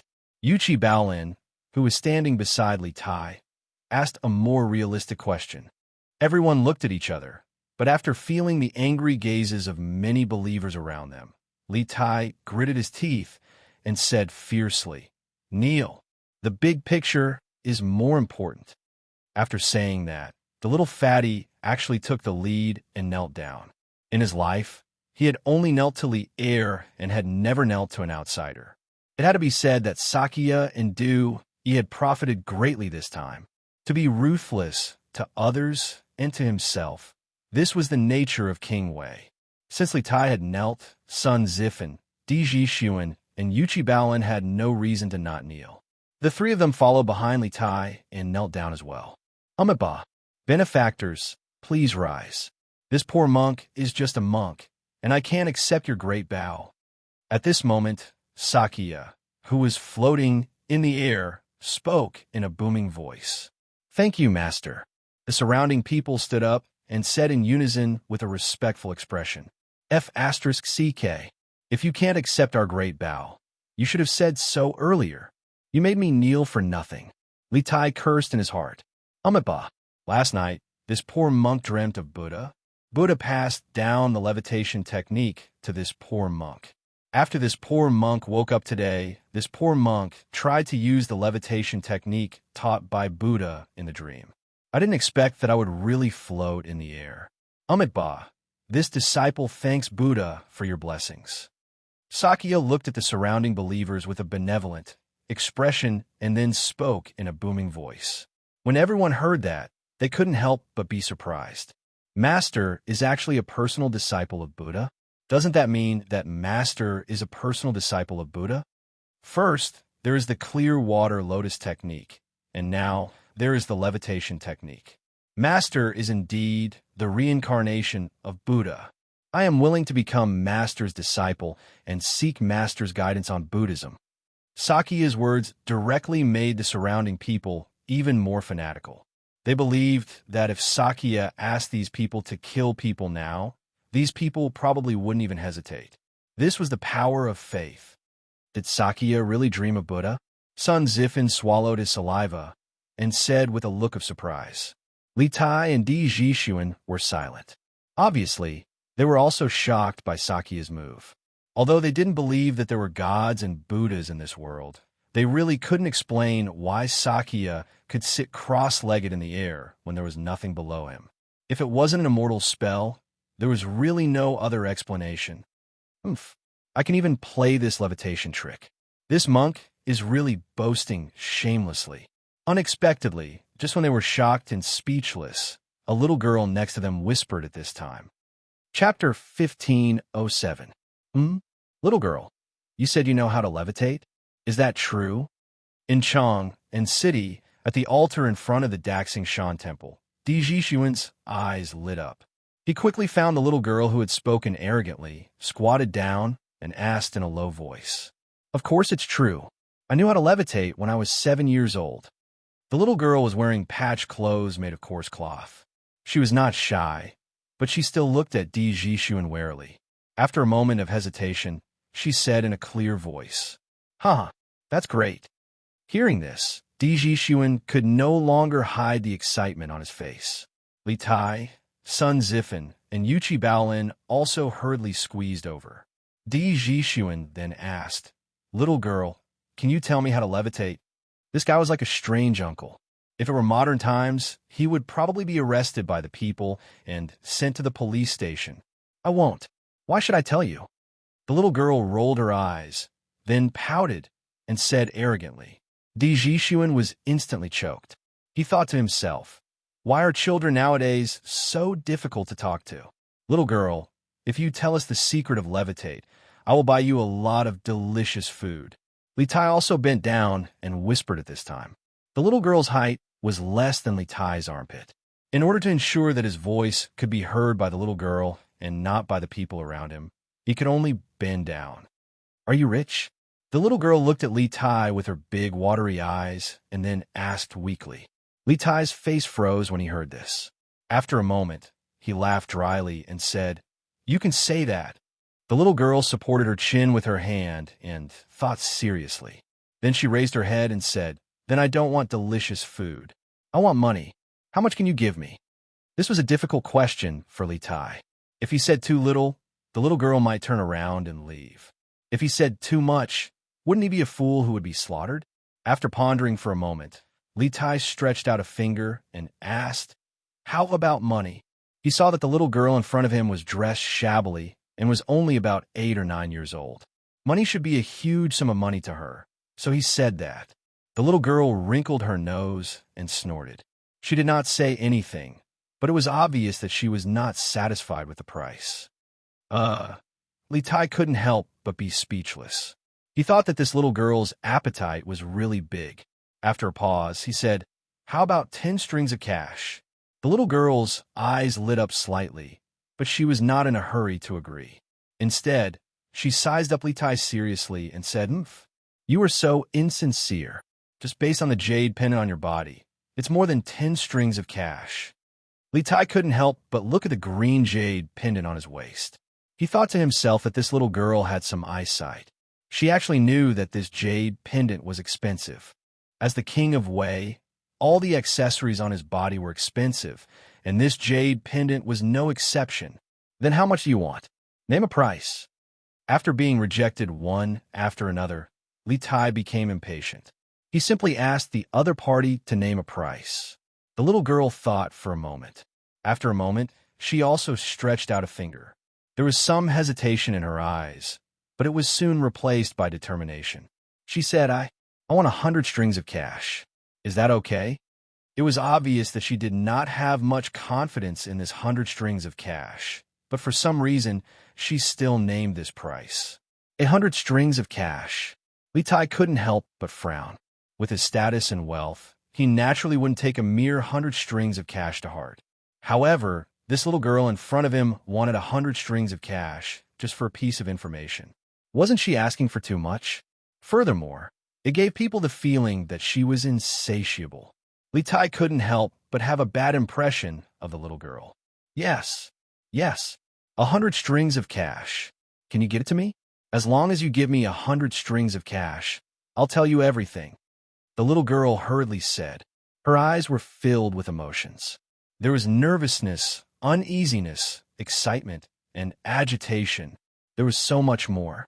Even if I give you 100 strings of cash, aren't you afraid of encountering bad people with so much money? Li Tai frowned. A trace of fear flashed in the little girl's eyes, but she immediately insisted, You don't have to worry about that. You just have to give me the money. Li Tai was helpless. He could only take out 100 Tang Yuan from his sleeve and hand it over. This is 100 Tang Yuan. It can be exchanged for copper coins in the Yanhuang Bank of the Tang Dynasty. If you want to get this 100 strings of cash, you have to first tell me the secret of the levitation technique. Previously, he had planned to ask the little girl's name, but after this conversation, he couldn't even be bothered to ask her name. This was because, in his opinion, this little girl was too greedy and not worth his asking. Li Tai only wanted to quickly understand the levitation technique and send her away. The little girl blinked and shook her head. That won't do.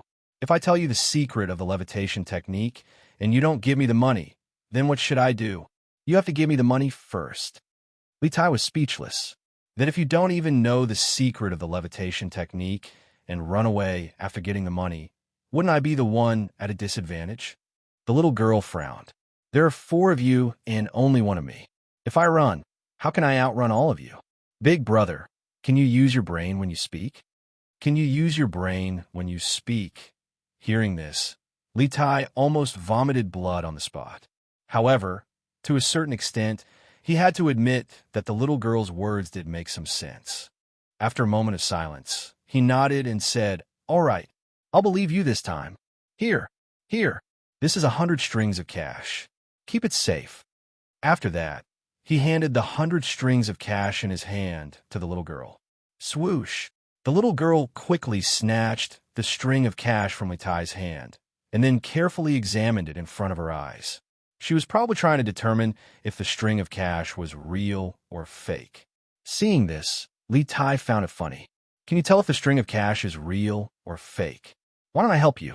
The little girl ignored Li Tai and looked at the string of cash for a while. Then, she carefully put the 100 string of cash in her pocket. Seeing Li Tai looking at her with a burning gaze, she put her guard up and said softly, "Since you're so straightforward, I'll teach you the secret of the levitation technique.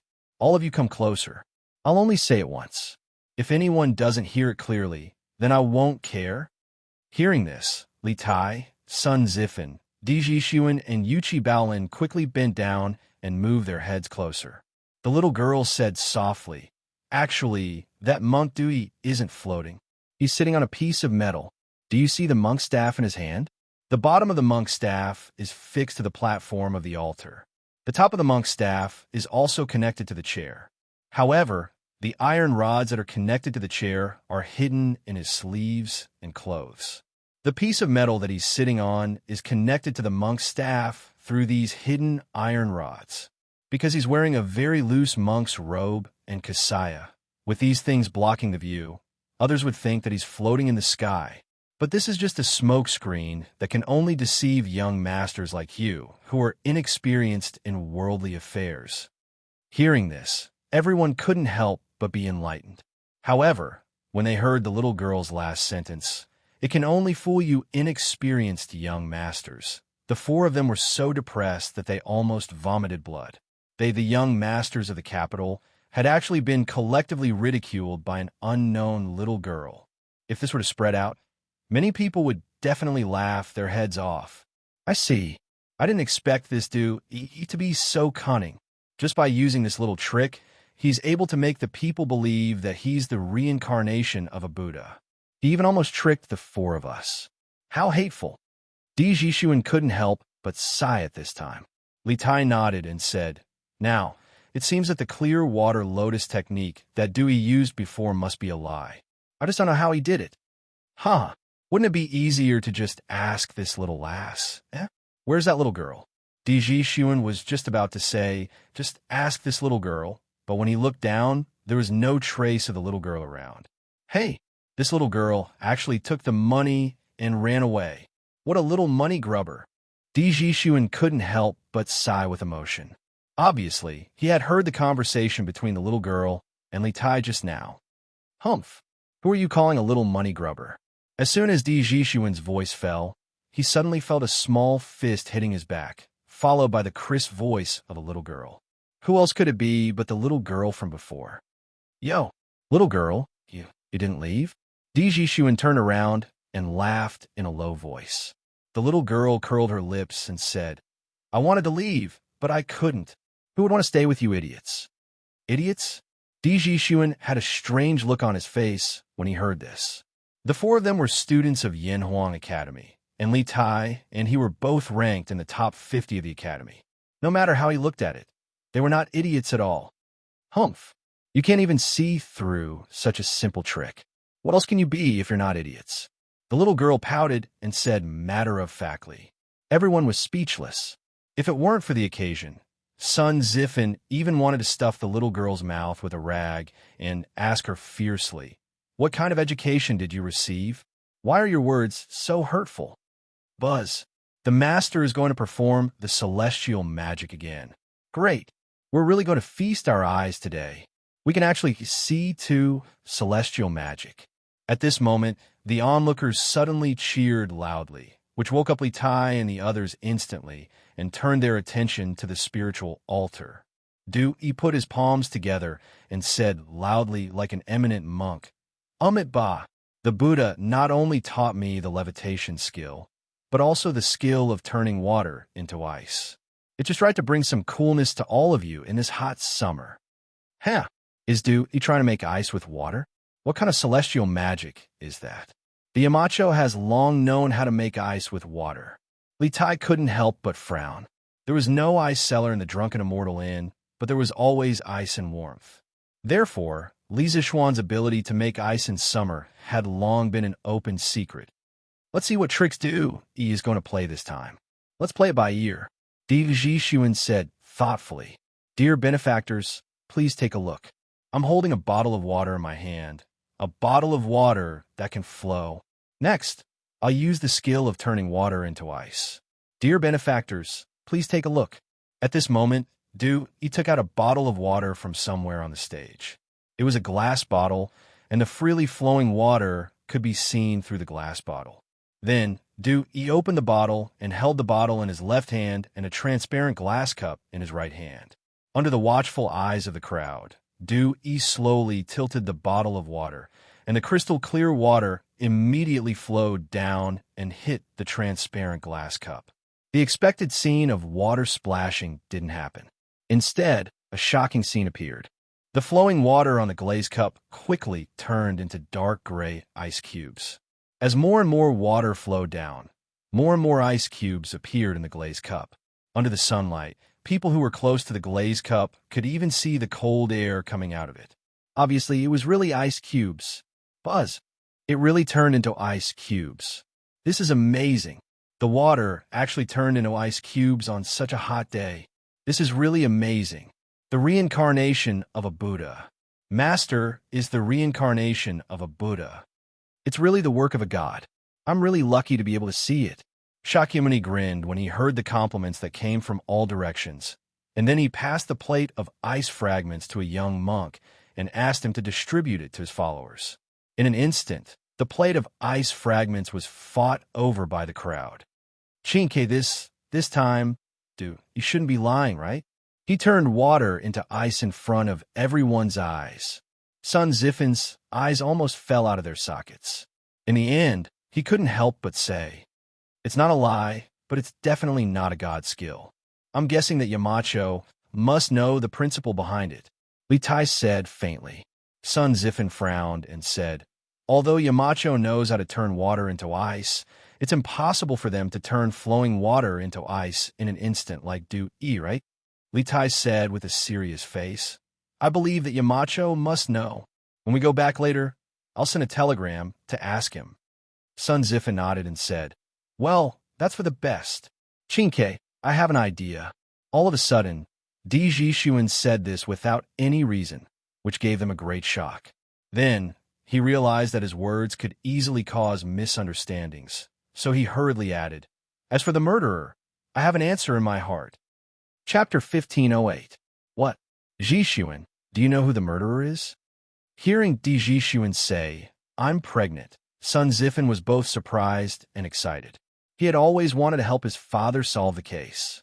It was just that this guy was too agitated, causing his voice to be a little too loud, causing the surrounding people to hear him and cast angry gazes in his direction. "Damn it, kid, keep your voice down." Feeling the malicious gazes of the surrounding people, Li Tai panicked and hurriedly covered Sun Ziffin's mouth. Suddenly, Li Tai caught a glimpse of Du Yi, who was sitting high up on the spell altar. At this moment, he suddenly turned his gaze towards them. Li Tai was instantly alarmed. He hurriedly lowered his head and whispered to the few people around him, "Let's go quickly. That monk Du Yi seems to have noticed us." "No way. He's so far away from us. How could he have heard us?" Di Jishuan's heart tightened. He subconsciously wanted to look up at the altar, but Li Tai stopped him. "Don't look up. Let's get out of the crowd." Seeing Li Tai's solemn expression, they all nodded. Then, with Yuchi Bao Lin taking the lead, the four of them finally squeezed out of the crowd after much effort. Phew! Fortunately, that Du Yi didn't force us to stay. When they arrived at a herbal tea stall on the east side of the Daxing Shan Temple, Li Tai panted and rejoiced. "Chinke, you're the king of Wei. Are you afraid of a monk?" Sun Ziffin felt that Li Tai was making a fuss over nothing and couldn't help but complain. Li Tai said, faintly, "Kid, don't you see how fanatical those people are looking at Du Yi? If Du Yi want to keep us here, he only needed to give the order. Those people wouldn't care whether I'm the king of Wei or not. They would definitely tie us up directly." You're the king of Wei?" At this moment, the surprised voice of a young girl came from behind them. Li Tai and the others turned to look. Who else could it be but the little girl who had exposed the scam of the calamity of voiding levitation technique? "Little girl, I've already given you the money. We should be considered even now, right? Why are you here again? Li Tai frowned and said with an ugly expression. The young lady was not frightened by the ferocious look on Li Tai's face. Instead, she asked seriously, "Are you really Prince Wei?" Li Tai said exasperatedly, "No, they're just talking nonsense." Oh, the little girl was a little disappointed. Then, she said unhappily, "I knew it. How could you be the king of Wei? Legend has it that the king of Wei is much fatter than you." After saying that, the little girl turned around and left. Li Tai opened his mouth. At this moment, he really did not know whether to cry or laugh. On the one hand, the little girl's words proved that his weight loss during last year's military training was very effective. On the other hand, the little girl's subtext was saying that he was fat in the past. He was still himself in the past. How could he be happy when others said that? "Little girl, what's your name?" Suddenly, Li Tai shouted at the little girl's back. The little girl stopped in her tracks. She stood there and thought for a moment. Perhaps it was because Li Tai had given her 100 strings of coins. Finally, she replied, "My name is Chun Shuajian. Remember to call me if there's such a good thing next time." After saying that, she waved the 100 Tang Yuan in her hand and said to Li Tai behind her, "Chun Shuajian." Li Tai muttered these 3 words under his breath. Di Jishuan could not help but laugh evilly. "Hey, Qingke, you're not interested in this little girl, are you?" In ancient times, people got married early. They got engaged at the age of 7 or 8 and got married at the age of 11 or 12. That was why Di Jishuan was joking like this. Get lost. A dog's mouth can't spit out ivory. Li Tai's little face darkened. He could not help but say angrily, "You just said that you know who the murderer is. Why don't you tell us now?" "That's right. Jishuan, don't keep us in suspense. Tell us quickly." Sun Zifen could not wait to echo. Di Jishuan put away his smile and said seriously, "There are too many people in this place. If someone overhears us, we'll be in trouble.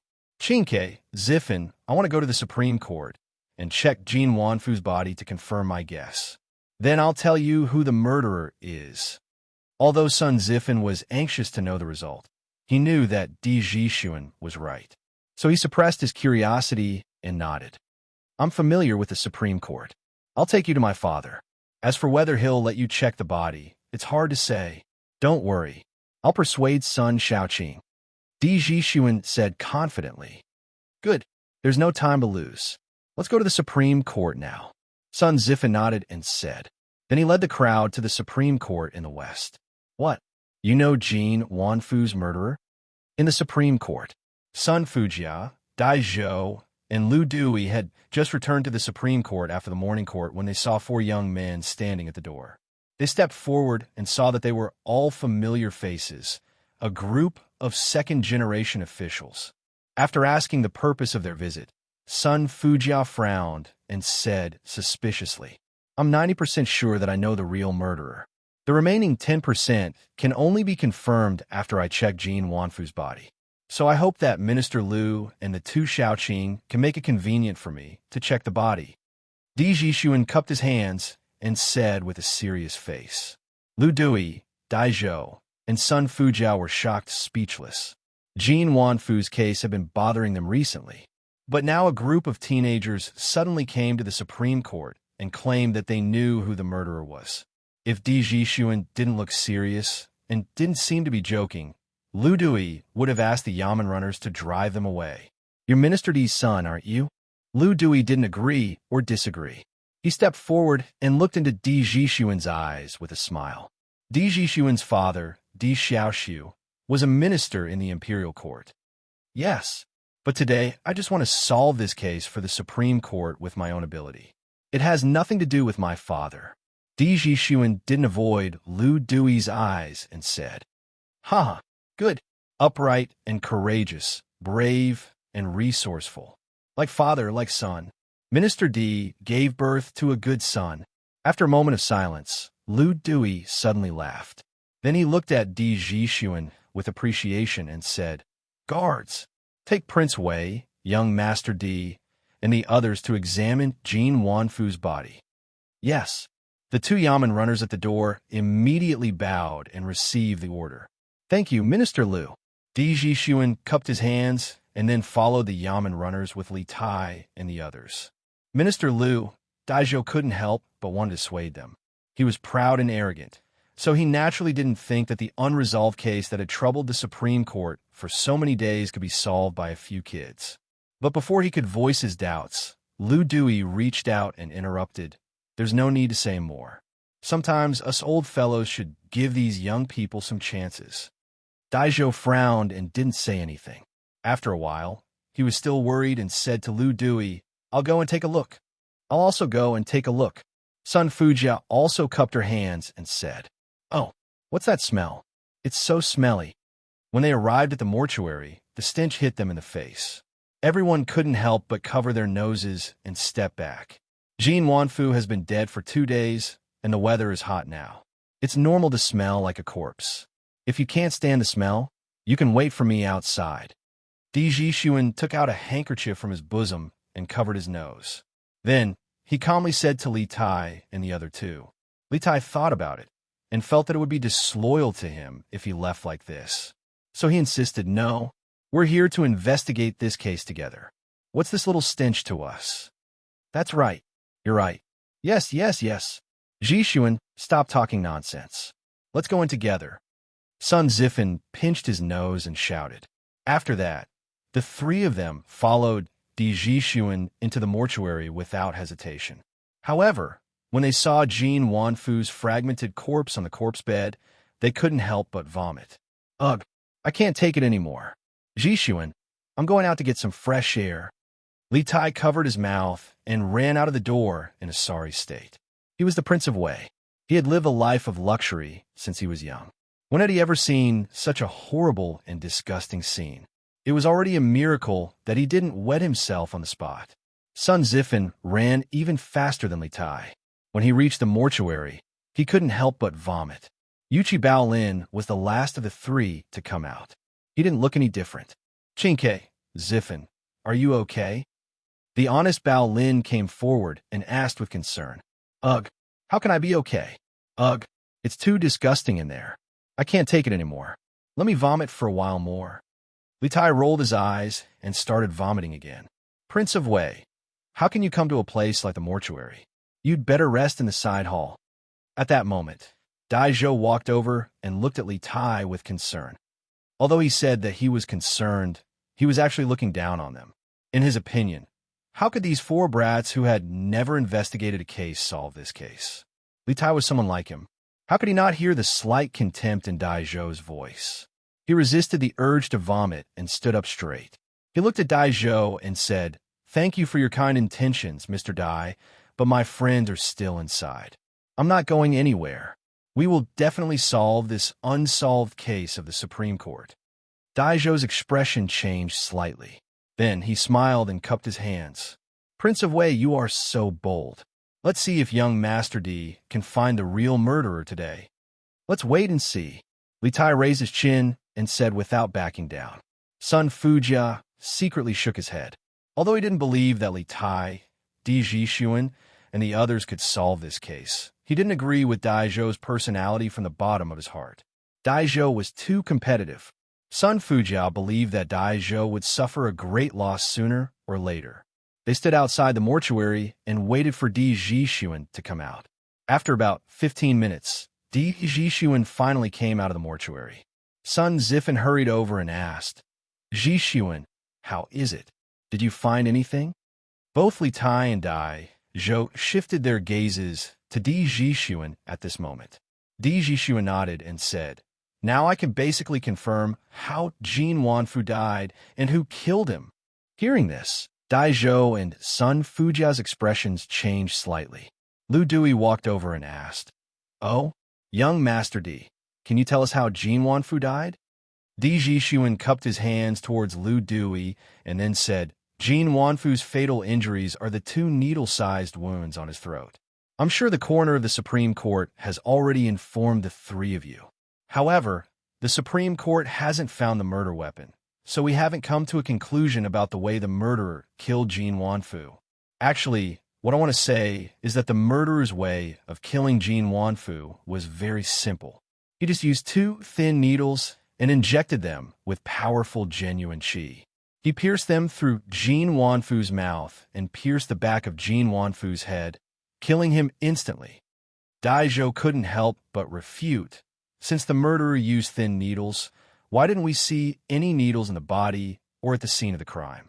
Could it be that the murderer took the needles out of the body after killing Jin Wanfu? Lu Dui nodded, obviously agreeing with Dai Zhou's point of view. Di Jixuan smiled and said, "Of course not. I just checked the 2 wounds on Jin Wanfu's throat. The flesh on the inner walls of the wounds were all facing inwards, which proves that the murderer didn't take the murder weapon out of the wounds. Therefore, Minister Dai's hypothesis is not valid." Dai Zhou was speechless and said, "Then why did the murder weapon in the body disappear?" Di Jixuan said in a low voice, "Because the murderer didn't use thin needles made of ordinary materials, but ice needles.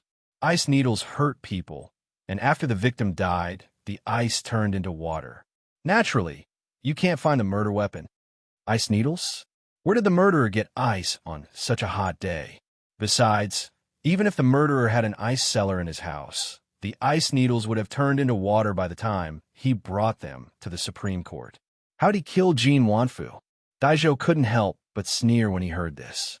A hint of hesitation flashed across Lu Dui's face, but he didn't say anything to refute. Li Tai couldn't help but interrupt at noon. "Minister Dai, you're wrong. Who said that the ice in summer can only be obtained from an ice cellar?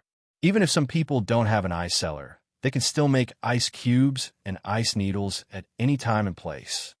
When he heard Di Jixuan say that the murderer killed people with ice needles, Li Tai suddenly felt enlightened. No wonder they couldn't find the murder weapon in the murderer's body or outside of his body. No wonder Di Jixuan suddenly shouted excitedly, "I know who the murderer is." When he saw Du Yi perform the ice-turning water immortal technique, he suddenly shouted excitedly, "I know who the murderer is." With so many coincidences, they were getting closer to the truth of the case step by step. "Your Highness, please be careful with your words. I'm not a 3-year-old child. I won't believe that you can make ice on a hot summer day." Dai Zhou thought that Li Tai was teasing him. His face couldn't help but fall as he said, unhappily. Li Tai smiled and said, "Minister Dai, please wait a moment. After I ask someone to get the telegraph, I'll ask Yamacho to tell us how to make ice on a whim." Chapter 1509. Provincial Governor Zhou, County Magistrate Wang, and father-in-law, "You don't have to see me off anymore. Go back." Lan Province. In less than 3 days, the Sky Pheasant Brigade had wiped out all the locusts. After breakfast, Li Zixuan set off with the children again, intending to meet up with Li Ku and Cheng Chumo's team in the east. Zhou Wanfang, Wang Chengxing, and the other officials who had rushed over after hearing the news personally saw them off. They walked all the way to a pavilion 5 kilometers away from Yifan County. At this moment, Li Zixuan turned around and cupped his hands to the crowd. To be honest, he didn't like others to send him off, because it would affect their journey too much. If no one sent them off, he and the children would have at least ridden a horse or a bicycle. They would probably have already left Yifan County by now. If that's the case, please take care of yourself, Marquis. On behalf of the 360,000 people of Lan Province, I thank Marquis for saving our lives. When Marquis comes to Lan Province again in the future, the people of the province will definitely line the streets to welcome him. The provincial governor of Lan Province, Zhou Wanfang, bowed deeply to Li Zixuan. "Thank you, Marquis, for saving our lives. We welcome Marquis to Lan Province again." Someone among the people on the roadside shouted, and the rest followed suit. "Thank you, Marquis, for saving our lives. We welcome Marquis to Lan Province again." Those who came to see Li Zixuan off today weren't only the officials of the provincial government, but also the people of Lan Province. In the past few days, the children that Li Zixuan had brought with him led the Sky Pheasant Brigade in the fields, sweating profusely as they exterminated the locusts. The people had all seen it and remembered it in their hearts. Now that Li Zixuan and the children were leaving, how could they not come to see them off? As a result, both sides of the pipeline from Yifan County to Jingle County in the east were densely packed with people who came to see them off. It was a mighty and endless parade. There were at least 100,000 people, with over 100,000 people shouting at the same time. How majestic would that sound be? It wasn't an exaggeration to say that the earth was shaking and the sky was shaking. Li Zixuan originally wanted to say a few words of farewell to his father-in-law, but the surroundings were so noisy that it was impossible to say goodbye. He could only wave his hand, not taking away a single piece of cloud. Then he mounted the horse and led the children towards the east. Beep, beep, beep. After nearly an hour, Li Zixuan finally led the large group out of the Lan province. At this moment, a series of beep, beep, beep sounds suddenly came from a wooden box carried by a child not far from him. Young master, the telegram is here. When the child heard the sudden beeping sound, he couldn't help but shiver. He quickly jumped off the bicycle and ran towards Li Zixuan with the box on his back. At the very beginning, the telegraph machine was managed by Li Zixuan. However, ever since they split up in Xianyang, Li Zixuan handed the telegraph machine over to the children in his group. He picked 16 strong children, and each of them took turns to manage the telegraph machine for half a day. The children only needed to inform him when the telegraph machine rang. Go and tell Uncle Hu that everyone should find a shady place to rest. We will set off in half an hour. Li Zixuan got off the horse and took the telegraph machine from the child's hands. He casually gave an order. Then he saw that there was a huge rock by the side. He placed the wooden box on the huge rock and took out the telegraph machine and placed it on top of the box. Yes, young master. The naughty brat answered and then ran off into the distance. Li Zixuan focused on listening to the telegram. As the Academy's telegram technology became more and more mature, a set of standards for telegram communication gradually formed. At the beginning, the code was just a test code. There wasn't much substantive content. It was just to wait for the other party to reply and confirm the other party's identity. Then, the sender on the other side would send the official message. This way, 1, it could prevent the receiver from missing the first message. 2, it could more or less increase the safety of the telegram transmission. Got it, Yanwang 001. After putting down the telegraph machine, Li Zixuan quickly sent out a message. Yanwang 001 was his temporary code name.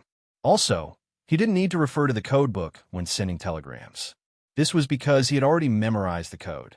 After about half a cup of tea's time, the telegraph finally beeped again. Li Zixuan closed his eyes. Those messages of different lengths were quickly converted into Chinese characters after passing through his ears. Yamacho, Jin Wanfu falsified the accounts, causing 30,000 strings of cash to go missing from Xinfeng County's Yanhuang Bank. During the Supreme Court's interrogation, Jin Wanfu suddenly died in prison 2 nights ago. His body was unharmed, and there was no poison in his body. His death was bizarre. Now, Tai has some clues. He suspects that Jin Wanfu was stabbed in the back of his head with an ice needle. However, he doesn't know where the culprit got the ice needle from, so he can't conclude the case. Tai knows that Yamacho definitely knows the art of making ice in the summer. I hope that Yamacho can teach me. It's urgent. In a message, Li Tai explained Jin Wanfu's case to Li Zixuan in a few words. After summarizing the information in his mind, Li Zixuan was shocked speechless. He never thought that behind Jin Wanfu's case, there was actually a transfer of 30,000 Tang Yuan's assets. He also didn't expect Jin Wanfu to suddenly die in prison. From Li Tai's explanation, it was obvious that Jin Wanfu was killed to silence him. Who was the culprit? Why would they take such a huge risk to kill a Yanhuang Bank shopkeeper? What kind of interests and schemes were behind this?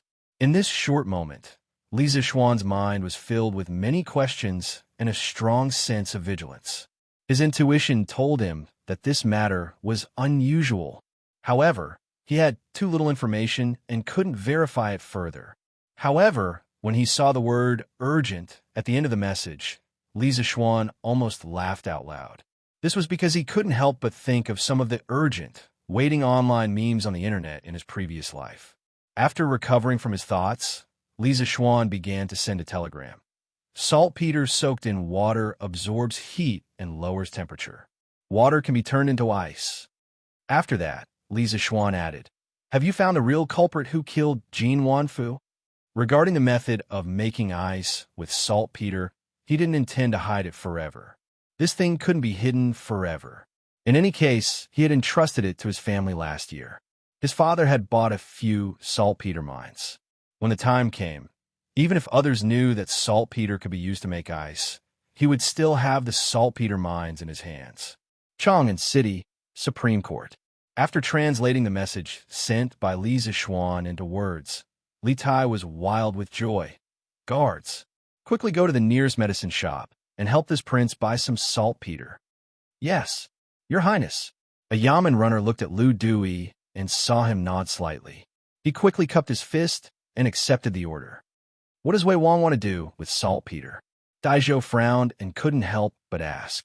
Xiaoqing Dai, please wait a moment. Li Tai didn't have time to answer Dai Zhou's question at this moment because he had to reply to Li Zixuan's telegram. As for the identity of the murderer, Ji Xuan and I have already obtained some evidence.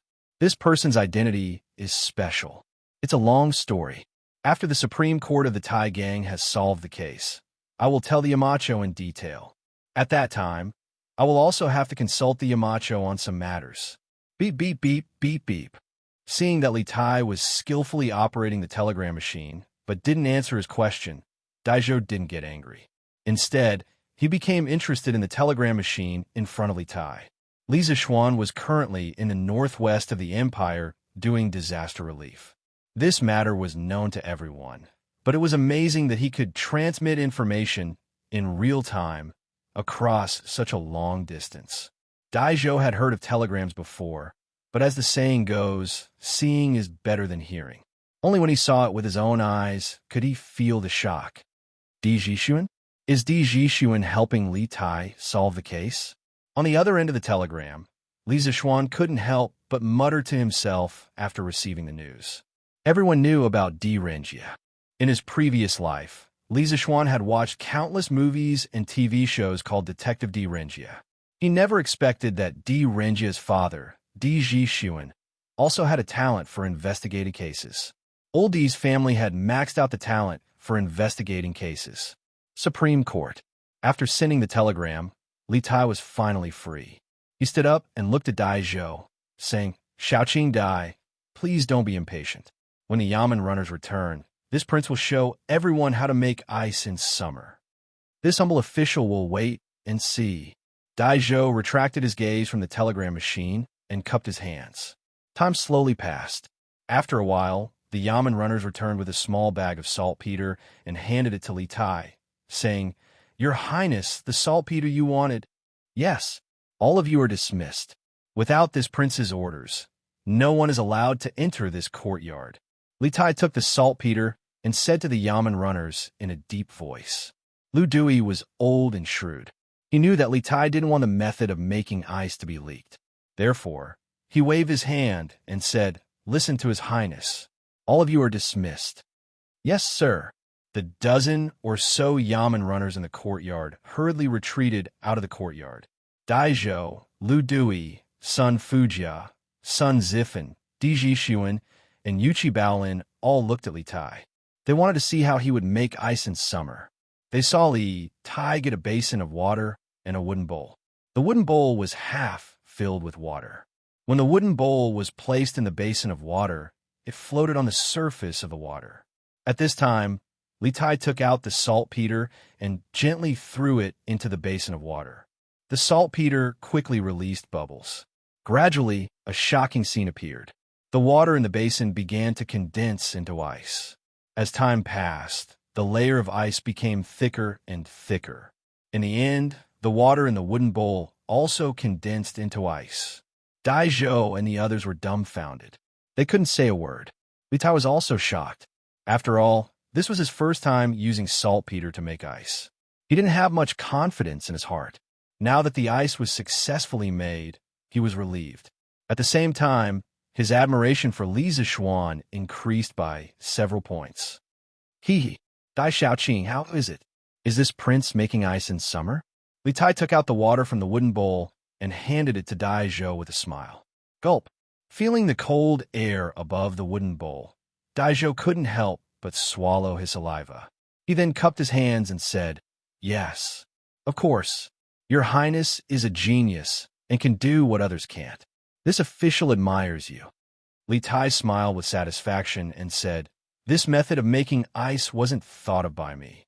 It was taught to me by Yamacho. To be honest, this method is Yamacho's unique secret. Now that the Yamacho has offered it to us because of the murder case, Minister Liu and the two ministers are all virtuous people. I don't think you will spread the secret method, right?" This was a reminder and a warning. Li Tai was not only a student of Yanhuang College, but also the king of Wei. Lu Dui cupped his hands and said solemnly, "Your Highness, don't worry. The three of us will not mention today's matter to anyone."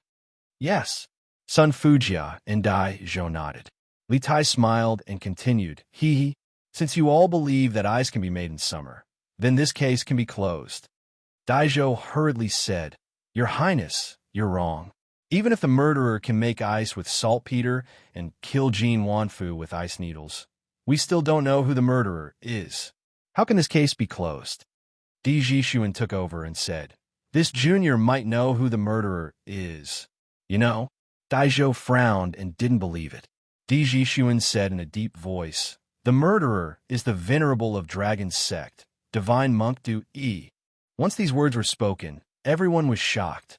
Lu Dui, Sun Fujia, and Dai Zhou were all shocked. Dai Zhou widened his eyes in disbelief and asked, "Dui? Young Master Di, we need evidence to solve the case. The Dragon sect has been making waves in Chong, and recently, and has attracted a lot of people. If Du Yi is really the murderer, the government will have to spend a lot of trouble to catch him." "Of course I have evidence," Di Jishuan said seriously. "Just recently, Monk Du Yi preached Buddhism in front of Chong and's Daxing Shan temple and used his magic. He turned a bottle of flowing water into ice in an instant in front of all the people. This shows that Du Yi is proficient in making ice, and Jin Wanfu was killed by ice needles. Isn't this coincidence enough to prove that Du Yi is the murderer? Turning a bottle of flowing water into ice in an instant? How did he do it?" Sun Fujia was puzzled. Li Tai replied, "We don't know yet. But anyway, the facts prove that it is possible to make ice in summer. Jin Wanfu was killed by ice needles, and Du Yi happened to be very good at making ice. The Supreme Court can use this evidence to arrest Du Yi directly." Lu Dui, Sun Fujia, and Dai Zhou all looked solemn and fell in a deep thought. After a while, Lu Dui raised his head and said, "After what you said, this Du Yi is indeed very suspicious. But this alone can't prove that Jin Wanfu was killed by him. If we want to arrest him, we need more evidence." Di Jishuan smiled and said, "It's easy to get more direct and more sufficient evidence. The Supreme Court's prison was heavily guarded. If the murderer wanted to sneak in alone, it was no different from wishful thinking. Someone must be covering for him. As long as we find out the traitor, we can have enough evidence to arrest Du Yi." Chapter 15:10. Xianyin. Did the jailers on duty interrogate Jin Wanfu on the night of his sudden death? After listening to Di Jishuan's analysis, Lu Dui looked at Dai Zhou and asked in a low voice. Dai Zhou's face turned solemn. He cupped his hands and replied, "I have interrogated all the jailers on duty for the past 2 days. They all said that no outsider entered the prison that night." Lu Dui frowned and couldn't help but say, "That's strange. If no outsider entered, how could Jin Wanfu be killed by the ice needle? If I remember correctly, there should be someone with profound internal strength among the jailers of the Supreme Court." Dai Zhou shook his head and said, "No jailers have such a profound kung fu. Moreover, there are only a few people in the world who know the method of making ice in summer. How could a jailer know?" Di Jishuan stepped forward and said, "I would like to ask Minister Dai if there is a possibility that the murderer put on the uniform of a jailer of the Supreme Court that night and entered the prison to assassinate Jin Wanfu under the guidance of a real jailer. The light in the prison is dim at night. If one doesn't look carefully, it shouldn't be easy to detect that the murderer disguised himself as a jailer and sneaked into the prison." Hearing this, Dai Zhou couldn't help but fall into deep thought. After a while, He nodded and said, "What you said makes sense.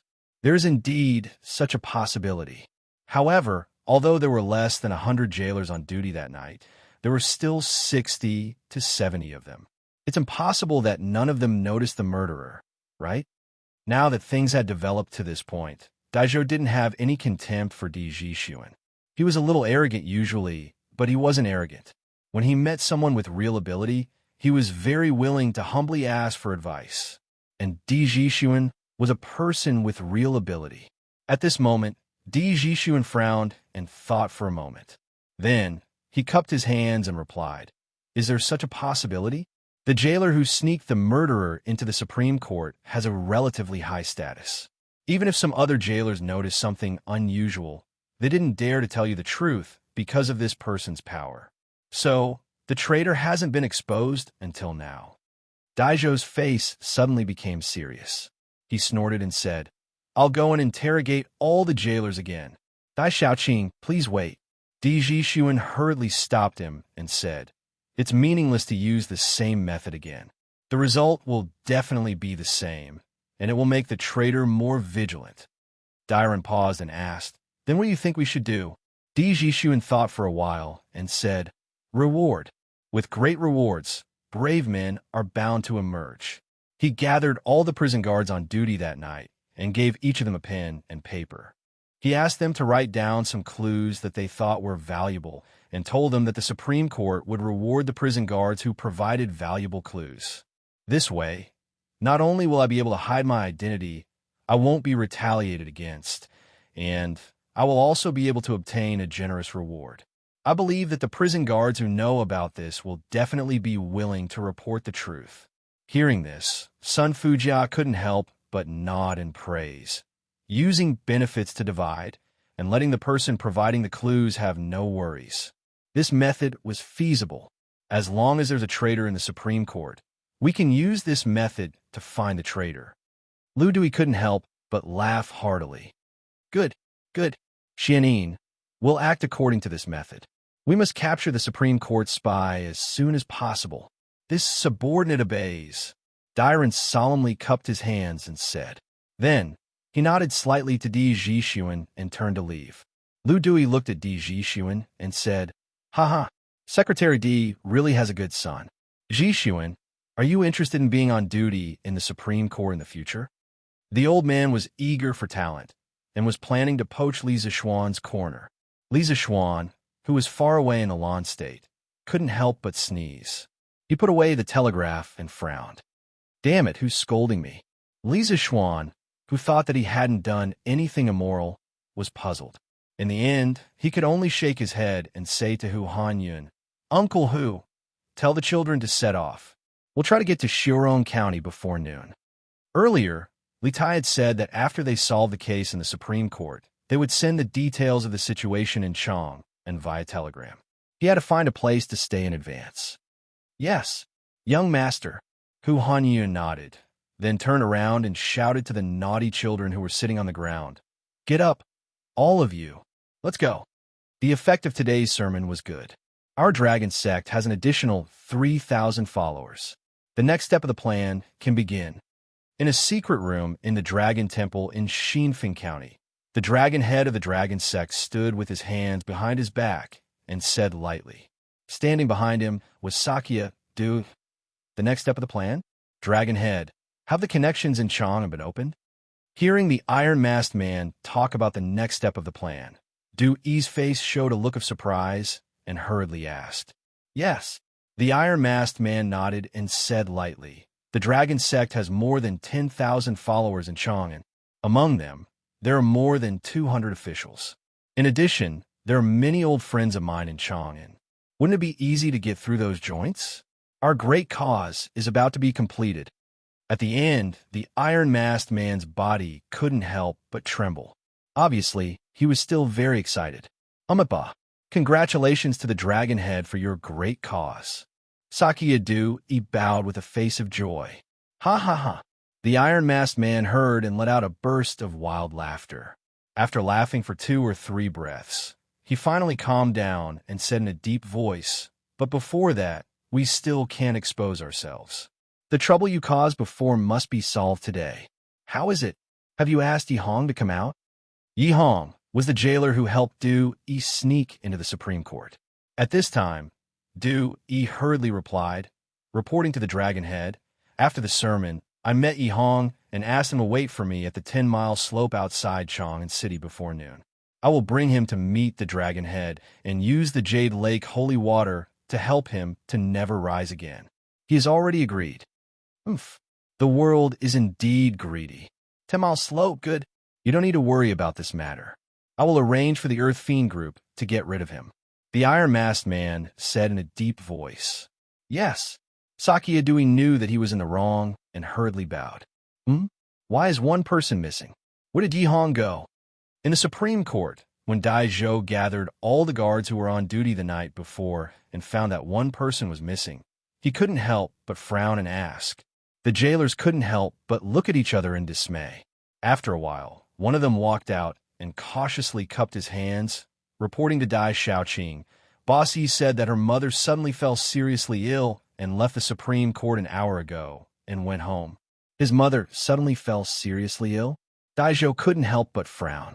Inexplicably, he thought of Di Jixuan's hypothesis that the traitor had a very high status among the prison guards, so the others didn't dare to expose him. Dai Zhou shook his head and threw away these thoughts. Then he said in a deep voice, "I've already told you what I need to say. Anyone who can provide valuable clues will be heavily rewarded. Now, everyone start writing." Yes. The jailers answered, lowered their heads, and began to write. Old Wu, do you think the person brought by Yi Hong that night is the murderer? At the back, a jailer couldn't help but whisper to another jailer beside him. How would I know? That person didn't look like Wang Ming, but I didn't see clearly at the time. If we were wrong and offend boss, we won't be able to survive in the Supreme Court. You have to think carefully. AI, that's true. But since we wrote it on a piece of paper, boss, you shouldn't know that we wrote it, right? Besides, Yi Hong isn't here today. Should we write it? We'll be rewarded handsomely if we do. Right? Then write. Silence. I told you to write clues. Were you whispering about in private? At that moment, Dai Zhou, who was standing in front of everyone like an invigilator, couldn't help berating them. The jailers who had been whispering immediately quieted down and started to write at a high speed. Half an hour later, all the jailers had thrown their written notes into the wooden box that Dai Zhou had prepared earlier. After one note was thrown in, another left. A moment later, Dai Zhou was the only one left in the room in the Supreme Court. Dai Zhou picked up the wooden box and went out. When he arrived at the back office of the Supreme Court, Lu Dui and Sun Fujiao were already waiting for him. Of course, Li Tai, Di Jixuan, and the others were also present. These four people had brought about a turnaround in Jin Wanfu's case, so Lu Dui didn't object to them staying behind to witness the progress of the case. It's all here. Hurry up and look through it, Dai Zhou said to the people around him as he turned the wooden box upside down on the table, and several dozen pieces of paper instantly poured out. Thus, the group of people gathered around the table and started to look for valuable clues in the vast pile of paper. I don't see anything unusual, as far as they could see. The paper was filled with similar words. However, they were not discouraged and continued to search through the paper one by one. I've got it. Suddenly, Di Jixuan shouted again, I've got it. This made Sun Zifen want to burst into laughter. Di Jixuan stood up with a note in his hand and said, Everyone, please take a look. A jailer named Wu Mengshan claimed that on the night of Jin Wanfu's sudden death, he saw the jailer, Yi Hong, enter the B-cell area with an unfamiliar, tall man in jailer's uniform. He even deliberately sent them away for a period of time. After reading the contents of the note, Lu Dui's expression turned ugly as he said, Yi Hong? I was the one who promoted this person back then. How could he be an accomplice to the murder? Men, summon Yi Hong to see me immediately. Minister Lu, there's no need to summon him. Dai Zhou shook his head and sighed softly. Yi Hong must have absconded by now for fear of punishment. Earlier, when I summoned all the jailers on duty that night, he was the only one who wasn't present. It said that his mother suddenly fell seriously ill. From the looks of it now, he must have sensed that something was wrong in advance and fled immediately. Bam! Lu Dui slammed the table angrily and stood up. Outrageous! Xianin, send out all 3 teams of Yamen runners from the Supreme Court. They must capture Yi Hong and bring him back to me. Yes, sir. Knowing the urgency of the situation, Daizhou cupped his hands and left immediately to carry out the order. Son, where are you taking your mother to? On the official road outside Chong and City, a carriage was speeding south. In the carriage, an elderly woman shouted to a middle-aged man who was driving a horse outside the carriage. Mother, didn't I say earlier? I'm taking you to a new place. There's Jade Lake holy water to drink every day. Your body will get better and better, and your son will also live to a ripe old age and never die. The middle-aged man turned his head and smiled at the old woman in the carriage as he steered the carriage. Son, then what about your job in Chang'an City? Mother remembers that Minister Liu treated you well. How can you face Minister Liu if you go? The old woman in the carriage said again. Hearing this, the middle-aged man fell silent. After a moment, the hesitation in his eyes turned into determination. He said in a deep voice, Mother, after we drink enough Jade Lake holy water, it won't be too late for me to repay Minister Liu. Hiya! The speed of the carriage was very fast, and it had the momentum of leaving the dust in the dust. In addition, at noon, there were not many people on the official road. Therefore, after about half an hour, the carriage arrived at the Tenli slope north of Mount Zhongnan. Hush! Mother, let's wait here for a while. Master Du, you will soon come to take us to the sacred ground of Dragon's sect to meet the Dragon Head. After driving the carriage to a shady place, the middle-aged man jumped off the carriage and said to the old woman in the carriage, Hong, Mother feels that this matter is a bit inappropriate. How can there be an immortal in this world? Mother just wants to see my son have a promising future and not go down the wrong path. Mother doesn't care whether you live to a ripe old age or not. The old woman walked down the carriage with Yi Hong's help and couldn't help but say, Mother, you can't not trust others, but you can't not trust Master Du. He is the reincarnation of the Buddha in heaven. He can purify water lotuses and turn water into ice. He is very capable. If we follow him, we are following the Buddha. We will definitely live to a ripe old age. Yi Hong frowned and said impatiently, Whoosh, whoosh, whoosh. At this moment, 6 black-clothed masked men wielding blades suddenly came down from the side of the hill. Due to their speed being too fast, by the time Yi Hong heard the whooshing sounds, the 6 black-clothed men had already surrounded the small carriage. You? Who are you? Seeing these masked men in black holding swords, Yi Hong panicked and subconsciously took 2 steps back and said, We are the people who will kill you. The leader of the masked men in black snorted coldly and was about to go forward and chop Yi Hong. Hearing this, Yi Hong was so scared that his legs turned to jelly. He quickly said, Don't kill me. I have money. I can give you money. I can also give you Jade Lake holy water. Drinking it can cure hundreds of diseases, and you may even live to a ripe old age. This guy thought that he was a bandit who robbed him. You can keep those things to drink in hell. The masked man sneered and didn't talk nonsense. He directly held his long sword and pounced on Yi Hong and his mother. Chapter 15:11. The suspect Yi Hong is heading towards the Tenli Hill. Chase. He's right in front. At noon, at the entrance of Chang'an City, a group of elite cavalry galloped out, with Dai Zhou leading the charge, shouting loudly. This group of elite cavalry naturally did not come from the Supreme Court, but from the Right Wu Marquis government. After discovering the traitor and realizing the seriousness of the situation, Lu Dui made a prompt decision to let Dai Zhou request for Yuqi Jingda's Right Wu Marquis government to send troops for assistance, while he himself personally entered the palace to report this matter to Lier. Bang, bang, bang. The cavalry whistled past, stirring up a trail of dust. The passers-by on the roadside could not help but discuss.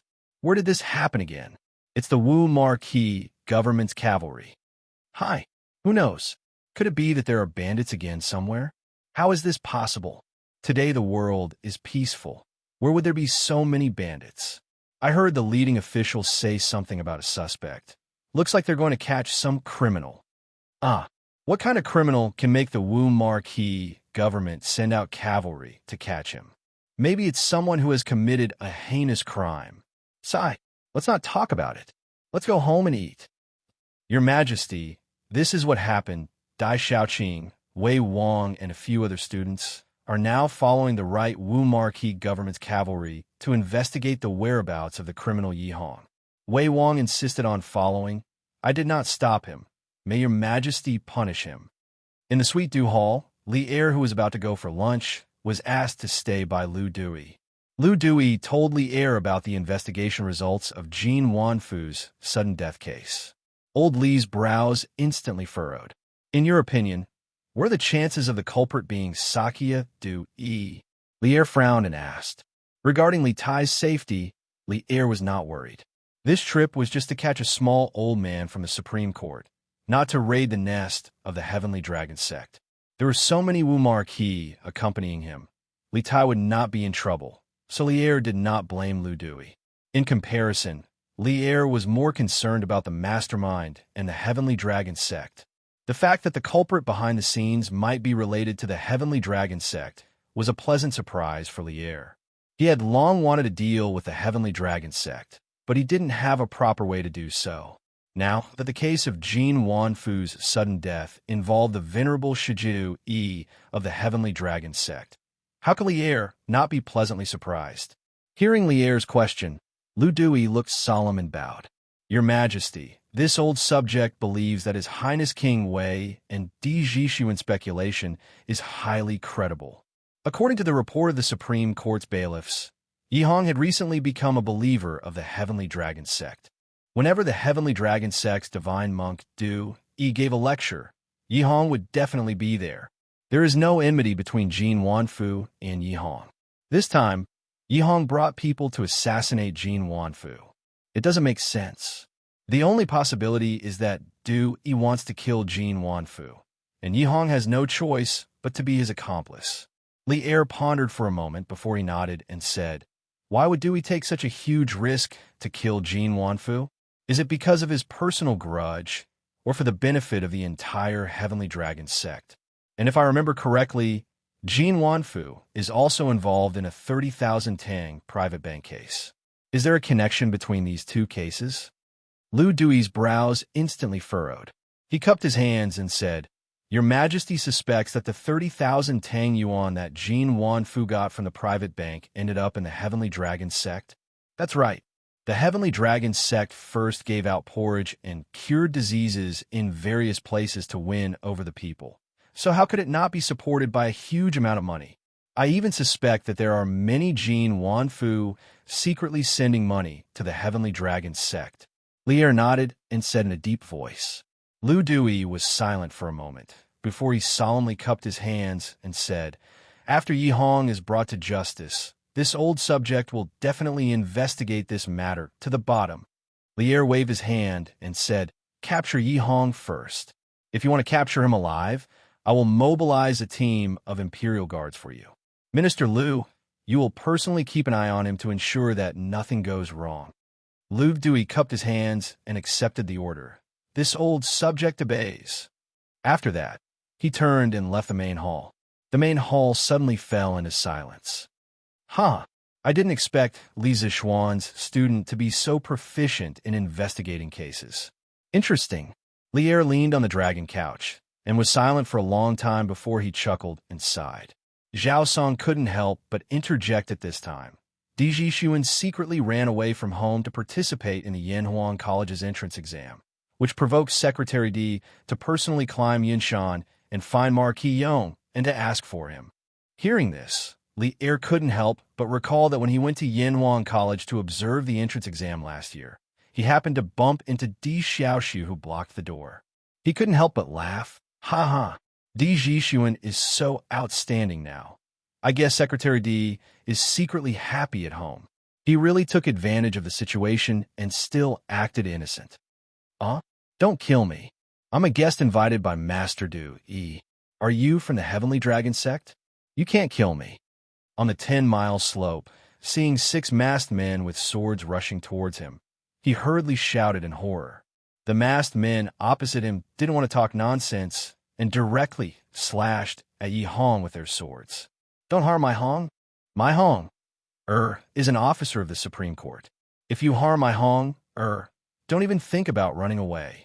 The old woman who came here with Yi Hong stood out at this time and opened her arms to stop the assassins, and said in a trembling voice, "Humph, old thing, you're courting death."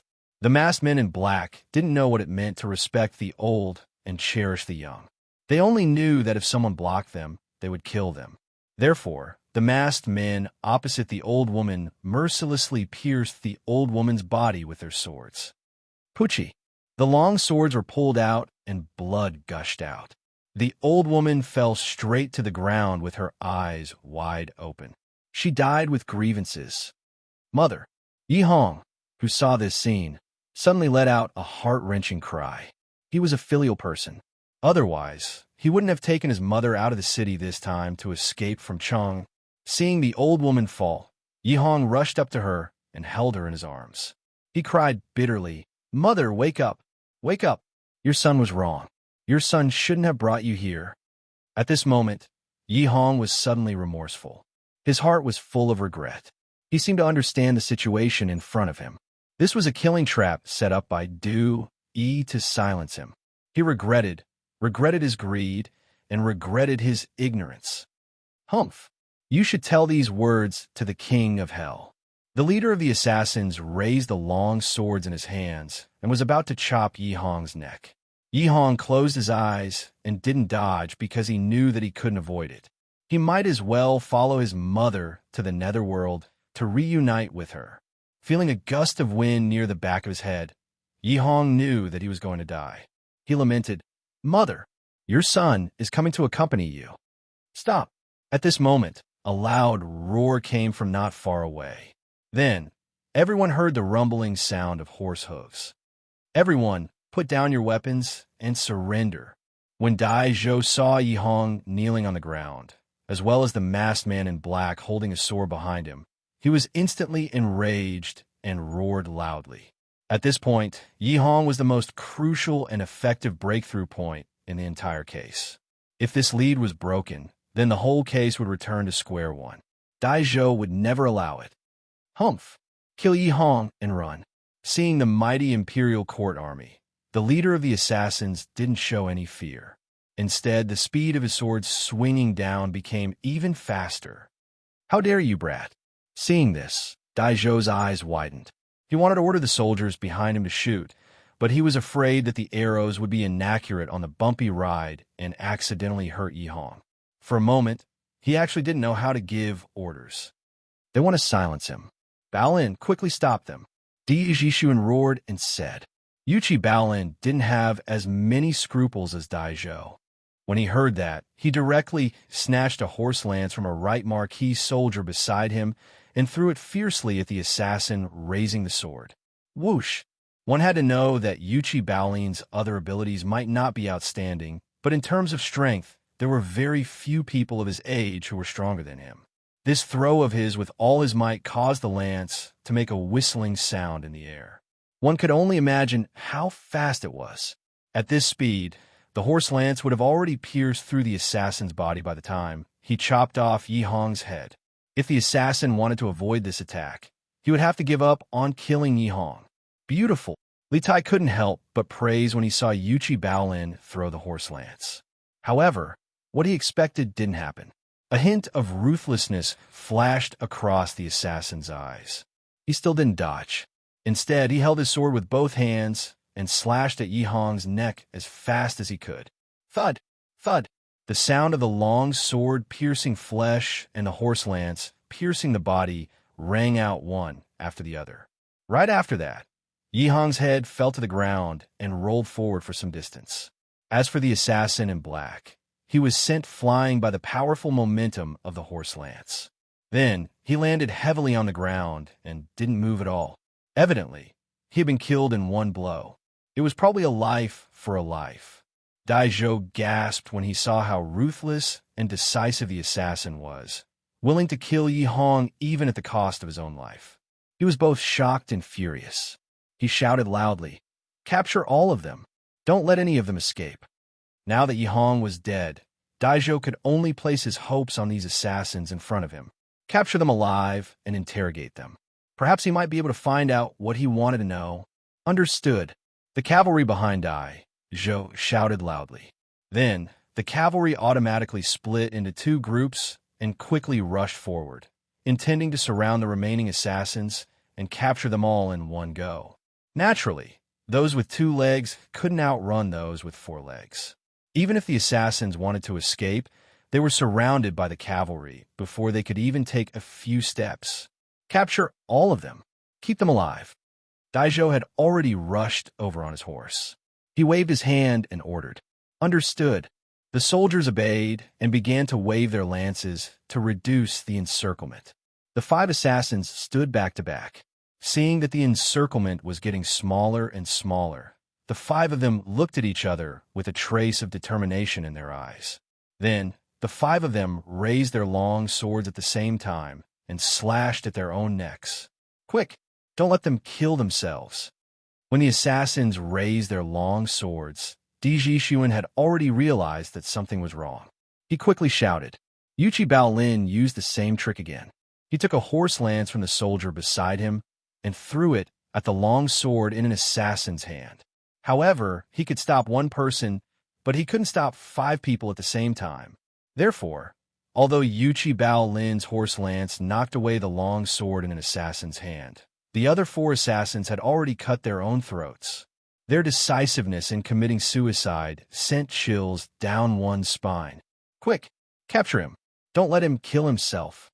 Seeing that only one of the 6 assassins was left, Daizhou was both anxious and angry. He hurriedly ordered the soldiers to pin the remaining assassin to the ground. Unexpectedly, the tied-up assassin gave Daizhou a devilish smile. Then, the assassin closed his eyes, and a trace of blood flowed out from the corner of his mouth. He was dead. Dai Xiaoqing, this person has a poison sac in his mouth. Once you bite it open, he will die instantly. A martial marquis stepped forward to check the breath of the assassin and then looked at the mouth of the assassin seriously. Finally, he stepped forward and cupped his hands at Daizhou. This is outrageous. It was not easy to find a clue, but because they were too late, the key person was killed. Moreover, the assassins had decisively killed themselves. As a result, the clues of the case were cut off.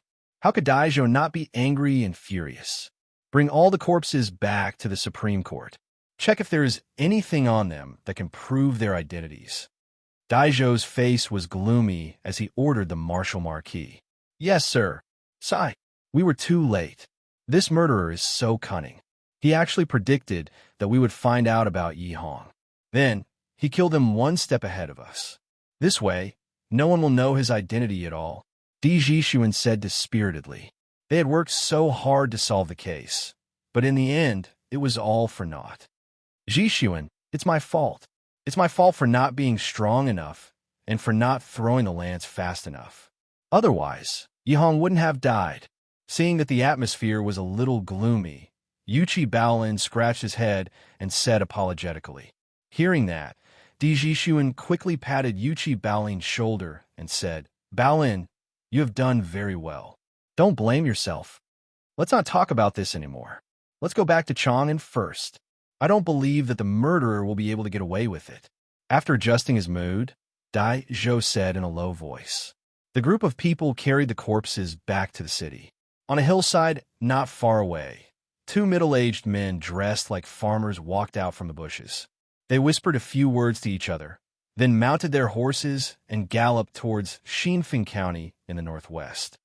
Chapter 15:12. The imperial court actually mobilized the army for a small prison head. It seems at least Shimin has noticed something. Xinfeng County, Tianlong Temple. The iron-masked man stood with his hands behind his back and said in a deep voice, Dragon Chief, you mean Li Shimin knows that I killed Jin Wanfu? He stood behind the iron-masked man and couldn't help but ask, It's all because of you. The iron-masked man snorted and turned around. Tianlong Temple is no longer safe. Let the core disciples withdraw with me first. When everything is ready, I'll give Li Shimin a big surprise. He. Yes. Du Yi's face froze, and he quickly bowed to accept the order. Shill. Xianin, what's going on? Where's Yihong? On official road not far from Chong, and Lu Dui led a group of Imperial Guards and just so happened to run into the right Marquis army led by Dai Zhou.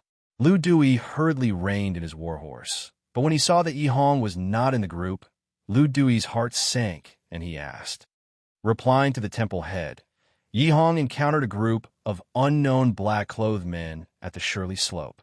We were a step too late, and he was killed. Those men in black all chose to commit suicide after being surrounded by us. Dai Zhou quickly jumped down from his horse, stepped forward, and bowed to Lu Dui with an ashamed expression. What? Yihong is dead? The assassins who killed him all committed suicide? Lu Dui's eyes widened in shock, and his face instantly sank. Previously, when he was in the Sweet Dew Hall, Li Er had told him that Yihong was a key figure in whether or not they could get rid of the Heavenly Dragon sect. But in less than half an hour, this key figure was actually killed. The case that was supposed to be solved suddenly became confusing again. How could he explain this to Li Er? I'm willing to be punished for my carelessness in the pursuit. Dai Zhou bowed and cupped his fists. Now is not the time to discuss who's right and who's wrong. Lu Dui waved his hand and said, Are the bodies of those assassins still here?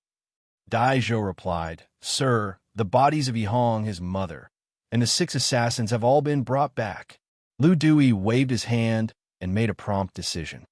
Return to the Supreme Court immediately and examine the corpses to find out the identities of these assassins. Here, Dai Zhou cupped his hands and accepted the order.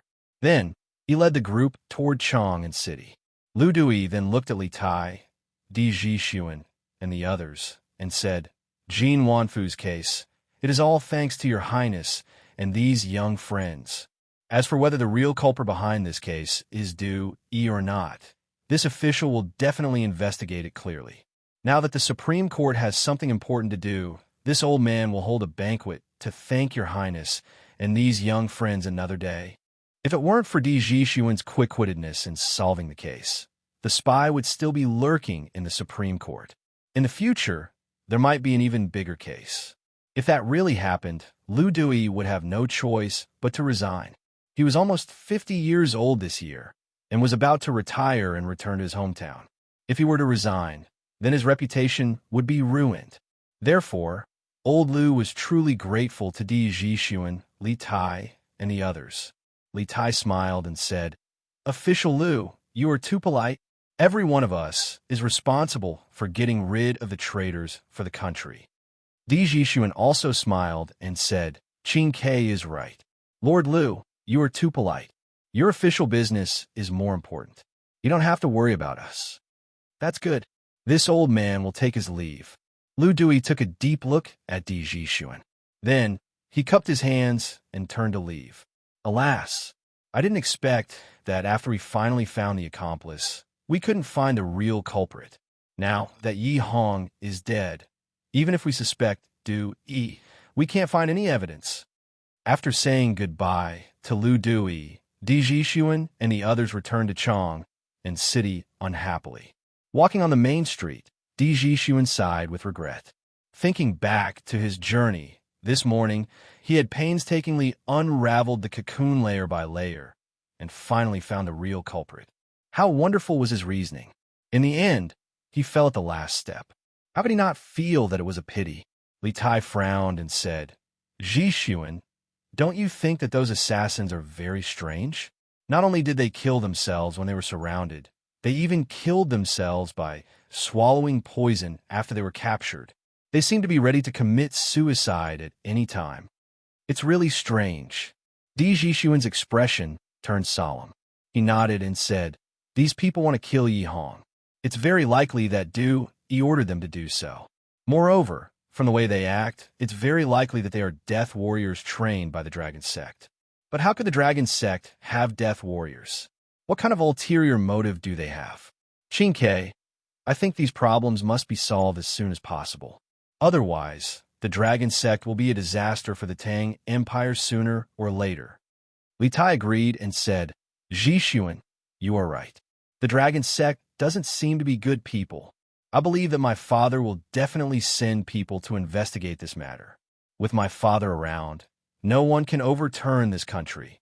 At the end, Li Tai's face was full of confidence. If it had been in the past, he might have only felt that Li Er was a good father to him. However, after studying outside the palace for over a year, what he had heard, seen, and learned gradually made him understand that Li Er was also a skilled and iron-blooded emperor. No one was a match for Li Er in terms of power and strategy, in terms of stabilizing the country and maintaining peace. Di Zhishuan didn't answer.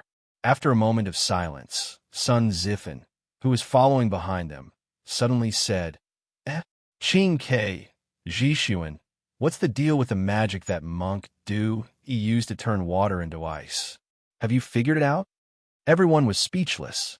It turned out that the reason this guy didn't speak for a long time was not because he was thinking about the case, but because he was thinking about those tricks. After a long silence, Li Tai shook his head and said, I don't know. Sun Zifan stared and said, Then aren't you curious? Didn't you say you wanted to ask the Amacho? Now that the case has been solved and the traitor has been caught, why don't you go and ask the Amacho?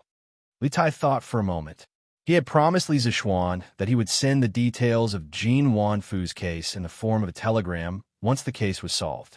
Now that he was free, it was indeed time to send the telegram. I left the telegram machine in the Supreme Judiciary. I have to get it back. After sending the telegram to the Yamacho, I have to go back to the workshop. After a moment of silence, Li Tai opened his mouth. He was now the deputy director of the Trump Card Project. Even if it was the weekend of the academy, he still had to work overtime in the workshop's research base. This morning, he just went back to the palace to greet Zhang's son. As for the investigation, it was just a coincidence. Beep, beep, beep, beep, beep.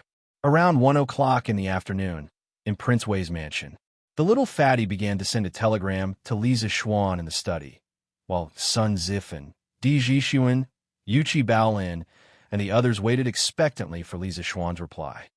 Young master, there's a telegram. Shiorong County. Li Zishuan, who had just settled down in the county's inn, suddenly heard a beeping sound and a young man's shout outside the door. He pushed the door open and saw that it was Erniu. Give it to me. Li Zishuan took the telegram machine and turned back into the room. After placing the telegram machine on the desk, he calmed himself down and began to send the telegram. Got it. Yin Huang 001. After confirming his identity, the telegram machine rang again. Li Zishuan's strong spiritual power turned his brain into a powerful and responsive code translation machine. Yamacho, the real murderer of Jin Wanfu. We suspect that it's the venerable Shajiadu of the Dragon Sect. This person is very good at illusions. After investigating that Yi Hong was the accomplice who brought the murderer into the Supreme Court's prison, Dai Zhou immediately led people to arrest Yi Hong. But in the end, we were still a step too late. Yi Hong was surrounded by a group of unknown black-clothed men on a slope 10 miles outside Chang'an City. In the end, Yi Hong was beheaded, and the assassins all committed suicide on the spot. After listening to Li Tai's narration, Li Zishuan learned that in less than half a month, so many things had happened in Chang'an City, especially the new sect, the Dragon Sect, which aroused Li Zishuan's great vigilance. They used illusions and superstitions to confuse the people and recruit them into the sect, gradually increasing its power and prestige. Wasn't this a cult in modern times? Moreover, the Dragon Sect was very similar to the White Lotus Sect of the late Ming Dynasty. The White Lotus Sect had some White Lotus mother, but he didn't expect the Dragon Sect to create a venerable. If this wasn't a high imitation of the White Lotus Sect, then what was it? What did the White Lotus Sect do? They rebelled against the imperial court. Then the hidden intention of the Dragon Sect in front of him was obvious. Li Zishuan dared to conclude that the Dragon Sect absolutely wanted to rebel against the imperial court. Besides, this morning, Di Zhishuan solved the case. After listening to Li Tai's description, Li Zishuan had to admire Di Zhishuan's observation and reasoning skills. Di Zhishuan was able to analyze such a hidden method of killing people with ice needles. It seemed that Di Renjia, who solved cases like a god in history, was likely to have inherited the talent from Di Zhishuan. Yamacho, this morning in Chang, and city, Monk Du Yi performed the levitation skill and the water to ice technique. The levitation skill has been cracked by a little girl we met named Chun Shuajin. But as for the water to ice technique, we have pondered for a long time, but we still can't figure out the essence of it. I hope Yamacho can give us some hints. In the end, Li Tai still asked this question. After all, he was also very curious and wanted to know the answer. Li Zishuan, who was in the inn, was shocked after receiving the telegram. This was because he heard a familiar and extraordinary name. Chun Shuajin? Qingke, are you saying that the little girl who cracked the levitation skill is named Chun Shuajin? Are you sure it's these 3 words? Li Zishuan's right hand tapped lightly, and a series of messages were sent out in an instant. On the other side, Li Tai, Di Zhishuan, Sun Zifan, and the others who were guarding the telegram originally wanted to listen to how Li Zishuan cracked Du Yi's water to ice technique. They didn't expect that after the code was translated, it would be such an inexplicable question. Yamacho, what does this mean? It's obviously talking about the water to ice technique. Why did it mention the little girl we met this morning? Sun Zifan couldn't help but complain after reading the translated code. Could it be that Yamacho used to know that little girl? Li Tai frowned and guessed. As he spoke, he had already begun to reply to Li Zishuan's telegram. Yamacho, her name is indeed Chun Shuajin. As for whether it's these 3 words, Tai isn't sure. The girl just said her name, but didn't say which 3 words it was. Li Zishuan, who was at the other end of the telegram, was silent. After a while, he frowned and muttered to himself, "It can't be so coincidental, right? The first female emperor in Chinese history has entered Chang and city just like that? Shouldn't she be from Jiangsu in Zhejiang?" The Chun Shuajin that Li Zishuan thought of was also known as Chun Shuajin in history. She was from the Zitong Yuantian manor in Muzhou and the female leader of the peasant uprising in Zhejiang during the Tang dynasty. Around the first year of Yonghui, a rare flood occurred in Qingxi County. Not only did the imperial court not open the granary to provide relief, but they also imposed all kinds of taxes. As a result, the people had no way to make a living. They had to sell their children, homeless and starving. When Chun Shuajin saw the suffering of the villagers, she remembered that she had received help from the villagers. Therefore, she ignored her own safety and secretly opened the granary of her employer to provide relief to the victims. In the end, she was discovered by her employer, tied up and beaten black and blue. The villagers saw this and were anxious. That night, many villagers spontaneously organized themselves and rushed into the woodshed where Chun Shuajin was locked up to rescue her. In order to escape the search of the soldiers, Chun Shuajin escaped to the junction of the 3 counties. While Chun Shuajin was recuperating, she felt that only by overthrowing the imperial court could she let everyone live a good life. Chun Shuajin decided to use Taoism and secret religions to develop believers as a force for future uprisings. Later on, when the number of believers was about to increase, Chun Shuajin officially announced an uprising at the beginning of the 10th month of the 4th year of Yonghui to fight against the government. She imitated the official system of the Tang dynasty and established a political regime. She appointed Zhang Shuyin as her servant and was in charge of various affairs. She was called the Emperor of Wenjia. In the history of China, countless women participated in peasant uprisings. However, there were very few women who were leaders. Chun Shuajin was the only woman who was a leader and also called the Emperor. She was called the Emperor even earlier than Wu Zetian. Therefore, many historians called her the first female emperor in the history of China. Li Zishuan did not understand why such a demonic woman would appear in Chang, and so early. Could it be that because of his appearance, the lives of the people in the Zhejiang region became better? Was that why Chun Shuajin was able to travel to Chang'an? Beep, beep, beep. Yamacho, what is the meaning of the art of turning water into ice? At this moment, the telegraph rang again. It was Li Tai on the other end of the telegraph. After waiting for a long time, Li Zixuan did not reply, so he sent another telegram to urge him again. Li Zixuan came back to his senses and replied, "The water in the Dujia bottle is probably distilled pure water. Because there are no impurities attached to it, it lacks the coagulants needed to freeze. Pure water will remain in a liquid state at a low temperature below the freezing point of water. However, once it comes into contact with the outside world, it will quickly freeze into ice particles." Chinke, you can do an experiment to verify this point. Chapter 15:13.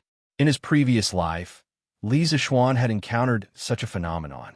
Sometimes in summer, the water in the freezer would not freeze for a long time, but when it was placed on the table or shaken by hand, it would freeze in 1 or 2 seconds. It was very magical. Later, Li Zixuan searched on the internet and found out that this kind of water was called supercooled water. It was because the water was too pure and lacked the required coagulants or other reasons that the water would not freeze when it was below 0 degrees Celsius. The state of supercooled water was very unstable. It would freeze instantly if it was disturbed slightly. This unstable state was called metastable state. If a small amount of solid matter was added, or the water was shaken gently, or the surrounding temperature was raised, the water would immediately crystallize and solidify. The purer the water, the more obvious the supercooled phenomenon.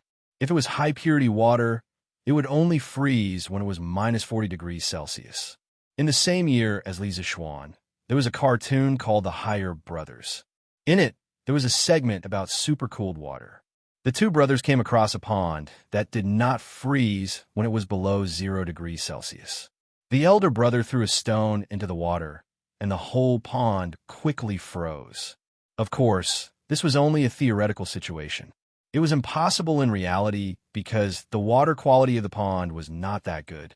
There would definitely be all kinds of impurities and plankton in the pond, which could be used as coagulants. Thus, the supercooled phenomenon would not appear. Therefore, when Li Tai asked this question today, Li Zixuan could answer it so quickly. On the other side of the telegraph, after the code sent by Li Zixuan was translated into Chinese, Li Tai, Sun Zifan, Di Zhishuan, and the others all widened their eyes in astonishment. Today, not only did they know the secret of making ice in summer, but they also knew how to turn water into ice. If this had happened in the past, it would have been the means of immortals in the eyes of the world. I knew that he was bluffing again. Now it seems that he was right. Li Tai shouted as he slapped his thigh. Di Zhishuan frowned and said, "Now, we can be absolutely sure that Du Yi is not the reincarnation of some deity or Buddha. His so-called immortal arts are just some kind of clever magic tricks that could be explained with engineering knowledge. Although we didn't catch Yi Hong alive this time, and we don't have sufficient evidence to prove that Du Yi is the real murderer of Jin Wanfu, we can expose the immortal arts that Du Yi showed to the world before, so that he can no longer deceive the world with the identity of the reincarnation of gods and Buddhas. One had to know that the Heavenly Dragon faction's members were spread all over the world. Some were businessmen, some were servants, and some were officials in the imperial court. The more members there were, the greater their ability to wreak havoc. This time, Du Yi took advantage of Yi Hongda's identity as the chief jailer of the Supreme Judiciary to sneak into the prison and kill people. Who knew whether or not he would enter the palace and assassinate under the lead of some palace attendants in the future. Therefore, the power of the Heavenly Dragon faction must be weakened. Otherwise, if we let it continue to develop, the influence of the Heavenly Dragon faction will spread all over the world, even to the various departments of the imperial court. That would be too terrifying. Hearing this, Li Tai's expression turned serious. After a moment of silence, he said, "Zhishuan, you are right. Whether or not Du Yi is the real murderer of Jin Wanfu, we can't let the Heavenly Dragon faction continue to grow. I will report this matter to Father later and let him make a decision." Beep, beep, beep. Li Tai's voice fell, and the telegraph suddenly rang again. Sun Zifan quickly said, "Chinke, Yamacho is calling again. Quickly record the code." Without Sun Zifan saying anything, Li Tai had already picked up a pen and began to record the code that Li Zixuan sent over. The Heavenly Dragon faction sent out Sakyamuni to use clumsy tricks to mislead the world. They are definitely not good people. Chinke, you must report this to His Majesty and let him be more vigilant. Jin Wanfu's case is likely just a wedge. The Heavenly Dragon faction must have a bigger conspiracy in the dark. 1,000 Li Dai can be destroyed by an ant's nest. The followers of the Heavenly Dragon faction are like thousands of ants, infiltrating every corner of the empire. No one knows when, where, and how they will attack. The dangers hidden in the dark are the scariest. The most important thing for the Imperial Court now is to guard against Heavenly Dragon faction spies like Yihong. If any ministers or palace attendants join the Heavenly Dragon faction and work for them, His Majesty's safety will be threatened. Chinke, you must remind His Majesty to be fully prepared. On the other end of the telegraph, Li Zishuan sent a telegram worriedly. At this point, whether Jin Wanfu was killed by Sakyamuni or where the 30,000 Tang Yuan Jin Wanfu swallowed went, these questions were no longer important. Through the murderer's method of killing, Li Zishuan saw an even greater danger hidden in the dark of the empire. The Heavenly Dragon faction made Sakyamuni into a mortal Buddha to attract followers from all walks of life. If they wanted to launch a coup, there might be countless followers and soldiers in Chang, and to open the city gates for them. This was what Li Zishuan was most worried about. But at the same time, he had some doubts in his heart, because according to the original history, there was no such thing as the Dragon God sect in the Tang dynasty. Why would there be such a powerful Dragon God sect popping up now? Could it be that his appearance had caused a change in history that he could not control? Could this be the legendary butterfly effect? Jishuan, it seems that Yamacho has the same idea as you. You wait here for a moment. I'll go to the palace. After translating the telegram and reading the contents, Li Tai stood up and said to Di Jishuan and the others, "Well, let's get down to business." Chinke, Di Jishuan and Sun Zifan said in unison. Li Tai made an obeisance and turned to leave. "Your Majesty, we did not find anything that could prove their identity. I asked the shopkeepers of the 108 workshops in Chang and to identify the bodies, but none of the assassins were from Chang'an. But according to the shopkeeper of the Chen's Carriage Company, Yihong went to the Chen's Carriage Company to hire a carriage at 4:45 in the morning. At that time, Yihong looked very excited and kept murmuring, 'I'm going to become an immortal and live forever.' So I suspect that Yihong must have been lured by someone to go to the Shirley Slope." In the Sweet Dew Hall, Lier sat on the main seat with a gloomy face. Lu Dui stood below the hall and carefully reported the case to Lier. Lier said coldly, "A small prison guard actually made the other party send men of sacrifice to kill him. How much strength does the mastermind have?" Lu Dui quickly made an obeisance and said, "I failed in my governance and did not maintain the security of the capital, allowing the mastermind to go unpunished. Your Majesty, please punish me." Lier's eyes flashed and said, "Men of sacrifice actually appeared outside Chang'an, right under the Emperor's feet. As the Minister of the Supreme Court, of course you can't avoid the responsibility. But the most important thing now is to find a mastermind behind this and wipe out this hidden force in one fell swoop. I'll give you 5 days. You must give me a result within 5 days. I'll send a team of Imperial Guards to the Supreme Court for you to command." Lu Dui heard this and could not help but complain in his heart, because with Yihong's death, all the clues had been cut off.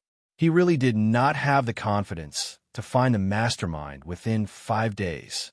But he could not disobey the Emperor's order. Even if he knew it would be difficult, he had to agree. "I, Lu Dui, obey the Emperor's order." Lu Dui bowed and said, "Well." Lier nodded.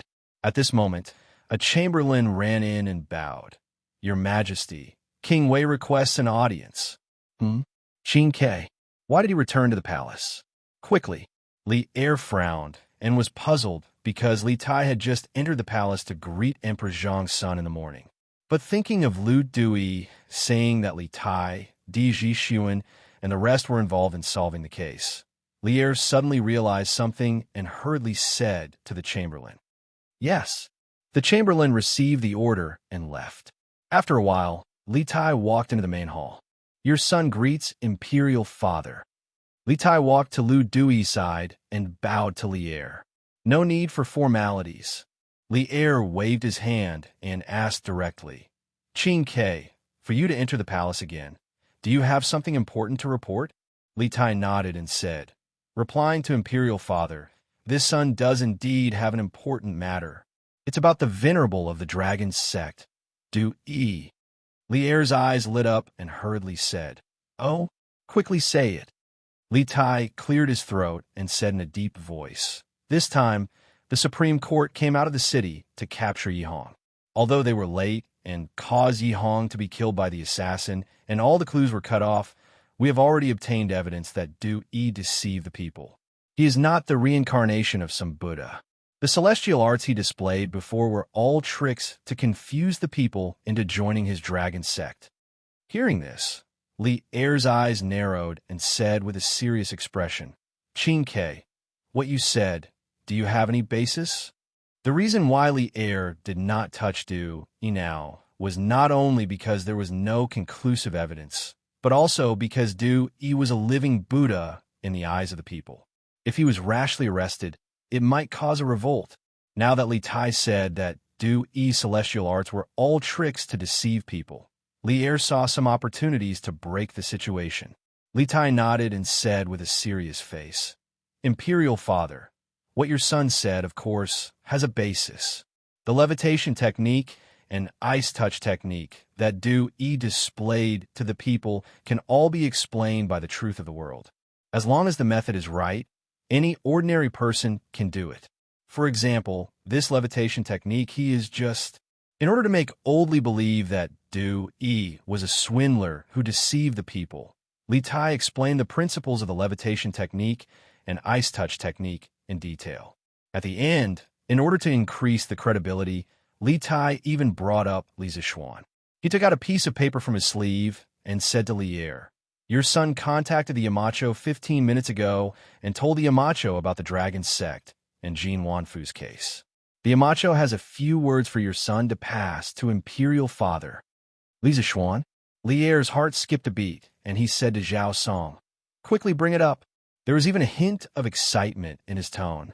This was because when the dragon sect first came out to stir up trouble, Li Er wanted to hear Li Zishuan's opinion.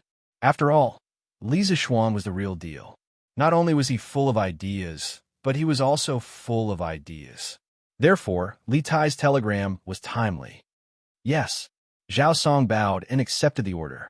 He quickly walked to Li Tai and took the paper, then handed it to Li Er. Li Er eagerly opened it and read the contents carefully.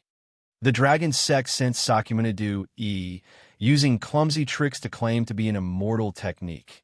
At this moment, Lu Dui was still in a state of shock. He was shocked that all of Du Yi's immortal techniques were actually deceptive tricks. Of course, he was even more shocked that Li Tai and Li Zishuan were actually able to break through Du Yi's immortal techniques so quickly. After all, he'd pondered over the immortal techniques that Du Yi had executed in private on more than one occasion, but he hadn't been able to figure them out in the end. After a moment of silence in the hall, Li Er finally finished reading the contents of the paper. At this time, his old face had become incomparably gloomy. Obviously, Li Zishuan's words had struck a sensitive nerve in Li Er. Minister Liu, immediately bring people to seal up the dragon sect and arrest the dragon head of the dragon sect, as well as Sakyamuni Du Yi. Li Er said coldly. There was a hint of determination in his voice. At this moment, the iron-blooded emperor was back. Lu Dui raised his eyebrows and quickly cupped his hands. Your Majesty, this old subject does not have any evidence of Sakyamuni Du Yi's crimes. I'm afraid that rashly arresting them will cause widespread criticism. How can there be no evidence? Regardless of whether Jin Wanfu was killed by Du Yi or not, just based on his clumsy tricks, falsely claiming to be God and Buddha, and misleading the people to join the dragon sect, he should be arrested. Li Er snorted coldly. Now that the mysterious veil on Du Yi's body had been removed, how could Li Er, who originally wanted to deal with the dragon sect, endure it? It was already good enough that he did not directly send an army to encircle and annihilate the dragon sect. How could he let Du Yi of the dragon sect continue to get away scot-free and bewitch the people? Lu Dui suddenly understood and quickly cupped his hands. This old subject obeys the decree. After saying that, he cupped his hands and left the hall. All right, Qin Ke, you can also leave. You have done well in this matter. As for the matter mentioned by Li Zixuan, you don't have to worry. This emperor will make arrangements. Rubbing the space between his eyebrows, Li Er looked at Li Tai and said warmly. Li Tai solemnly cupped his hands and said, Then this subject will take his leave. Imperial father and imperial mother must strengthen the guards in the palace and take care of yourselves. Li Er's heart warmed. He nodded and replied, And you can go. Hearing this, Li Tai cupped his hands and left. Chapter 1514. Yeah, Your Majesty generally has infiltrated the Heavenly Dragon sect and is thinking of a way to bring back a bowl of Jade Lake holy water for divine Dr. Sun. In the Sweet Dew Hall, after hearing Li Er's order, Zhao Song said with some difficulty, Not too long ago, Li Er had given Li Junxian a secret mission. He was to find a way to obtain the Jade Lake holy water that the people of the Heavenly Dragon sect were going crazy over and deliver it to the Great Tang Alliance Clinic for Sun Simiao to study. However, only the official disciples of the Heavenly Dragon sect had the qualifications to obtain the Yaoqi holy water. Moreover, this kind of elixir that could cure all kinds of illnesses had to be drunk on the spot in order to maintain the best medicinal effect. Therefore, no matter how much money one had, one would not be able to buy a bottle of Yaoqi holy water. This was also one of the main reasons why those rich merchants and nobles fought to join the Heavenly Dragon sect. In order to complete Li Er's Saint Mandate and obtain the Jade Lake holy water, Li Junxian could only infiltrate the enemy camp and become a spy. Oh, we actually forgot about this. Li Er slapped his head in understanding and asked, Has Li Junxian already infiltrated the Heavenly Dragon sect? Zhao Song clasped his hands and replied, Your Majesty, General Li has already infiltrated the Heavenly Dragon sect, but according to the latest news he sent back, he is only an outer sect disciple of the Heavenly Dragon sect and does not have the right to obtain the Jade Lake holy water. Outer sect disciple? What does that mean? Li Er frowned in confusion.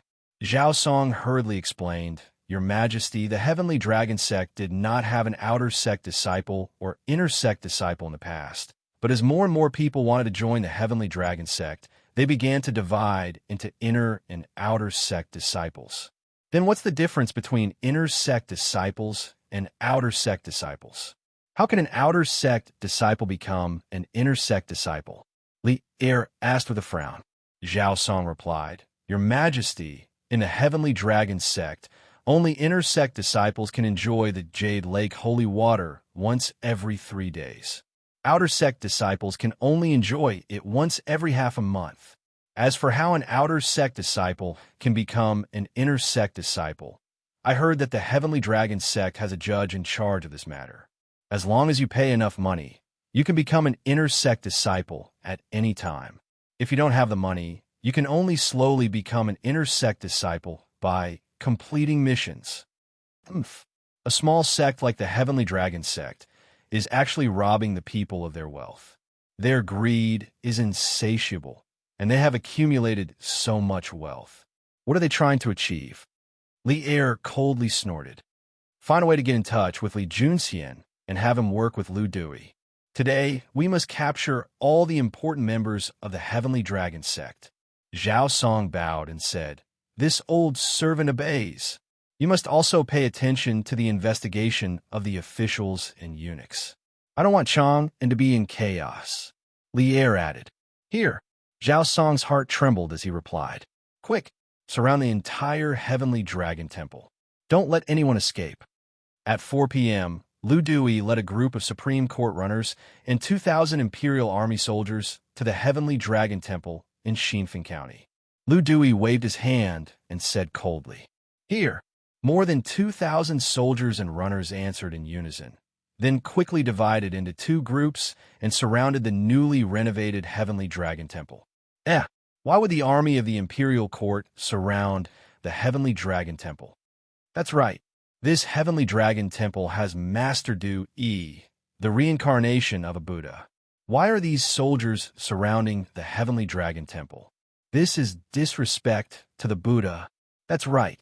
Why are you surrounding the heavenly dragon temple? You will suffer the wrath of the heavens.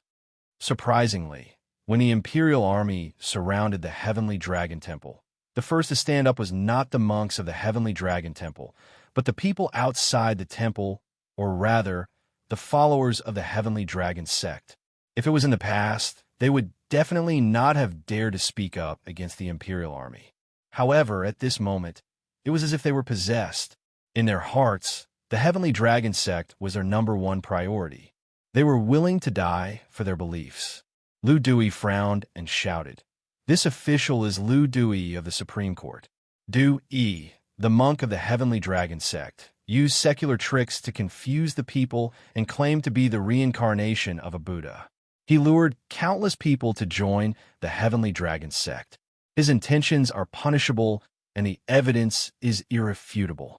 Today, this official is under the orders of the emperor to capture Du Yi and the head of the heavenly dragon sect." Hearing this, the people outside the heavenly dragon temple were silent for a moment.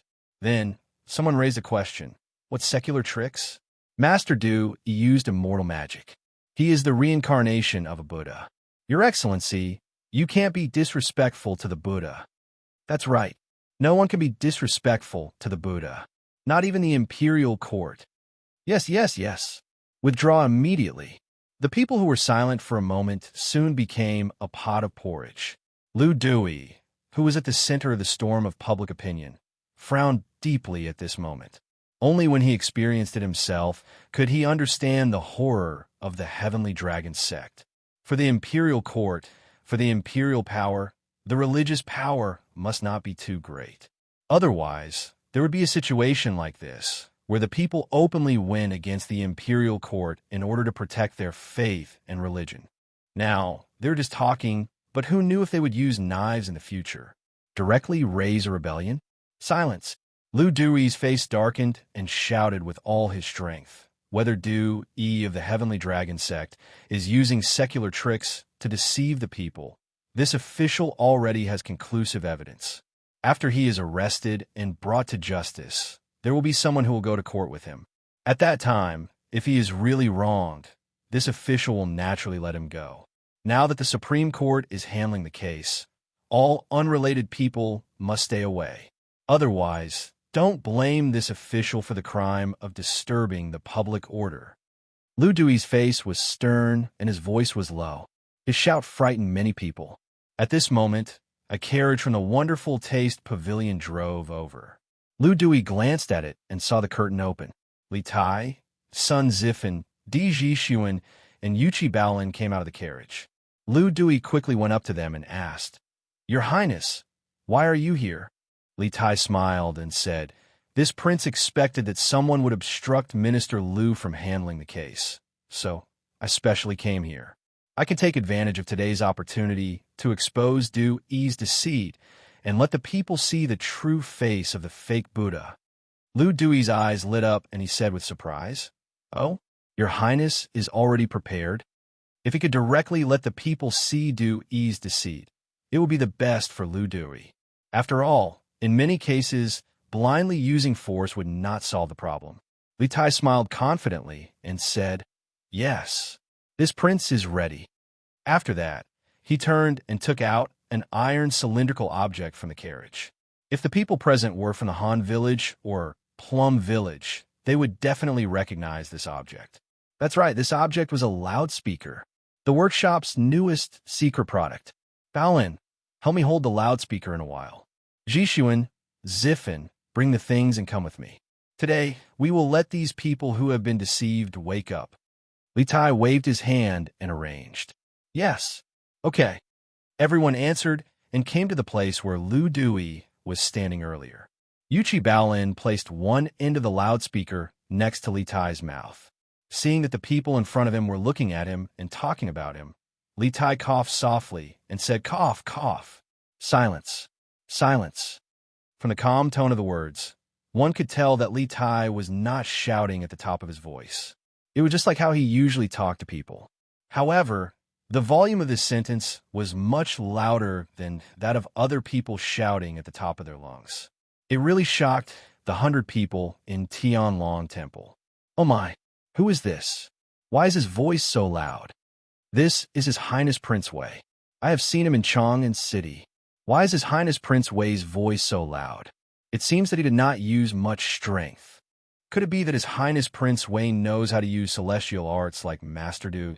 Oh my God, His Highness Prince Wei is also an immortal? The people could not help but talk about it. Li Tai continued to shout into the loudspeaker. Okay, everyone was silent. I am a current Prince Wei. The reason why my voice is so loud may be that I know how to use celestial arts. Ha! Coincidentally, apart from this, I also know other celestial arts. Watch carefully. Li Tai did not care about the people's exclamations. Instead, he nodded at Di Jixuan. Di Jixuan hurriedly handed over a transparent glass bottle, which was filled with crystal clear water. Li Tai took it with one hand. Then, he took a square glass cup from Sun Zifan. Then, he looked at the people and said, I think many people have seen this celestial art. Today, I will let you see it again. After that, Li Tai asked Di Jixuan to help him open the bottle cap. Then, under the eyes of the people, he slowly tilted the glass bottle.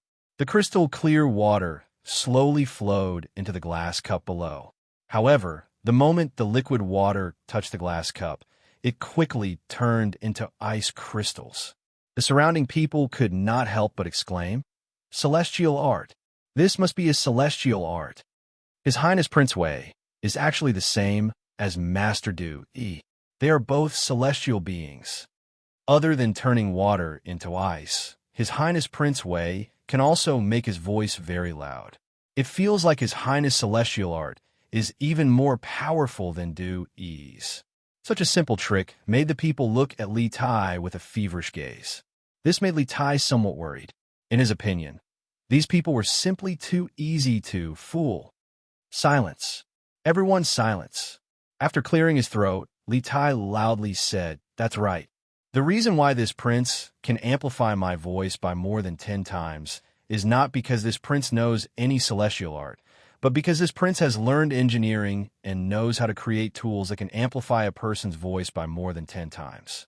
Similarly, this prince used Du-E celestial art today, not because this prince is a celestial being, but because this prince knows engineering and knows that the celestial art is not a celestial art. It is just a trick that Du-E specially prepared to trick the people into joining the dragon cult.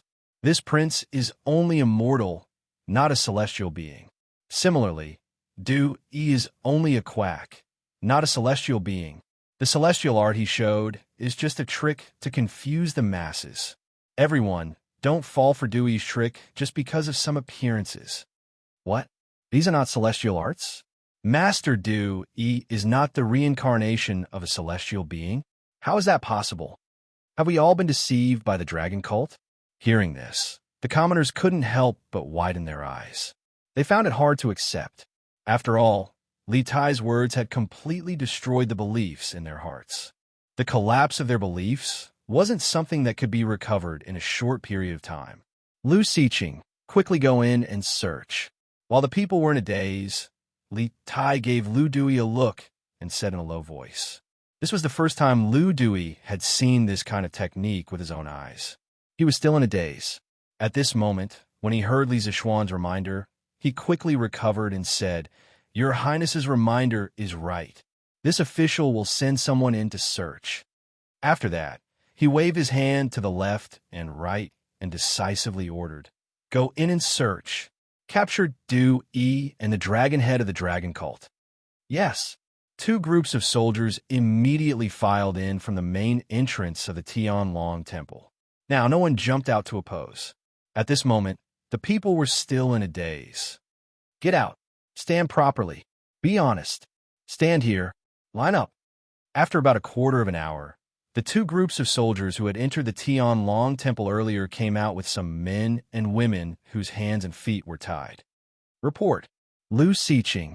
The The venerable Sakya Du-yi and the mysterious dragon head of the dragon cult are not in the Tianlong temple. We have searched every place in the temple and did not see any trace of them. The leader of the soldiers walked to Lu Dui and cupped his fists. They must have expected the imperial court to come here in advance, or receive the news in advance, and left the Tianlong temple before us. Lu Dui frowned when he heard this. At this moment, a man whose hands and feet were tied suddenly ran out from the group of captured disciples and ran straight toward Li Tai. "Your Highness, be careful." Lu Dui was very anxious. He never thought that someone would choose this time to launch an attack. Moreover, it was against Li Tai, who had a special status. He wanted to jump over and block the attack for Li Tai, but due to his age, his hands and feet were not agile enough, so he gave up. Li Tai was also surprised.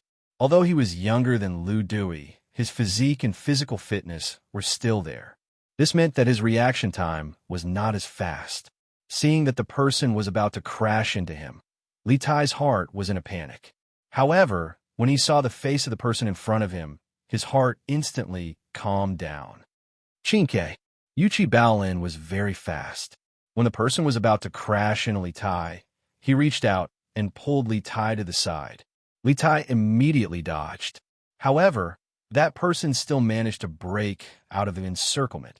However, without anyone noticing, he secretly stuffed a piece of paper into Li Tai's hand. Impudent. Someone dares to offend His Highness? Men, arrest him. Lu Dui hastily ordered. Li Tai caught a glimpse of Lu Dui's faintly discernible smile and understood that Lu Dui also knew the man's true identity. He looked at the people and used the loudspeaker to shout, "Today, you have all seen that Du-yi's immortal arts are just tricks to deceive people. Now, Du-yi and the dragon head of the Heavenly Dragon sect have fled in fear of punishment. What does this prove? It proves that they have a guilty conscience. If they were the reincarnations of gods and Buddhas, how could they have a guilty conscience? So this king hopes that when you return, you will tell each other what happened today. Don't let others be deceived by the dragon sect again." Chapter 15:15. Boom! In front of Sky Dragon Temple, Li Tai's words caused an uproar among the people. Did Master Du-yi really abscond for fear of punishment? Impossible. Master Du-yi is the reincarnation of a deity. Why would he be afraid of the imperial court's army? Why would he flee? Master Du-yi must have left Sky Dragon Temple because of something. Reincarnation of a deity? Du-yi's ice freezing technique and His Highness Duke of Wei have already shown it to prove that he's not the reincarnation of a deity. He wants to trick us into joining the Heavenly Dragon sect and then cheat us of our money. For the sake of becoming an inner disciple of the Heavenly Dragon sect, our village's Wang Shihu squandered away all the wealth his father left him. Sky Dragon sect isn't a good thing. That's right. Sky Dragon sect isn't a good thing. Our neighbor, Shi Dazhuang, sold his family's land in order to join Sky Dragon sect. Du-yi is a quack. Sky Dragon sect is a liar. T. Why would Master Du-yi lie? My father's leg injury was cured by Sky Dragon sect's Jade Lake Holy Water. That's right. My mother's lumbar pain was also cured by Jade Lake Holy Water. Li Tai's performance and speech today had shaken the hearts of many citizens, but there were still many who still firmly supported the Heavenly Dragon sect. Very soon, the two groups of citizens were in a heated argument. Li Tai saw this and smiled in satisfaction. He didn't expect to make all the citizens abandon the Heavenly Dragon sect. Being able to make a portion of the citizens waver was enough to satisfy him. Many times, once a group had a crack, it was only a matter of time before the group disbanded. Minister Liu, I'll leave these Sky Dragon sect members to you. We still have something to do, so we'll take our leave first. Li Tai turned to Lu Dui and cupped his hands. Lu Dui returned the greeting and said, "Thank you for your help today, Your Highness. Otherwise, these commoners would definitely have clashed with the Imperial Army. At that time, things would be troublesome." There was a hint of respect in his tone. If this had happened in the past, it would have been impossible. Lu Dui was a third-rank official. Although Li Tai was a prince, he was still young. It was impossible for a third-rank official to respect him from the bottom of his heart. This was a matter of ability and experience. But now it was different. Facing these crazy Heavenly Dragon sect disciples, Lu Dui himself couldn't deal with them. Instead, Li Tai had come and conducted a small experiment. With just a few words, he had easily dealt with them. This ability, this quick-wittedness, even if Lu Dui didn't want to admire him, he couldn't help but admire him. Li Tai smiled and said, "Minister Lu, there's no need to be so courteous. This prince is not here to help you, but to let the people wake up as soon as possible and not be confused by the Heavenly Dragon sect. Since the matter has been resolved, then we shall take our leave. Farewell." Di Jixuan, Sun Zifan, and Yuchi Baolin followed behind Li Tai and cupped their hands together. "Good, Your Highness and these little friends. Take care," Lu Dui said with a smile. The four of them nodded and turned to board the carriage. Lu Dui watched them leave, then waved his hand and said, "Bring all the Heavenly Dragon sect disciples back for interrogation." "Yes." The bailiffs and 2,000 Imperial guards cupped their fists and accepted the order. "Chinke, what did that escaped Heavenly Dragon sect disciple write on the note he gave you? Quickly take it out for us to see." In the carriage, Sun Zifan looked at Li Tai with an eager expression. Seeing that everyone was looking over, Li Tai pretended to be confused and said, "What note?" "Zifan, what are you talking about? Why can't I understand?" Sun Zifan couldn't take it anymore. "Hey, Chinke, you're not being loyal enough. I clearly saw that Heavenly Dragon sect disciple secretly give you a note. Don't play dumb. The four of us have solved the case together and gone through thick and thin together. What are you hiding from us for? Don't you trust us? Hey, you're the only one with sharp eyes." Li Tai glared and scolded with a smile. Then he seriously thought about it and said with a sincere face, "That person did give me a note, but I can't tell you the contents of the note, and I can't tell you the identity of that person. It's not that I don't trust you, but the less people know about this, the safer that person's situation will be. I hope you can understand." Di Jixuan was not stupid. After thinking for a while, he understood most of the situation. He nodded and said, "If that's the case, there's no need to talk about it. Chinke, we understand your concerns. You don't have to worry that we'll misunderstand." Chinke, if you don't want to say it, then don't say it. Otherwise, I'll have to keep it a secret for you. It's so tiring." Yuchi Baolin followed behind Di Jixuan and snorted. Sun Zifan helplessly rolled his eyes. He was too lazy to complain about Baolin's character. He turned to Li Tai and waved his hand. Okay. Then I won't ask. Chinke, are you going back to Chang'an City or directly to the workshop?" Li Tai pondered for a moment and said, "I have to go back to the palace first. There's something I have to report to my father. I can also send you guys home on the way." "Hey, that's great. Otherwise, I'll be burned to death if I get off the carriage on such a hot day." Sun Zifan leaned on the sofa in the carriage and said happily, "Dragonhead's prediction is amazing. The Imperial Court has indeed sent an army to surround the Sky Dragon Temple. If not for the Dragonhead ordering the core members of the sect to retreat first, we would have been surrounded." On a mountain peak, a man with an iron mask stood. Behind him, Shakyamuni bowed in admiration. "Oomph. Is this something to be happy about?" The man with the iron mask snorted mercilessly. This time, not only did the Imperial Court encircle our stronghold in Xinfeng City, they also exposed some of the immortal arts you used in front of everyone. We've lost the most in the hearts of the people. Li Shimin will definitely use the tricks that Li Tai showed us this time to make a big fuss. He has the Datong Daily in his hands, and it won't be long before our sect's followers dwindle. And all of this is because of you. At the end of his words, the man with the iron mask suddenly turned around. Through the two holes in his mask, one could see the cold light shooting out from his eyes. Compared to others, the Dragonhead's vision was indeed more long-term. He was more clear about the foundation of the Sky Dragon sect. He knew that once they lost the hearts of the people and followers, the Sky Dragon sect would immediately collapse. Shakyamuni trembled in the face of this cold gaze and powerful pressure. He quickly bowed and said, "This poor monk was careless and caused the Imperial Court to be vigilant against the Sky Dragon sect in advance. Please punish me." "Oomph. Punish?" Do you think the situation will turn for the better if I kill you? The man with the iron mask raised his voice by an octave. A powerful pressure rushed toward Shakyamuni, making him breathless. He could only quickly beg for mercy. Please forgive me, Dragonhead. Please forgive me, Dragonhead. Oomph.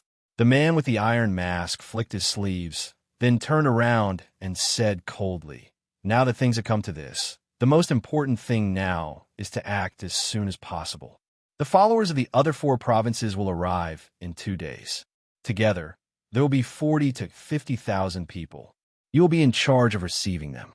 When the time is right, we will cooperate with the spies in Chong and City and directly attack Chong and City to take Li Shimon's head. At that time, even if the people know that your so-called immortal arts are tricks, so what? I will become their king. Who dares not to submit to me? Ha ha ha. At the end of his words, the man with the iron mask opened his arms and laughed wildly at the cliff. Shakyamuni, who was standing behind him, did not kick him down the cliff. Instead, he bowed and said, Dragonhead is wise. This subordinate wishes the Dragonhead to complete your great cause as soon as possible and rule the world. Ha! I don't need you to flatter me. Yesterday, I asked you to calculate a good day. Did you calculate it? The man with the iron mask stopped laughing and asked. Du-E quickly cupped his hands and said, reporting to the Dragonhead, 5 days later, the weather will change and thunder will roll. It will be a good day. 5 days later. Good. The man with the iron mask nodded and said with a trace of excitement, Zhang Liang has sorted out a list. You can rely on these people to prepare our plan in advance. When he spoke up to here, he withdrew a bright yellow silk and a command token from his pocket and passed it to Du-E. He said, besides that, I have a list of names here as well. If you have no other choice, then take this command token with you and seek their help. They'll definitely assist you in completing my plan. This time, you can't make any mistakes, or I will tear you into pieces. Do you hear me? Du-E's body trembled, and he solemnly took the silk and the token, saying, this subordinate obeys. There won't be any mistakes. Good. The man with the iron mask nodded and turned to look at the towering mountains and precipitous cliffs in front of him. He could not help but sigh. Snake Spirit Mountain. One man can hold the pass against 10,000. This is really a good place. It's a pity that Batian and Snake King were courting death by provoking Li Zishuan. Such a good sect is wasted. Now, this place has become the temporary residence of our Heavenly Dragon sect. Snake Spirit Mountain. The core members of the Heavenly Dragon sect had actually retreated to Snake Spirit Mountain. Du-E smiled. Dragonhead is wise. Last year, the Imperial Court sent an army to encircle Snake Spirit Mountain, and Li Zishuan used gunpowder to raise the peak of Snake Spirit Mountain to the ground. Now, no one will expect us to stay here. No matter how good the Imperial Court is, they won't be able to find us here. Kiki, the most dangerous place is the safest place. I will start from this Snake Spirit Mountain and conquer this world. The man with the iron mask laughed proudly. Report. At this moment, a Heavenly Dragon sect member behind the two ran over and bowed, reporting to Dragonhead. There's an outer disciple of our sect in Waynon County who is inquiring about the whereabouts of Dragonhead and Venerable One. He said that he has something extremely important to hand over to Dragonhead and Venerable One. We have locked him in the Wu Manor at the foot of the mountain. Dragonhead, please make the decision. Something extremely important? Du-E frowned slightly, his face full of displeasure. Why don't you just snatch it from him? Can't you see what the situation is now? If we are not careful, we will attract the Imperial Court's army. The disciple looked troubled. Venerable One, that person said that he didn't bring that thing with him. He will only take it out after he is sure that he can see Dragonhead. Oomph, this person is so cunning. It is very likely that he was sent by the Imperial Court. Let's kill him before he knows where we are. Hearing this, a trace of viciousness flashed across Shijidu-E's face as he coldly said, this, the disciple hesitated, not knowing if he should obey the order. Then, the man with the iron mask said, wait. After a pause, the man with the iron mask continued, Take my order and bring that person up the mountain. Dragonhead, what if this person is a spy sent by the imperial court? Won't our whereabouts be exposed? He hurriedly said. The man with the iron mask snorted. If this thing is extremely important to our heavenly dragon sect, what should we do? Besides, even if he is a spy from the imperial court, I don't believe that he can send a message to the imperial court under my nose. You hurry up and go. With that, the man with the iron mask pointed at the disciple who gave the order. Yes, Dragonhead. The disciple received the order and left. As the sun set, a few men in gray clothes suddenly came to a village outside the mountains. They walked to a small, dilapidated house beside the village and asked, "Is that kid still inside?" The two young men guarding the door quickly said, "Still inside. Still inside. Brother Ming, wait a moment. We will bring that kid out." The man in the lead responded softly. The two young men pushed the door open and walked in. After a while, the two of them walked out with a handsome young man who was dressed somewhat shabbily. The man in the lead shouted, "Li Junjian, you brat, quickly hand over the thing, or don't blame me for being rude." The man named Li Junjian raised his head and looked at the man with the surname Meng indifferently. He said without fear, "I said, this thing is very important to me. I can only hand it to you, Dragonhead. I don't trust anyone else. You can kill me or cut me up, but it is impossible for me to hand over the thing." "Yo, you're quite tough, brat. This young master likes your temperament. Let's go. Take your thing and come back with me to see Dragonhead." The man with the surname Meng laughed and said. Li Junjian was unmoved and said indifferently, "Humph. How do I know if you're lying to me? If I take out the thing and you want to snatch it, then I won't have a share of the credit at that time. I'm not going." "Hey, you're quite cautious, brat." The man with the surname Meng laughed, then took out a token from his pocket and waved it in front of Li Junjian's eyes. He said, "See, this is Dragonhead's personal token. Seeing this token is like seeing Dragonhead. Now do you believe that I was sent by Dragonhead to pick you up?" Li Junjian looked at it seriously. After pondering for a moment, he said, "Okay, I'll go with you, but I have to take the thing out first. You're not allowed to follow me." The man with the surname Meng thought for a moment and said, "Okay, then hurry up. I don't think you can escape from me." Chapter 15:16. Dragonhead, Li Junjian has arrived. The Heavenly Dragon sect member, surnamed Meng, led Li Junjian to the iron-masked man's thatched hut and bowed. Last year, Li Zishuan had used gunpowder to flatten the summit of Snake Spirit Mountain, so the huts that the 7 cultivators of Virtue sect had built on it were naturally gone. The Heavenly Dragon sect had only moved in at noon today, so there was no time to repair the huts, so they could only erect a few thatched huts. You're dismissed." The iron-masked man nodded and said indifferently, "Yes, Dragonhead."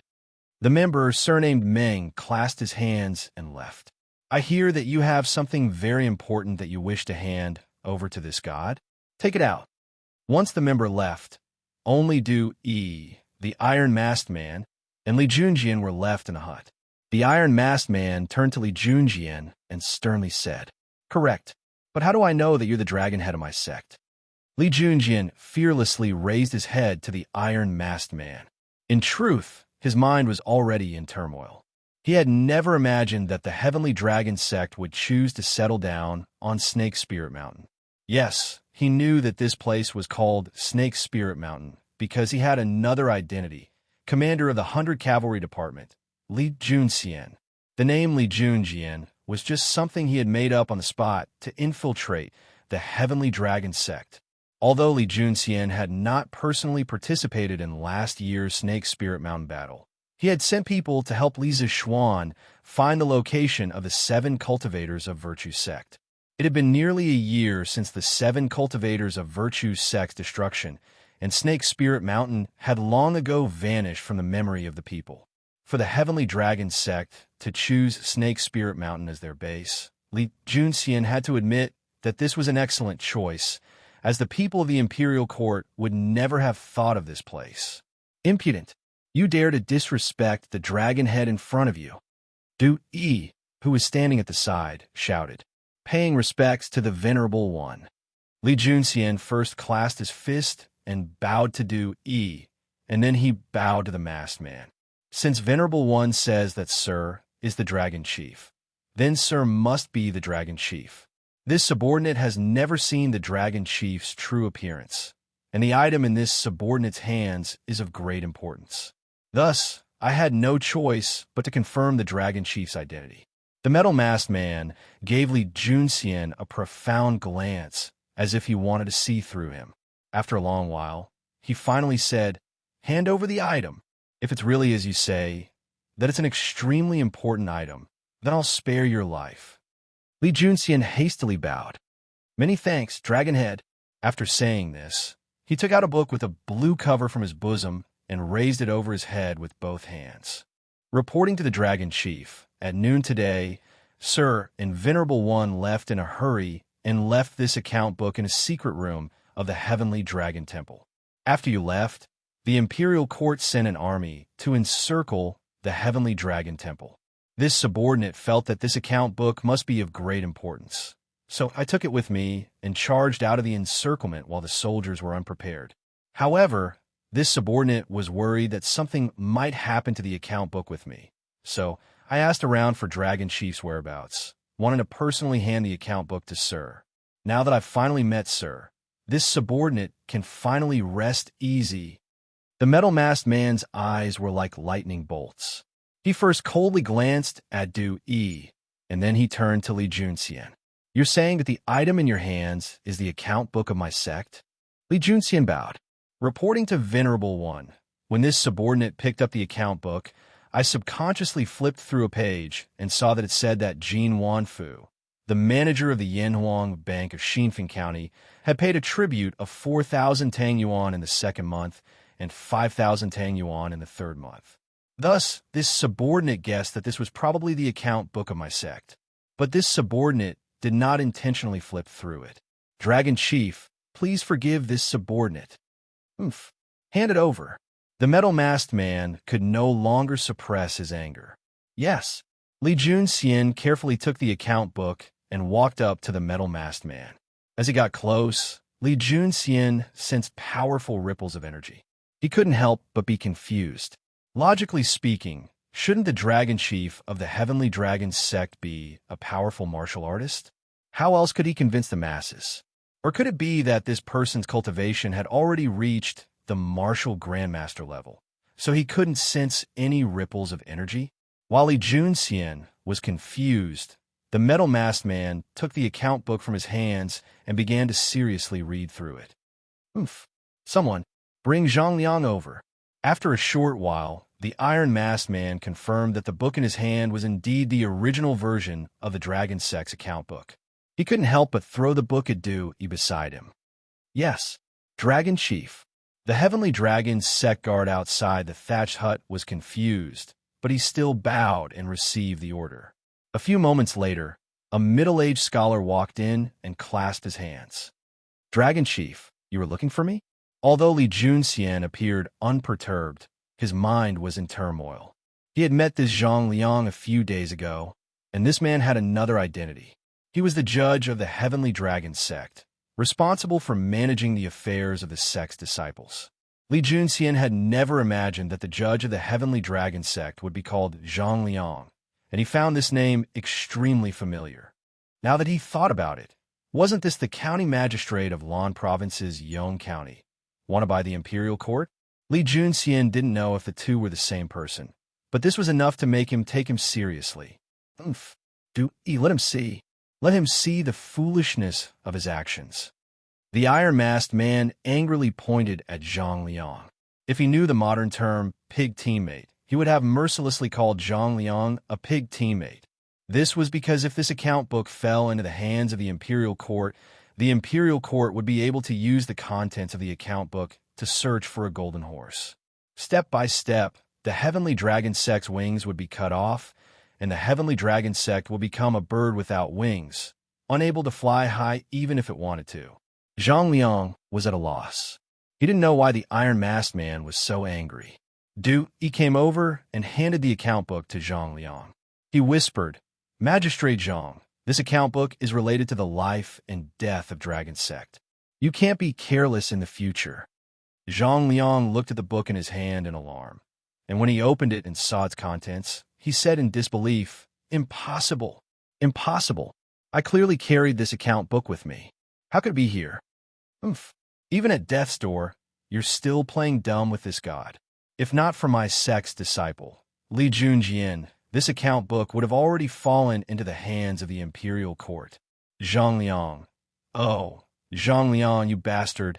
Are you thinking of using this chance to transfer this account book to the imperial court so that you can obtain an official position and continue to bully men and women? The iron-masked man roared, his eyes brimming with killing intent. It was clear that he wanted to kill.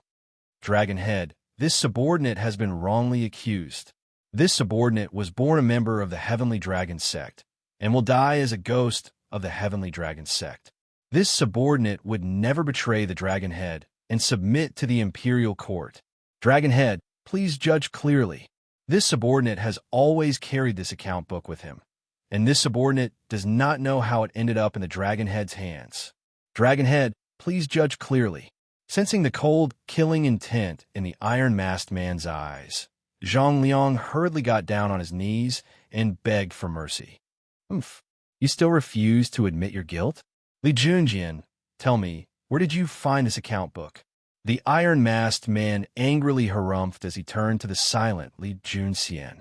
"Let's return to the Dragonhead. This subordinate found this account book in the basement of the Heavenly Dragon Temple. Presumably, Lord Judge was careless and forgot to take it with him." Li Junxian stepped forward and clasped his fists. "Nonsense. You're speaking nonsense. You're lying. This old man clearly remembers that I took the account book with me when I left. Stop making false accusations, or else don't blame this old man for being rude."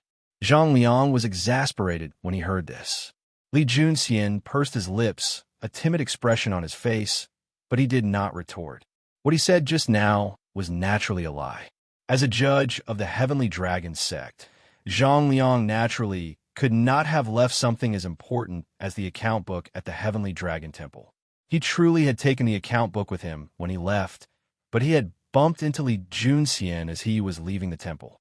What sort of expert was Li Junxian? Wasn't it easy for him to steal something from a weak scholar who didn't know any martial arts? Thus, Li Junxian had managed to steal the account book that Zhang Liang had taken with him.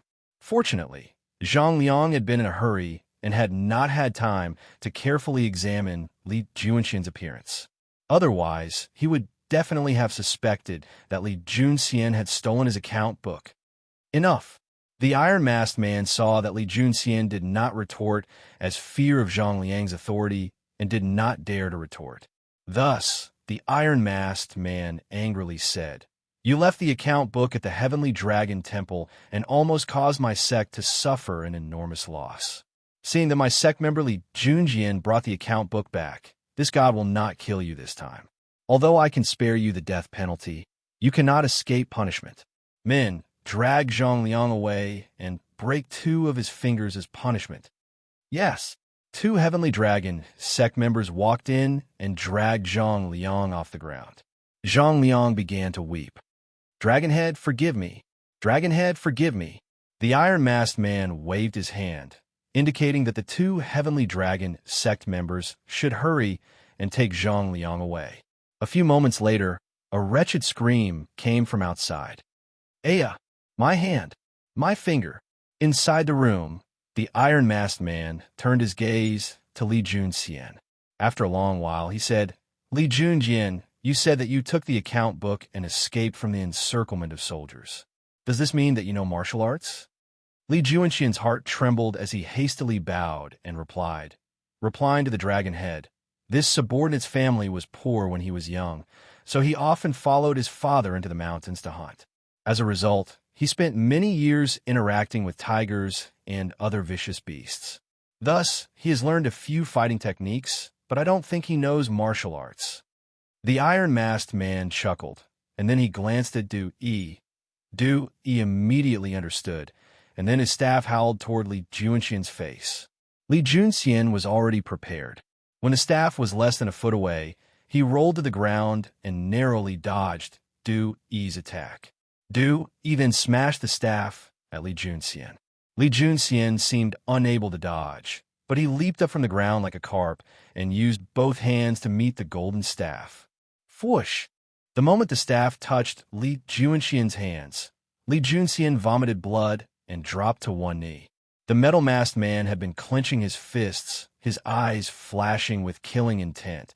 But when he saw Li Junxian vomit blood from being struck by Du Yi's staff, the killing intent in his eyes quickly dissipated. Not bad. You reacted very quickly. Du Yi chuckled as he helped Li Junxian up from the ground.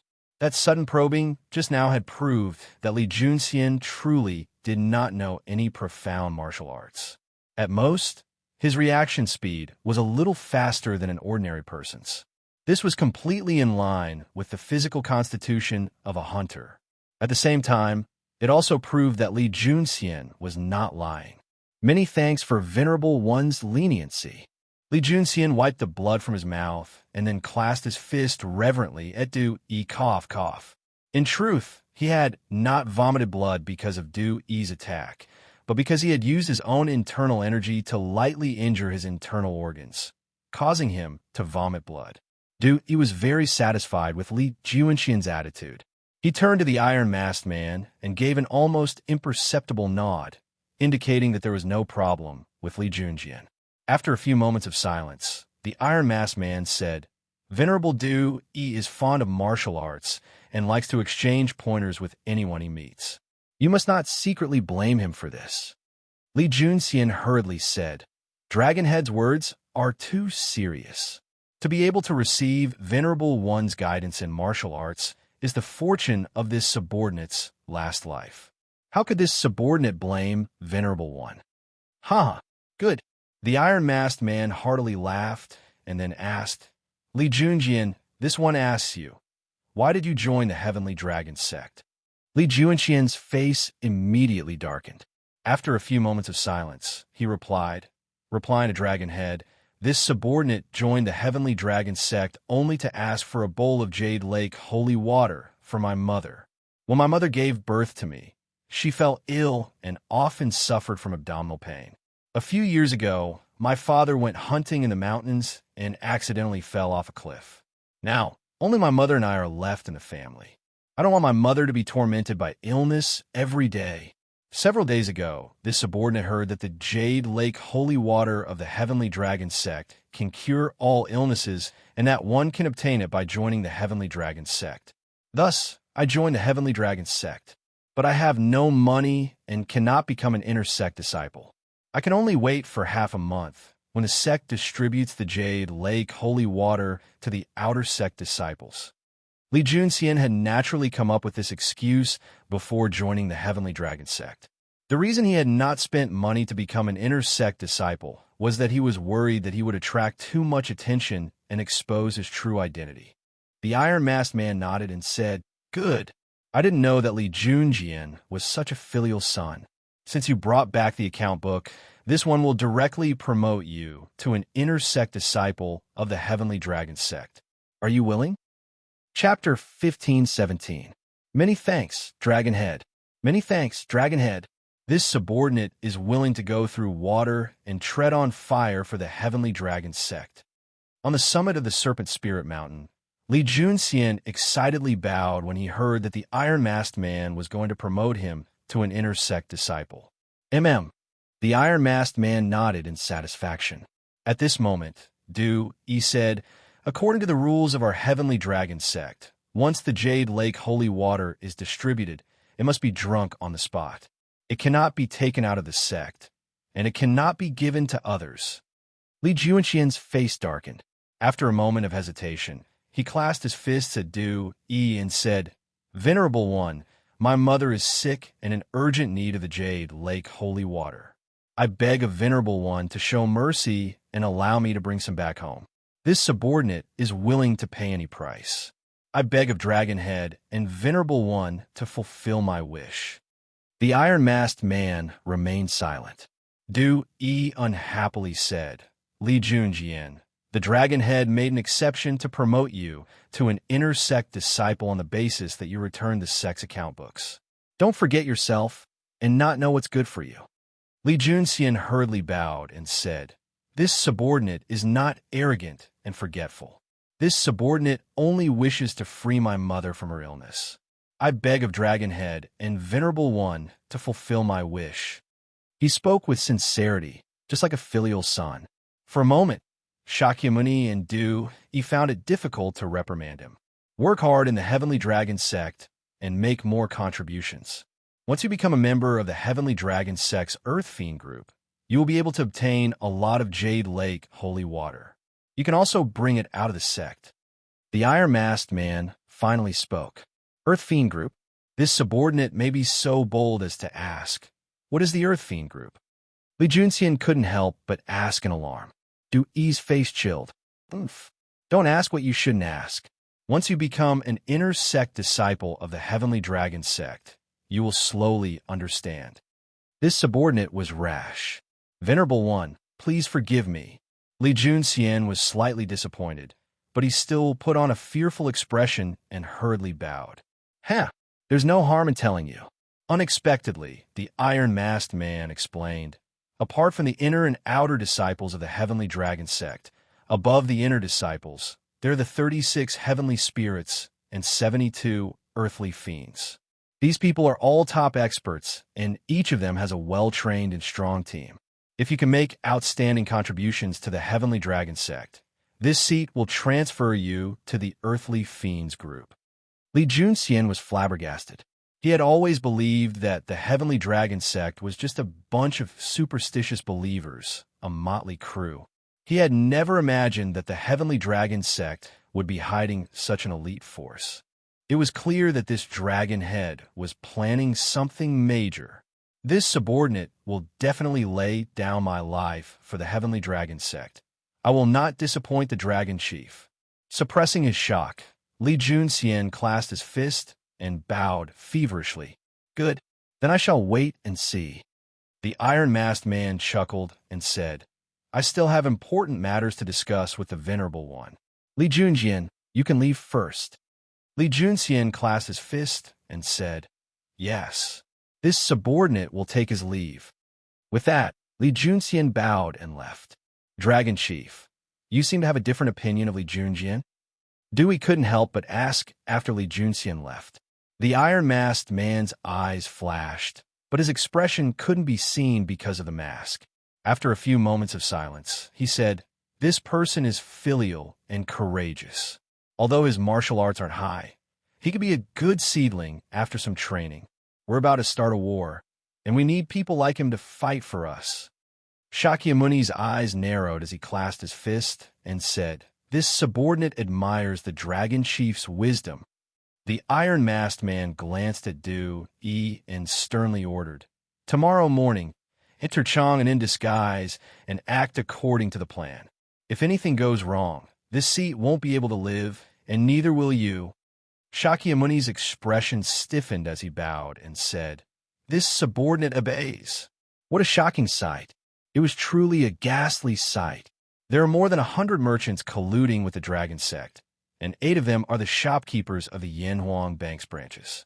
In just a few months, the Dragon sect has obtained more than 300,000 strings of cash from these people. What is the Dragon sect trying to do by amassing so much money? I'm sure everyone here knows what's going on even without this old man saying it, right? In the Ganlu Hall, Zhang Sun Wuji, Fang Xianling, Du Ruhui, Wei Zheng, Lu Dui, Xiao Yu, and several other core officials were gathered together. At this moment, Xiao Yu solemnly looked at everyone and sternly said, after Li Tai received the slip of paper that Li Junxian had secretly passed to him, he had passed it to Li Er. After reading it, Li Er was shocked and hurriedly summoned several trusted core officials to the Ganlu Hall for an emergency meeting. Wei Zheng stepped forward and clasped his fist. "Your Majesty, this old subject dares to ask, where did this information come from? Is it reliable?" Seated at the head of the table, Li Er waved his hand. "We will not divulge the source of this information, but this information is definitely reliable. Right now, the urgent matter is to discuss how to resolve the dragon sex problem, not the source of this information." Li Er placed great importance on a young man like Li Junxian, so he did not want to reveal Li Junxian's true whereabouts in case Li Junxian was discovered in the dragon sect and met with misfortune. The slip of paper that Li Junxian had passed to Li Tai naturally didn't contain all the information in the account book. It only contained the main points, but even so, it was enough to shock Wei Zheng and Fang Xianling. Your Majesty, the dragon sect has amassed so much money and used Du Yi's deceit to wantonly recruit believers. They have both money and influence, so there's an 80% chance that they are already disloyal to the imperial court. This old subject requests that your Majesty make a decision so that more people do not join the dragon sect and go astray. Zhang Sun Wuji stepped forward and sternly said, "This old subject concurs." Fang Xianling clasped his fist. This old subject believed that your Majesty should immediately list the dragon sect as a disloyal sect and order the various provinces and counties to prohibit the dragon sect from preaching. Otherwise, when the dragon sect grows stronger and has more and more believers, it will be too late for the imperial court to deal with them. This subject concurs. The other officials also clasped their fists in agreement. Lier nodded and said, "All right, then we will write a decree and announce to the world that the dragon sect will become a rat on the street that everyone has the right to punish. However, the core members of Heavenly Dragon Cult are nowhere to be found. Assistant G, order the Ministry of Personnel to immediately send out official documents to the various prefectures. Order them to arrest Du Yi. Find out where the core members of Heavenly Dragon Cult are hiding and capture them all in one fell swoop." This old subject obeys the decree. Zhang Sun Wuji immediately clasped his fist. Lu Dui then said, "Preventing the people from talking is more important than preventing the river from flowing." This old subject believes that if we force the people not to join the dragon sect, it will likely cause the world to criticize us. Previously, His Highness King Wei publicly exposed Du Yi's deception of pretending to be a reincarnated Buddha, causing the people of Xinfeng County to be completely suspicious of the dragon sect. This subject believes that this method is the best way to completely wipe out the dragon sect. We should use Datong daily to publicize this and continue to imitate it. Lier agreed. What Minister Lu said makes sense. Later, we will let Datong daily publicize this matter and continue to expose Du Yi's other deceptions. Your Majesty is wise, everyone said in unison. In addition to these merchants and the dragon sect, there are many officials in the imperial court who have secretly joined the dragon sect. We hope that from tomorrow onwards, you will carefully investigate which officials have joined the dragon sect. Before sunset tomorrow, you must give us a result. After a moment of silence, Li Er added. Everyone knew that Li Er was going to reorganize the court officials, and their hearts trembled. They clasped their fists and said, "This subject obeys the decree." Sold newspapers. The latest issue of Datong Daily. His Majesty has decreed that the dragon sect is a disobedient sect, and everyone has the right to punish it. From today onwards, the people are not allowed to join the dragon sect. Sold newspapers. Dragon sect's Shakyamuni Du Yi is not a reincarnated Buddha. His immortal techniques are all lies. Those who want to read, quickly buy a copy of a newspaper. The next day, early morning, the latest issue of Datong Daily was open for sale.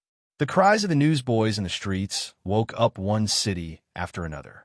The people who woke up early were all shocked after hearing the contents of the newsboys' cries. What? His Majesty said that the dragon sect is a disobedient sect? Little doll, quickly give this young master a copy of Datong Daily. A young man who had just walked out of the shop with a somewhat lame leg heard the newsboy's cries and quickly stopped in his tracks and shouted at the newsboy. Speaking of which, he had recently planned to join the dragon sect to ask for the Jasper Lake holy water. He did not expect to hear the news that the dragon sect was defined as a disobedient sect by the imperial court. He could not help but be shocked. In fact, he was not the only one who was shocked. Recently, the dragon sect could be said to be incomparably popular around Chang and city. From 70 to 80-year-old people to 6 to 7-year-old children, There was no one who did not know about the dragon sect. It was precisely because more people knew that the dragon sect was being encircled and annihilated by the imperial court that the people were even more shocked and incredulous. Dragon sect is a disobedient sect. How is this possible? Little doll, quickly give this old man a copy of Datong Daily. Do E's immortal techniques are all lies? Little doll, quickly give me a copy too. In less than an hour, on the streets and alleys, almost everyone who had the means had a copy of the newspaper. As more and more people read the contents of the newspaper, the discussions between the people became more and more intense. If the dragon sect is a disobedient sect, then we can't join them anymore. If you don't want to join, then don't join. The dragon sect isn't anything good. Didn't you read the newspaper? The dragon sect recruited the people just to accumulate wealth. I heard that many people squandered their family fortune in order to become an inner disciple of the dragon sect. The dragon sect deserves to die. A bunch of nonsense. The dragon sect's Yaoqi holy water has saved who knows how many people. How can you make sarcastic remarks here? That's right. My father's leg disease was cured by the dragon sect's Yaoqi holy water. Then what about the newspaper saying that Du Yi's immortal techniques are all lies? What's going on? That's all nonsense. There's no proof. Bullshit. What nonsense was that? Yesterday, I heard that His Highness Wei Wang used Du Yi's touch water ice technique in front of hundreds of people in Xinfeng County. It's not as mysterious and difficult as you think. Therefore, the immortal arts that Du Yi had used earlier were all lies. The dragon sect wants to cheat every one of their money. There's still no proof. These must be made up by the Datong Daily. Which one of you saw His Highness Wei Wang use the touch water ice technique yesterday? Yes. I didn't see it. These things must be made up by the Datong Daily's reporters. I saw it. Not only did His Highness Wei Wang use the touch water ice technique in front of everyone, he also used an immortal instrument that can make the sound very loud. I think His Highness Wei Wang is the reincarnation of a Buddha. At that time, all the core disciples of Heavenly Dragon Temple had left in advance. If that's not running away, what else can it be? I believe in the dragon sect. I believe that the Venerable One is the reincarnation of a Buddha. I believe in the dragon sect. Fight the dragon sect. In a short period of time, the people expressed their opinions about the dragon sect. Some of the more radical ones almost started a fight. But without exception, there were people who stood firmly on the side of the dragon sect. Chapter 15:18. Greetings, Lord. At the peak of Snake Spirit Mountain, in the middle of the thatched hut, a burly middle-aged man in black walked in and bowed to the iron-masked man. Lord. He actually called the iron-masked man Lord. The iron-masked man's back was facing the door, but when he heard this, he quickly turned around and took 2 steps forward to personally help the middle-aged man up. We're all family, General Luo. There's no need to be so courteous. This attitude was completely different from before. Or rather, the iron-masked man's attitude was also very different from before. It was obvious that General Luo had a very important position in the iron-masked man's heart. Etiquette cannot be ignored. It's one thing for Lord to think highly of me, but that doesn't stop me from respecting Lord. The man surnamed Luo said respectfully. The iron-masked man said helplessly, General Luo's stubbornness is still the same as before. Since that's the case, I won't persuade you anymore. Have a seat. With that, he pointed to the bench at the side. Thank you, Lord. The man surnamed Luo cupped his hands and walked to the bench, sitting upright.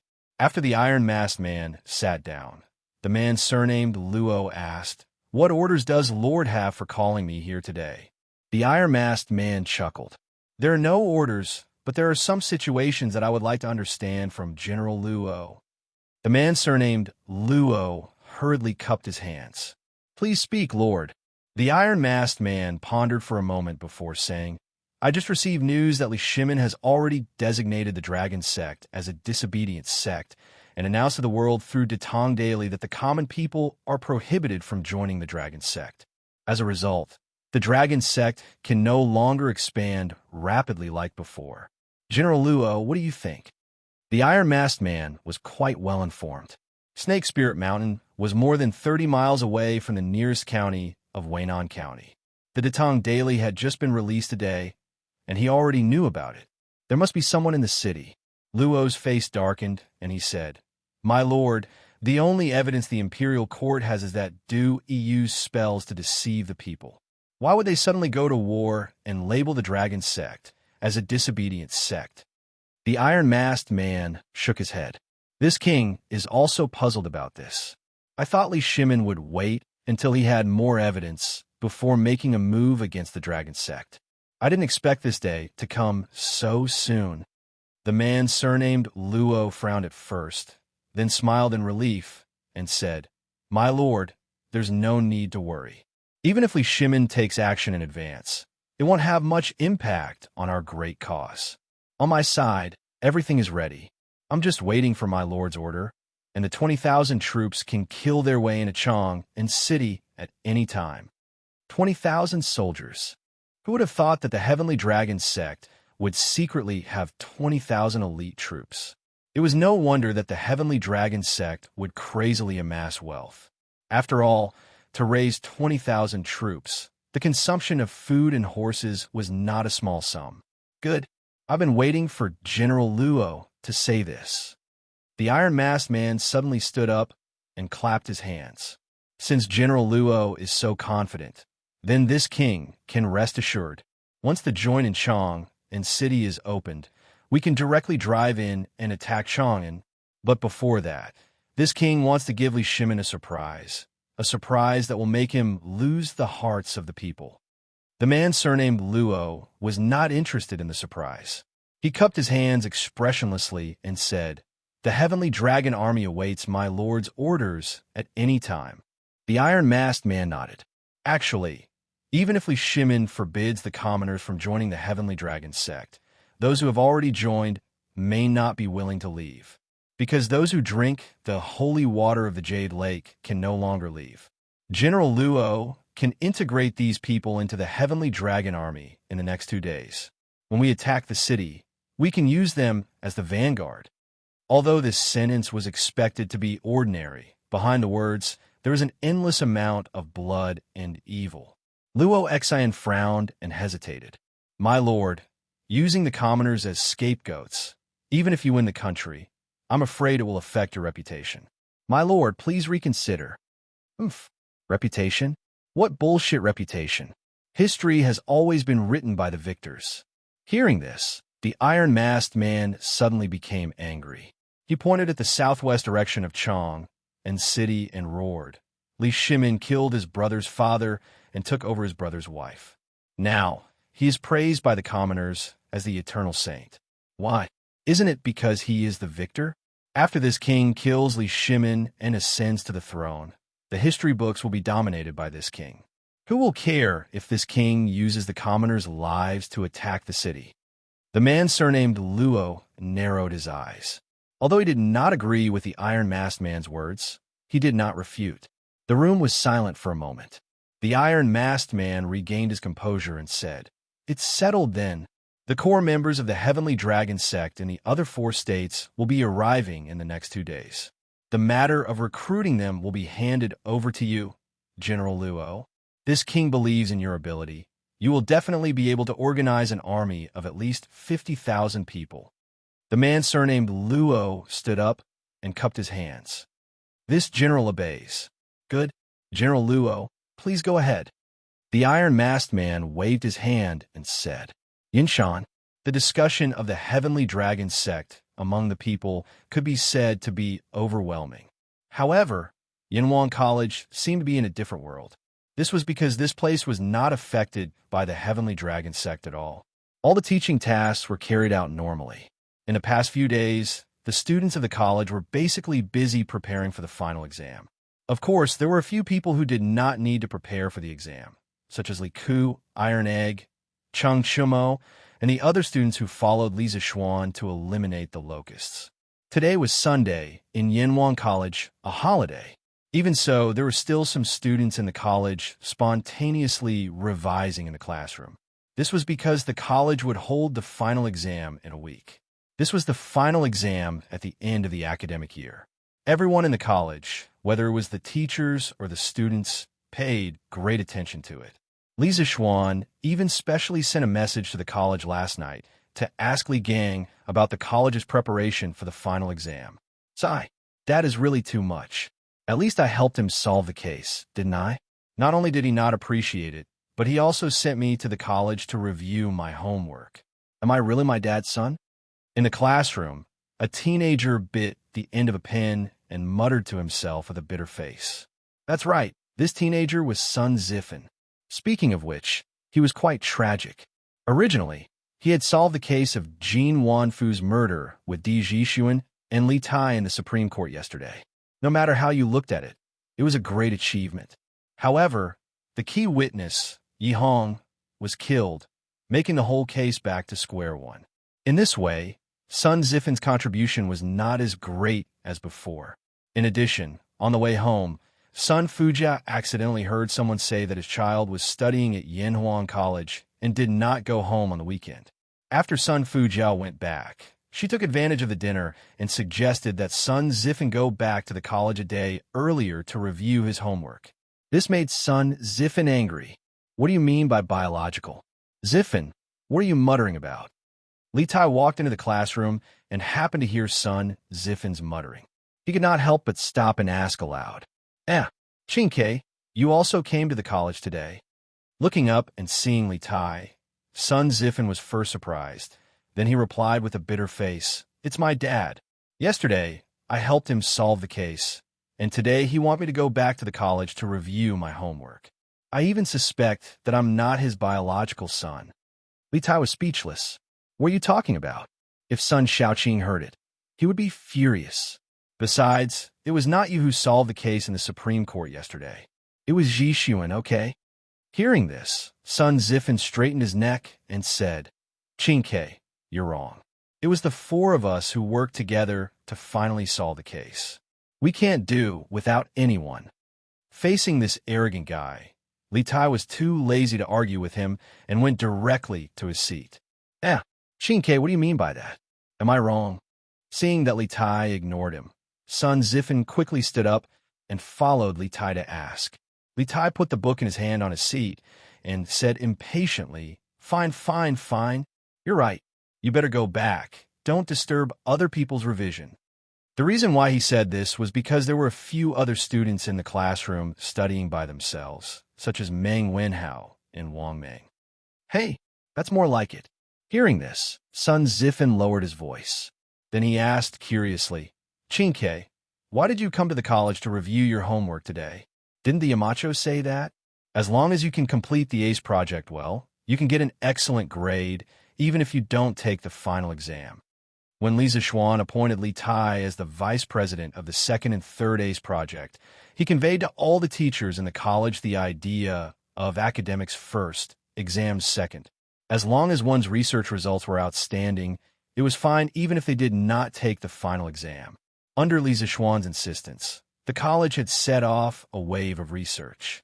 Many students were actively involved in the research and development of the ACE project. Li Tai looked at Sun Zifen and said faintly, I don't want to just get an excellent grade. I want to be first in the college. Sun Zifen was silent for a moment and said, Damn, forget I asked. You can study by yourself. After that, he turned around and prepared to roll back to his seat. However, he was stopped by Li Tai and said, Zifen, wait.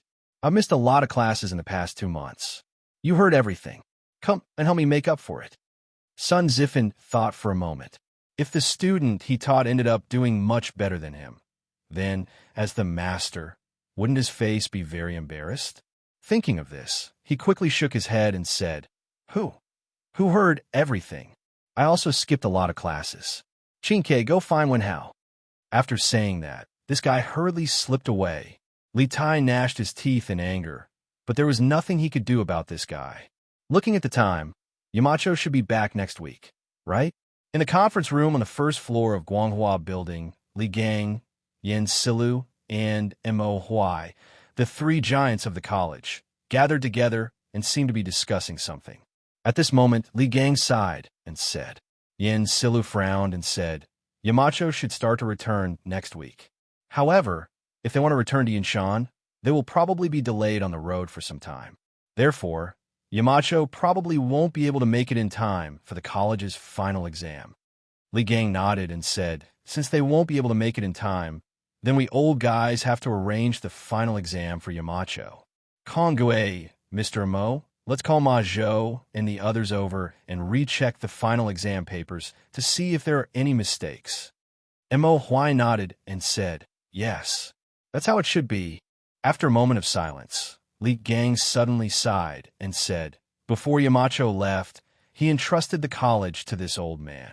Although this old man didn't make any great contributions these days, I didn't let anything happen to the college. Seeing that Yamacho is about to return, this old man has been feeling uneasy recently. I have a feeling that something is going to happen to the college these days. Maybe it's because I'm old and have nothing to do, so I can't help but let my imagination run wild. After the students finish their final exam next week, this old man will officially retire. In the future, I will live in the Yunshan residence. If I have nothing to do, I will come to the college to see the students that this old man taught personally. Even if I die, I will have no regrets. The old man had taught 2 crown princes in his life, but in the end, both crown princes died in a coup. This broke the old man's heart, so he retired early. Li Zishuan's appearance gave him a second spring in his life. Seeing the college's children grow and become talents day by day, the old man was happy from the bottom of his heart. However, at the same time, he also wanted to protect these children. During the time that Li Zishuan was away, the old man had been worried sick for the college. The guards, logistics, and teaching of the college, no matter how big or small, he wanted to provide a stable learning environment for the students. Wenji, you have a good plan? This old man also dreams of living in Yinshan in the future and watching the college's children become talents day by day. This old man will have no regrets even if he dies. Hearing this, Yin Silu agreed.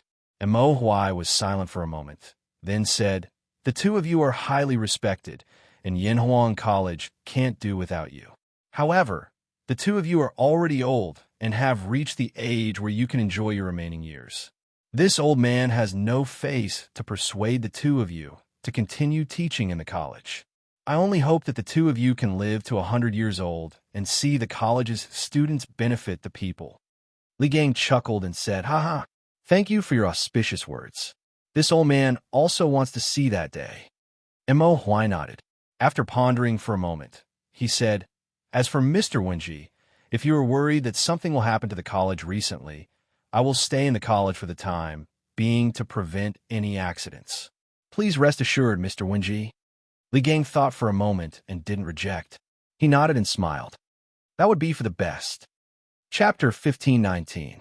Li Gang had gone through the trials and hardships of 2 dynasties. He had experienced the peace of the world and the turmoil of the world. His sense of danger was definitely more sensitive than that of ordinary people. Although Mo Huai didn't believe in metaphysics, he still didn't dare to take the old teacher's words to heart. Therefore, he made the decision to live in the academy recently. The sun slowly set in the west, and the day was about to pass just like that. The students who stayed in the academy to review their homework on the weekend walked out of the teaching building and prepared to eat in the cafeteria. Most of the children who went home on the weekend had already returned to the academy. Since the beginning of this month, the academy had evening self-study every Sunday night. The students had to rush back to the academy before sunset. All of this was ultimately because the academy now had electric lights. Today, the students who felt that the electric lights were quite fresh now somewhat hated them. Because if there were no electric lights, how could they have evening self-study? Facing the afterglow of the setting sun, the students walked in groups of 3 to 5, chatting and laughing together. What a harmonious scene in the academy. After an hour, the sun finally gave up its last trace of resistance and completely fell from the west. The sky became dark. The electric lights all over Yinhuang College also lit up. The top of the mountain was brightly lit. From afar, it looked like a celestial palace above the clouds. It was gorgeous and resplendent. The other places are as dark as ink, but this place is brightly lit as if it's daytime. Yanhuang College is indeed a magical place. In a pine forest to the west of the Cloud Mountain, a mysterious man in a black robe stood on the tallest and largest pine tree. He crossed his arms in front of his chest and looked down at the brightly lit academy in the distance. He muttered to himself. His voice was a little hoarse, as if his vocal cord were about to crack. His condescending posture was like a giant eagle hovering in the sky, staring at its prey on the ground. This was a kind of confidence that belonged to the strong. Of course, this was also an unprecedented crisis for Yanhuang College. Time passed slowly. The black-robed man stood motionless at the top of the pine tree. He quietly looked at Yanhuang College, which occupied the center of Cloud Mountain. His gaze swept over every building and building. He looked very seriously, as if he wanted to engrave the entire Yanhuang College in his mind.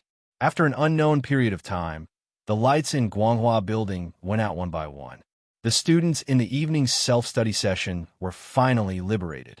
They could happily leave the tiring classroom and return to the dormitory to have a good night's sleep.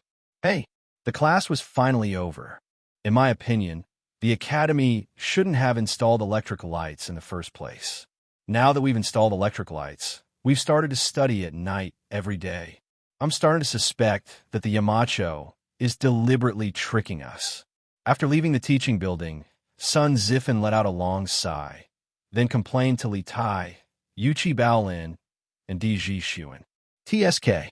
When the academy first installed electric lights, I wonder who was the one who went to look and touch the electric lights as soon as he returned to the dormitory. When Li Tai heard this, he mercilessly attacked with his words.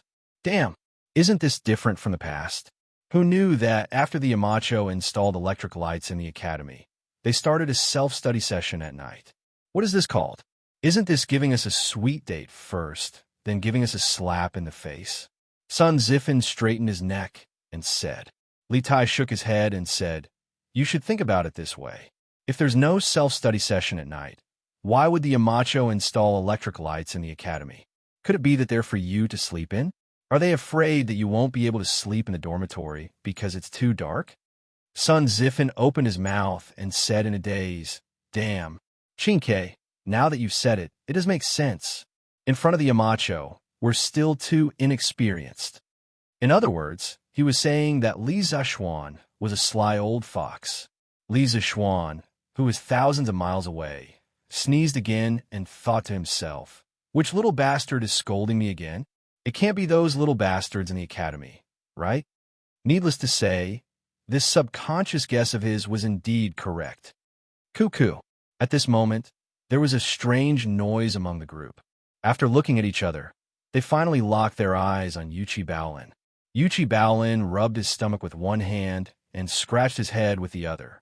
He said embarrassedly, I'm hungry. Chinke, why don't you guys go back first? I'll go to Aroma's shop to buy some food. Hey, let's have supper. I'll go too. Hearing this, Sun Zifan hurriedly said excitedly. Li Tai thought for a while and said, Then I'll go too. Zhishuan, do you want to go too? He had been very busy in the workshop recently, and it was rare for him to come back to the academy today.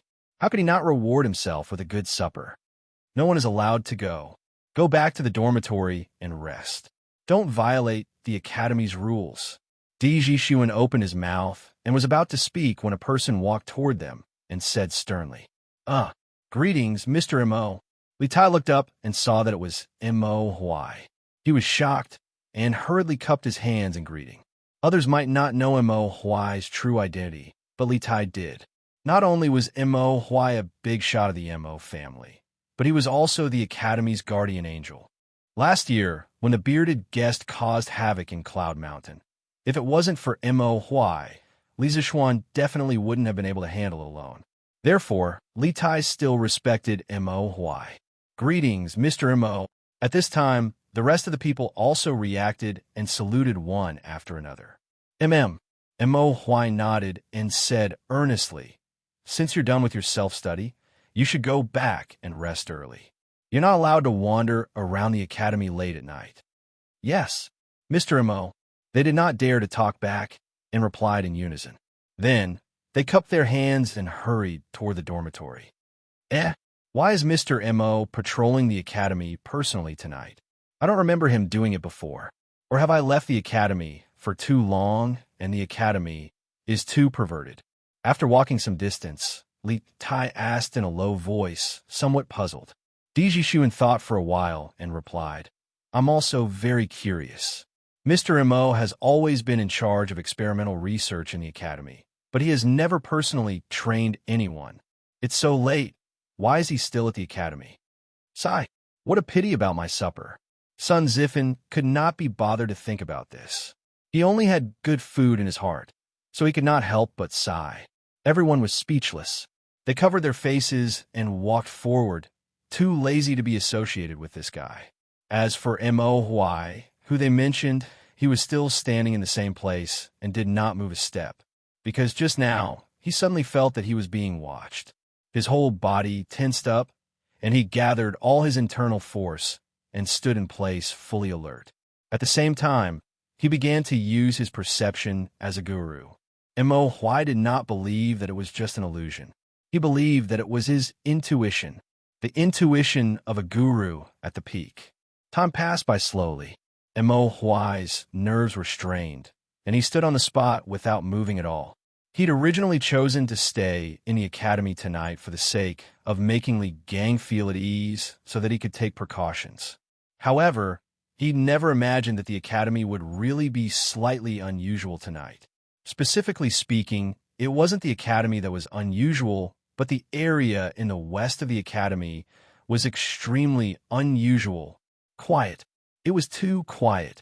It was the middle of summer, and it was inevitable that there would be some insects and birds in the woods at night. But tonight there was nothing. He could only vaguely hear some wind. In addition, M.O. Huai suddenly felt that he was being spied on. Everything showed that the academy was definitely abnormal tonight. Swoosh! Suddenly, M.O. Huai opened his eyes. A pair of sharp eyes looked directly at the pine forest in the west. His gaze seemed to pierce the night sky and see the entire pine forest clearly. But unfortunately, his eyes did not have night vision. Moreover, he was in the light now, but the pine forest in the west of the academy was in the dark. It was too difficult for him to see if there was anything abnormal in the pine forest in the light and in the dark. But at this time, if one looked at it from a god's perspective, they would find that M.O. Huai's eyes just happened to meet Blackrobe's eyes. Their eyes met, but there were no sparks of friendship. There was only, I can see you, but you can't see me. After a long time, M.O. Huai did not find anything abnormal. He could only look away and then slowly leave the place. This person is quite interesting. Yanwang College has a deep foundation and actually has a martial arts master at the peak of the guru realm. He must be the big son of the M.O. family, right? At this moment, the mysterious black robe at the top of the pine forest looked at M.O. Huai's back and sighed softly with his hoarse voice. Although M.O. Huai was far away, Black Robe did not immediately go down. Instead, he stood on the top of the tree and waited silently. At this time, he was like a very patient lone wolf, quietly waiting in the dark for the best opportunity to kill his prey. After another hour, except for the street lamps on both sides of the main road, all the lights in all the houses in the academy were turned off.